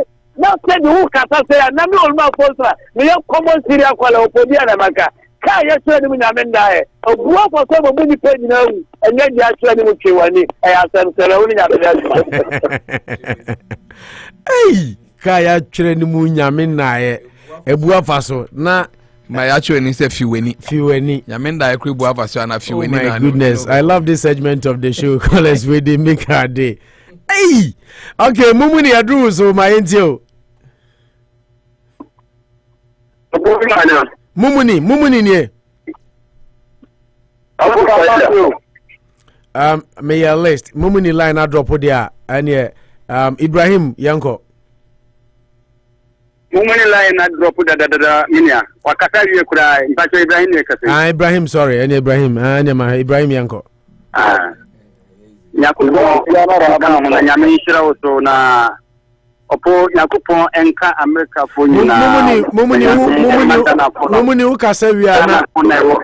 ukasa wi na awuduko Ibrahim ukasa wi na awuduko ansana Ramana ba mpati mate ai jana fo ne yawa America nyina ya chewa manyure na yambo mpa yamma America fo na yankan chiro muto akuma pa mu jana no nyakupo anchiro mu nyami emma mu say the Oman Casado Mumano, Yamin Shom, and Yakupon Council. For man for like Cheona Yabovaso. Now, Minia, they say a kind party, any at the same no the region party, no. They say, when I have Trabapa, when a Kofabai. They say, we are, for chairman Sabunsu. One parliament here was my mom for some Kofa Baloboson. And now they are doing no dirty. Don't want them to know. And you know, Mamma, somewhere, Mamma, somewhere young Mama. Somewhere a man yet, and this in Anagana Nidiamo. Money, and Yatam, as a near BM, I almost to buy. Now, Minia, I let a joke of the Munjano. On the Santa Regina could say, Emerson could the 1960. Nimbres and a Lucina, okay. Nimbres on Tisapa, we cut an empty way and you do. Mammy Mizawasem, so be original chairman. MP no wana juma ye MP no wana juma ese so ya ansa na constituent na sa to abama na obi MP na wanya na juma ye na mabunu ne tutia na na sa ne constituents tutia na. What has that got to do with Aloto Jacobs? We are original chairman tia MP adwuma so na ese o ye ma no na amambo ni ko ya ye bona na do subona onye minister so no, I understand. Say o kase bia o kasa ma aban na metia say o kase ne breso na mulusu seat nti na mebisa say no de ye koye congress or central region mpacho when na president on na chairman of the region I want to chairman the region to say subo ba no umre so na o ma ye lusu region na ya you lusu seat ni na yam fa subo mo wan na say seat ni dey one individual seat say mukoto no dey me no nyajo anyway. That is your opinion here to us because only yan yajin and say yes and kayajin no ye kayajin say only the woman do kura mun fani su baby kura okay na yan kun ko na yan kan kire Ghana fo nyina sa hun kire na ya ba no say ye kire ma kidna fo amanfo ye kun kola no yan kaya no wasam na sa la te joko bon sam ne de ya touch no baby kura mi kura mi endi ya naka endi ni biya ne me be yajin and kema yan say ya dajin kura wala te joko bon ko onye serious so ye serious pa afoko numni kola Japan no den en bi ko nya omo yo mu bia ya kaya kadia enso omo de so omo party ni obi o ha wadi na furu na nam ala to joko bine ala to joko nti mama yan say ya dajo omo yan ma ya focus ni anko amamboa okay so na ko sonde omo say ya politics omo say let's say technical problem anya dun so na anya dun so ya de ba de dun so bia ya dun so jo mama solve that problem ni na and I'm catching your mama super or incompetent, and they don't sense of super incompetent, and I'm the Atiwa, and they don't mind not use them. Upon Mumma pay more Ghana, baby of Ghana, and yet, Mumma pay more American, Muna, who took a crown with the boy. Mumpa Junipa, not Ghana for now, Ghana for Ghana, or Mumma Ghana, no Mum can get America by day. I buy my day. Omumwe and Tuno away there, Yaba, Papa. Yakubon Ghana, yes, Ibrahim, Mammy, family, Abema, would do my intro. I feel food, the kind of Nimbo, Abashonia, Adimapa, we are both in my America, my Abiaka, my Ghana, my Yakupon Shell, Casentu, command the Biawas and Badima Passi, near my Ghana, and Konani, Abo and community radio, I do my food in a Chama, or they are America, no money, and this for American, and tell me, and last year, I will let the food and shell, you know, food. Obiano so do mama so na chama ya waya regional chama ya wada ya nima you sit 19 ya lusu ba ku sit ba ku 15 no kasa ya Aloto Jacob ya fani kasa ti se kasa biu wo se de wo kasa sha ta ne tien wa da Aloto Jacob fa san de yan fontin because Ghana fa we say mama di America wa ba cha ba ka power mama di aba asibiti 1 2 3 mama si tema power plant mama di san ko fa we say 160 billion. Every 1 megawatt, a month now from the count. Mamma, the other so a month now manage. Let me show you so ever. We will come a bit of Aloto Jacob for when you are some country, the other county in Kolankola. Away I am collagen in the one has been said in Asamato. We need the American Nancy. Uncola Kuku, I am from the first Bombo Mountain. Now we don't call for the Vietnam Mikasa. Your Minister of Communication, your security. minister, your security coordinator, your interior minister, your defense minister, your minister of justice. Now move to one man also akufu. Etini close radio stations. Okay. Now the TV station do Fasikabeji ska Sikagari. Nini assemble. Send okay for few swami. Never discover. Never paying for a show. Nina then the best. Not only says boy and from boy. You're from boy man paying the other in appointees. Oman and emergency money is Usakufu, security minister, or Mr. Regina, Sanamanina, soon quarry. But I don't say a month in Nadu. Our dear, so when you know my moon, the original said the party ain't can be United Party, only the original I say one check and for money party. But okay, I'm going to Manama or Manako and India. How do Scaben and another chairman party for? Many 169 billion. One to school, then one to hospital, one new school. Then of this canal. Maybe I don't know this canal. You get a kind of money. Then of this canal. And the most of businesses in now.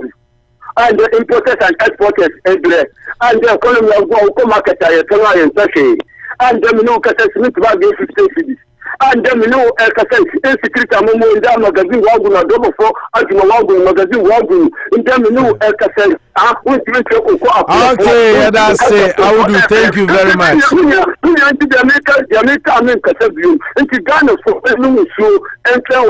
By the grace of the Almighty Allah, coming 2024, the nation building John Dramani Mama.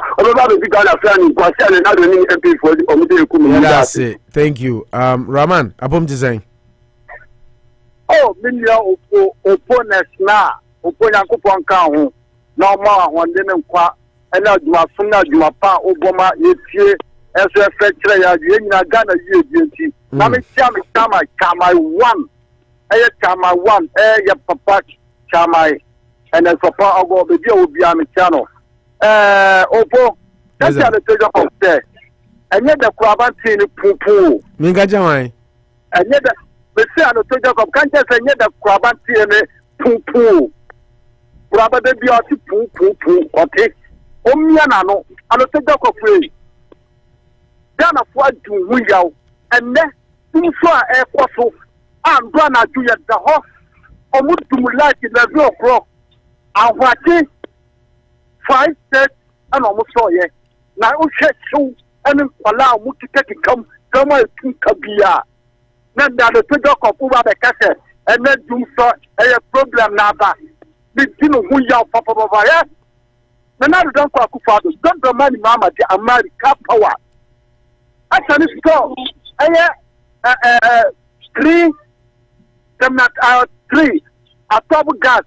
The same store full our upper west. The person is the same people for so almost fire. Yeah, dear for tea and already back count 1 megawatt with the count or 1 tray. I dare not ever master put them so.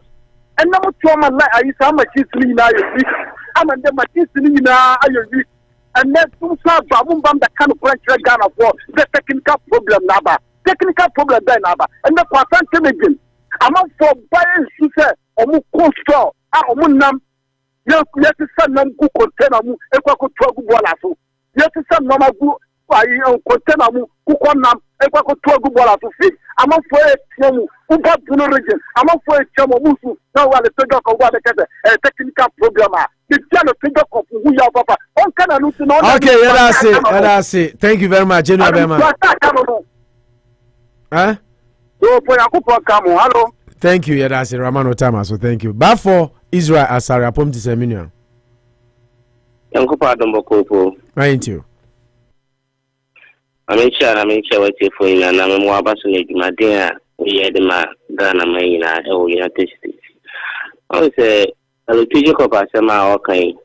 Kukwai do also sababa carry same na NDC friend ka hon bibia say de nanado no mutia bono say anu na mo yoku nipa Ghana ntino former president must say nipa Ghana ha former president Mahama sama no de ko yenti nipa Ghana ha the emphasis so boring na more former president Mahama is that what they are trying to tell us now. manage the effect of doing so or Ghana. In fact, I think with the area because only for the past 4 years, we like now very stable as compared to before 2016. In 2016, the one I like in the city, and like the teenager because of technical problems, being able to almost they are now telling us the effect of doing so. Now, when you say do so timetable the break Ghana have me so I be fear me sama. We are can you in Ghana yeah trust animal nemano. Oh, sir, I pray no not maybe a metre. In as much as I support the Umia, I think it's about time you be quiet before you be quiet because I send you also all kind of 1 year careful. I'm sure one of the tribes. A Kobasa Susana a for problem there, but because any see an umpuno, give me an NDC for a person so the campaign the say yeah careful was answer at the end of the day no it will come back to hunting. The Jamie Sabun Sule, Alan Chamantain, Boacheja, calling by Infona Bedbano to Minano. 2 years I said no ma yeah from Hanaka. Amunya commentators radio commentators no kakana yenka won sama.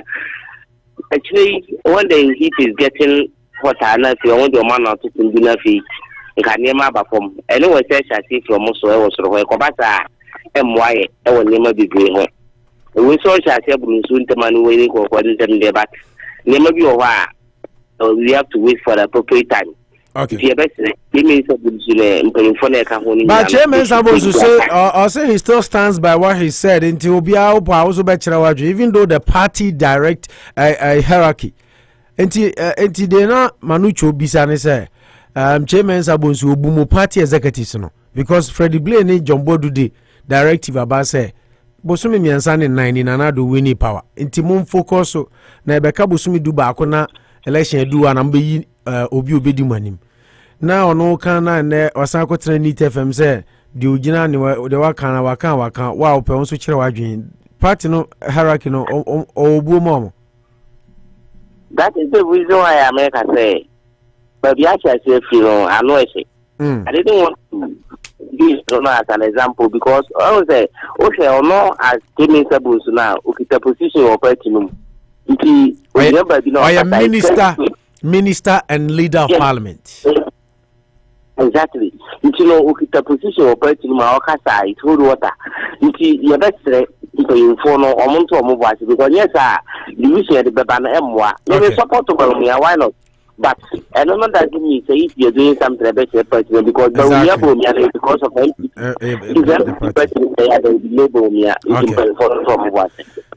yes, sir, that's your point is well made. Unity Radio 103.9. Ken Kalusha says I think Chairman Sabunsu's assertion is coming from the way the party neglects the Dumbo tradition when it comes to the selection of flag bearership. A typical example is the Aliu Mahama. Why Ghanaians don't want agree with his opinion.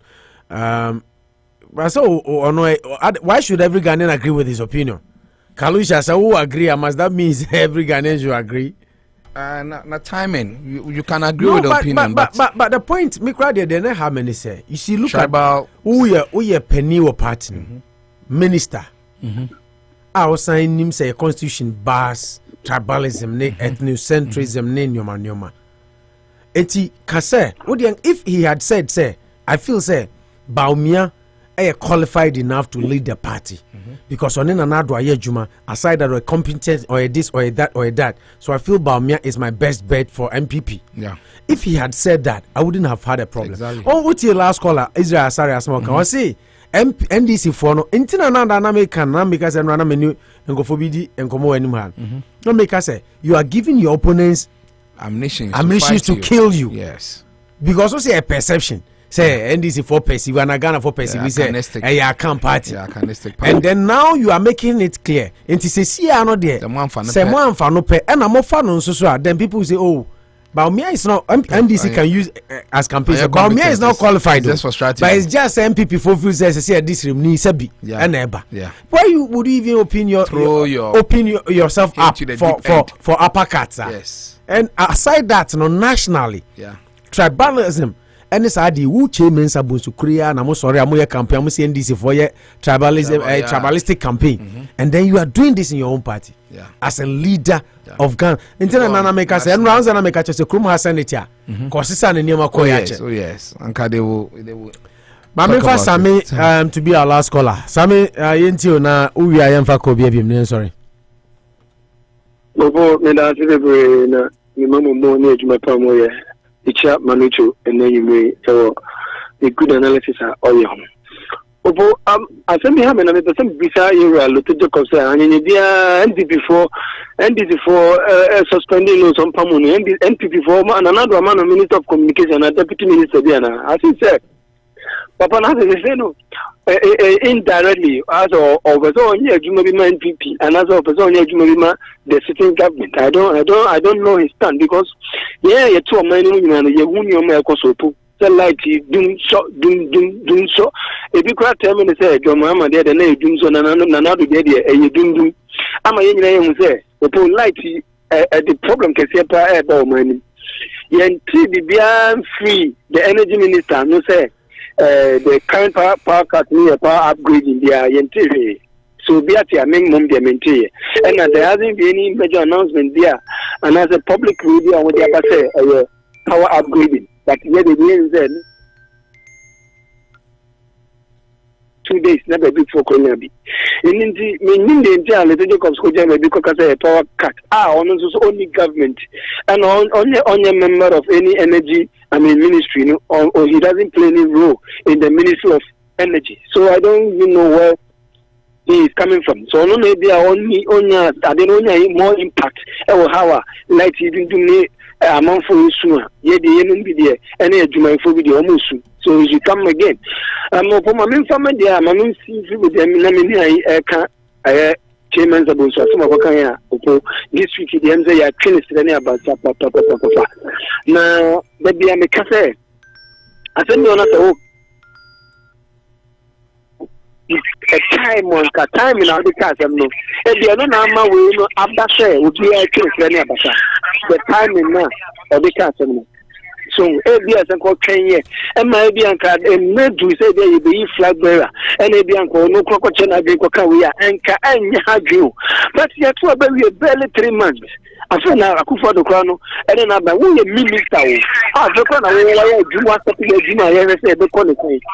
Well, barely 3 months. Just Africa president.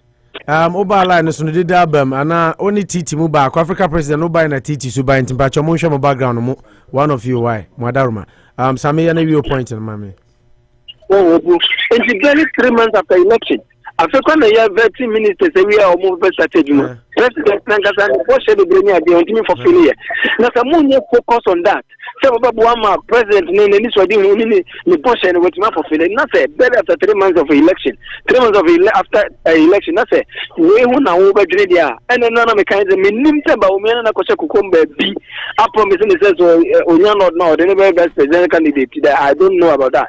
But said will be a lambassador, including a patriarch is will be a lambassador, no minna, and I saw Richard the castle, I saw or the two influence or not pacho. Then the party leaders they should call him into order. Well, there's a never born when you travel my speech in the kind. She said, okay. So you're quite about me, you need to see a say, and as I can't need to go kind because I can't party anchor into a quacofa, we make a party about party into motion, no more calling to order. That's yeah, that's it. Okay, Samia, that's it. I think that point now me make here Paul Delali D'Soso, Secretary of NDC Massachusetts. Your comment shows where you belong to, pa. Oh, Paul, was it I to say because no, I'm just analyzing what Chairman Zabunzi said, not necessarily. Because they are okay. MPP before the neighbor. Because you're giving ammunitions to your opponent to fight you. Yeah. If you come exactly.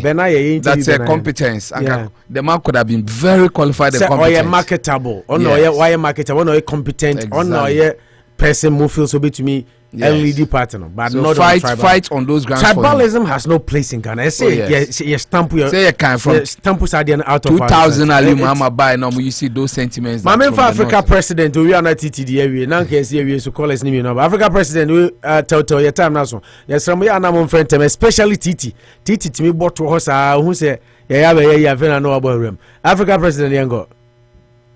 It doesn't be the minimum of I do a mission of my fight with the cake. Kraja, as Kakra is about to put it in, and then I do a Benesi Island with the Mumpanche White. Mamma was Moody. Mumicha, Chairman, could you argue with you will be a Michiano? All the non-man they make Adam with. I'm not to say, Papa, we somehow over Kayano. It is somebody because as a leader, so who shall say to go back to Swar? Nkwana idea you no mutu be ba obetwaka so mu gaya na wetin mean ka nti keme mesa bonsu e wo se ba o me promise to say onyara me flat bed na do be run me but ko say as a senior politicians no ko say o benum gum na obomu de mu ka na wo ba ai abi o ye de o kanta kakra o chake ba wo mu ya Kola na ewa je no dia no ba mo so doma asem no ba o mo bio ko nsema odi ba no se be obi so parliament ho no na say FPP party no bi so wa o mo so ale ko yo chairman tin so no o do ma do de ethics na no so o kata na o be de no no ka kiro me me ko dum so asam no kakra o ho ni ya ko bo o tam no bua o ntulinta because kwanya sa like dum so we buy no before say dum so memum bibi na asi oguru kwe abesi now I the parents so much me you in am for jaja do e do na je no wo akra no kumasa e je disco light tell us no ni e no aso enyina o ti ase ade no mun ka na kwanchi ki man fo no mu se bibi se na wo obi afo na Africa president what time aso summing up okay, thank you. Titi, 2 minutes. Now, yes, sorry, your time now, so far. If I call early, you will still give preference to the Ghanaian. Those who are calling from Ghana. Oh, so, I don't know our friend. I say our friend telling me, I say, me sure, yeah, me your list. People calls me by, and then I make their list, and then. Okay. So the Doomsaw now they have to go to radio station to explain what Doomsaw is. Who now the Doomsaw first about any radio stations are on the yeka. But what the way it is going is happening is like Doomsaw only takes place in the radio station. It's Ghanaians who are experiencing it. So it is not you who go to radio station to tell them, oh, this is whether it is Doomsaw or it is we are not yet there, whatever it is. Ghanaians, the ordinary people in the villages or in town, they are experiencing the Doomsaw. So this kind of coming to radio station, this one will say, oh, it is not. Well, I don't know how Ghanaians will take it back. And for me, I don't see this discussing at the radio station, giving meaning of Doomsaw. I don't think it's important. What is important is the promise that Nana to talk about. And who people are saying he should be the next transfer of NPP, they are the ones to solve it. If they cannot solve it right now, why Ghanaians, this is the reason why Ghana is not moving forward. The vice president, he is like a president. He is in power right now. What is he doing? And then you are fighting for 2024. You are in power, right? You have 3 years before that time. So what are you doing to solve the problem in the country? So Ghanaians, you need to wake up. Those who are advocating for Vice President Baumia to be the next flagbearer of NPP, tell him to do his work. Right now, he should do his work as a president to make sure all the promises they make to Ghanaians, they fulfill it. Not for you to be coming for fighting or talking unnecessarily that he should be the next black brother. Who is the power right now? He is spending the people. Ghanaians, wake up, open your eyes. What is wrong with that? Okay, let me end here. Yeah, that's CP Honorable Titi. Is it the Honorable account? I was your Jumadi and Isia Yami had much, and I be share, but my infa and Kaibo Bakumi, new info, Mamma and Sania, sorry, so the Edikan, Sabia Uti Unity Radio, Worcester for Nitiru, maybe Mutai Castle or Anra, Menina, Ekasa, or say as Lincoln Honoya no Munian Yenia, they said the Munian Misro. Say Unya, the Obayani Selbeko Play Store. Now I download the app no. Now I download the app now Unity Radio Worcester. Maybe on Nambia no. You can listen to us. And one say over connected to a bacho or car no or Bluetooth abiti now connected to the car or Bluetooth out in or suma you can do that. Inti mo amuse bioha yeah delivery near day or tranra no busy or driver or tra obokrundi refi around neighboring communities ne ba ko do hono na article inti say take us ambacho mun download app no say the marker no. That is the best we can do for now. Mun download app no Unity Radio Worcester uko Play Store Unity Radio Worcester yenya technical problem kakra intina app de na channel invite IT person na all ya de no wenya emergency kakra minti ene untimi nwie no nka ye wie dada but he's had some problems personal problems amano nya available right now. We can put it on air inti na nwie no na mon bear with us inti another chance so ubetumi tuning so tuning app na o number bia o search for Unity Radio Worcester on tuning so ubetumi issue no minti that is how mo ya na mo kasa mo drive mo ye delivery na de mo pay ways mo de betie na phone number so I guess no de mu nyina mo nim dada phone number ubetumi dial de etiba ya na I prefer say ube use app no because ebi mo mo phone providers no ha adwene nti eba sa oticha na mo ma problems nti ubetumi etie no phone so number ne 605-313-0451 605-313-0451 eno no ubetumi ede etia eno so ubetumi etie ho ena ya wo fie na person hwe show no nso a ubetumi ahwe no two places TV so ubetumi ahwe no YouTube uko YouTube Unity Radio page no subscribe na watumi ahwe no o smart TV so Magnus Boafo ubetumi ahwe no smart TV ne so uko YouTube anu search for Unity TV Worcester Unity TV Worcester eho ubetumi ahwe no live and now uko Facebook nso a like Unity Radio page no Facebook. Just like Manucho keeps saying, Abuja, we bring you the programs you like it. Temusumo moye na radio no enyini nem promote to. Said yesu ebe tumi akoso grow. So ya ma amanfo efre no. Nti ye de bibitu dwase anamusumo aboan. Muhia yensu yehiamo. So temumo go on Facebook and like our page, Unity Radio page no. Like in the flowing. Nti programs no ba no join and also do suggestions. Why yes aba. I'm very happy and I say we had about 91 comments, but mentumi an kind of because ebia yira ne ade yami shira mu nyina. And then again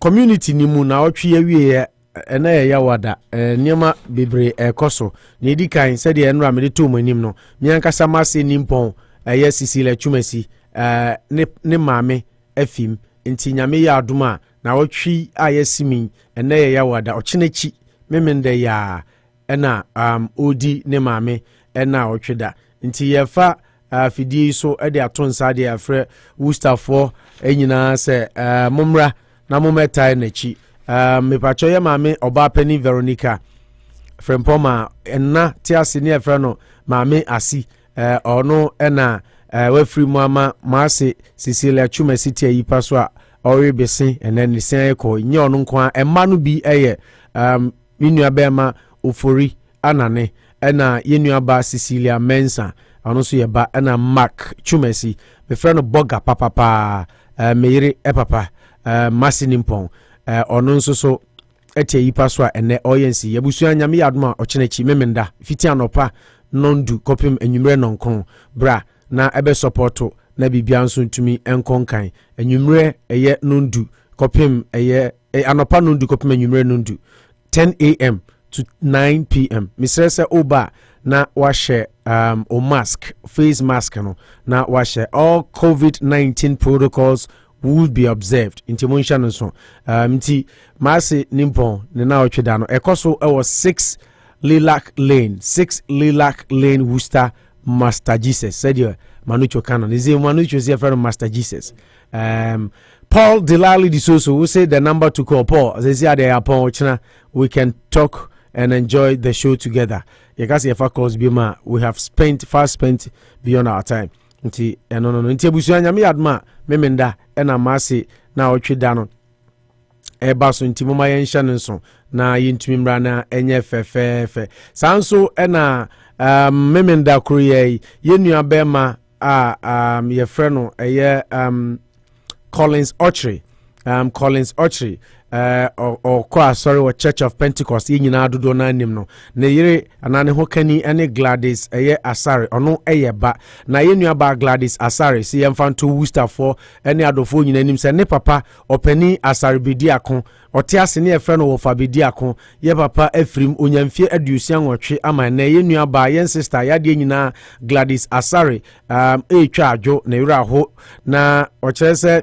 Yen papa Efrim nhyehyɛ a wayɛ ɛne sɛ nyame yɛ adoma memenda ɛbɛyɛ ɛna ɔyɛ yi ɛwɔ ɛyɛ Church of Pentecost 41 Providence Street nti wisafo nyinaa moma yi nyinaa mmra ɔkyerɛ sɛ wopɛ nkyerɛmu bi abɛtumi afrɛ Pentecost presiding elder 508-762-7698 anaasɛ wobɛtumi afrɛ Cassius Ochre 508-414-7315 and also ebejo so Gladys Asare si wetumi afre onu amu so 508-981-3156 508-981-3156 ena eye asew a ene otie yipa so enso ye Collins Ochre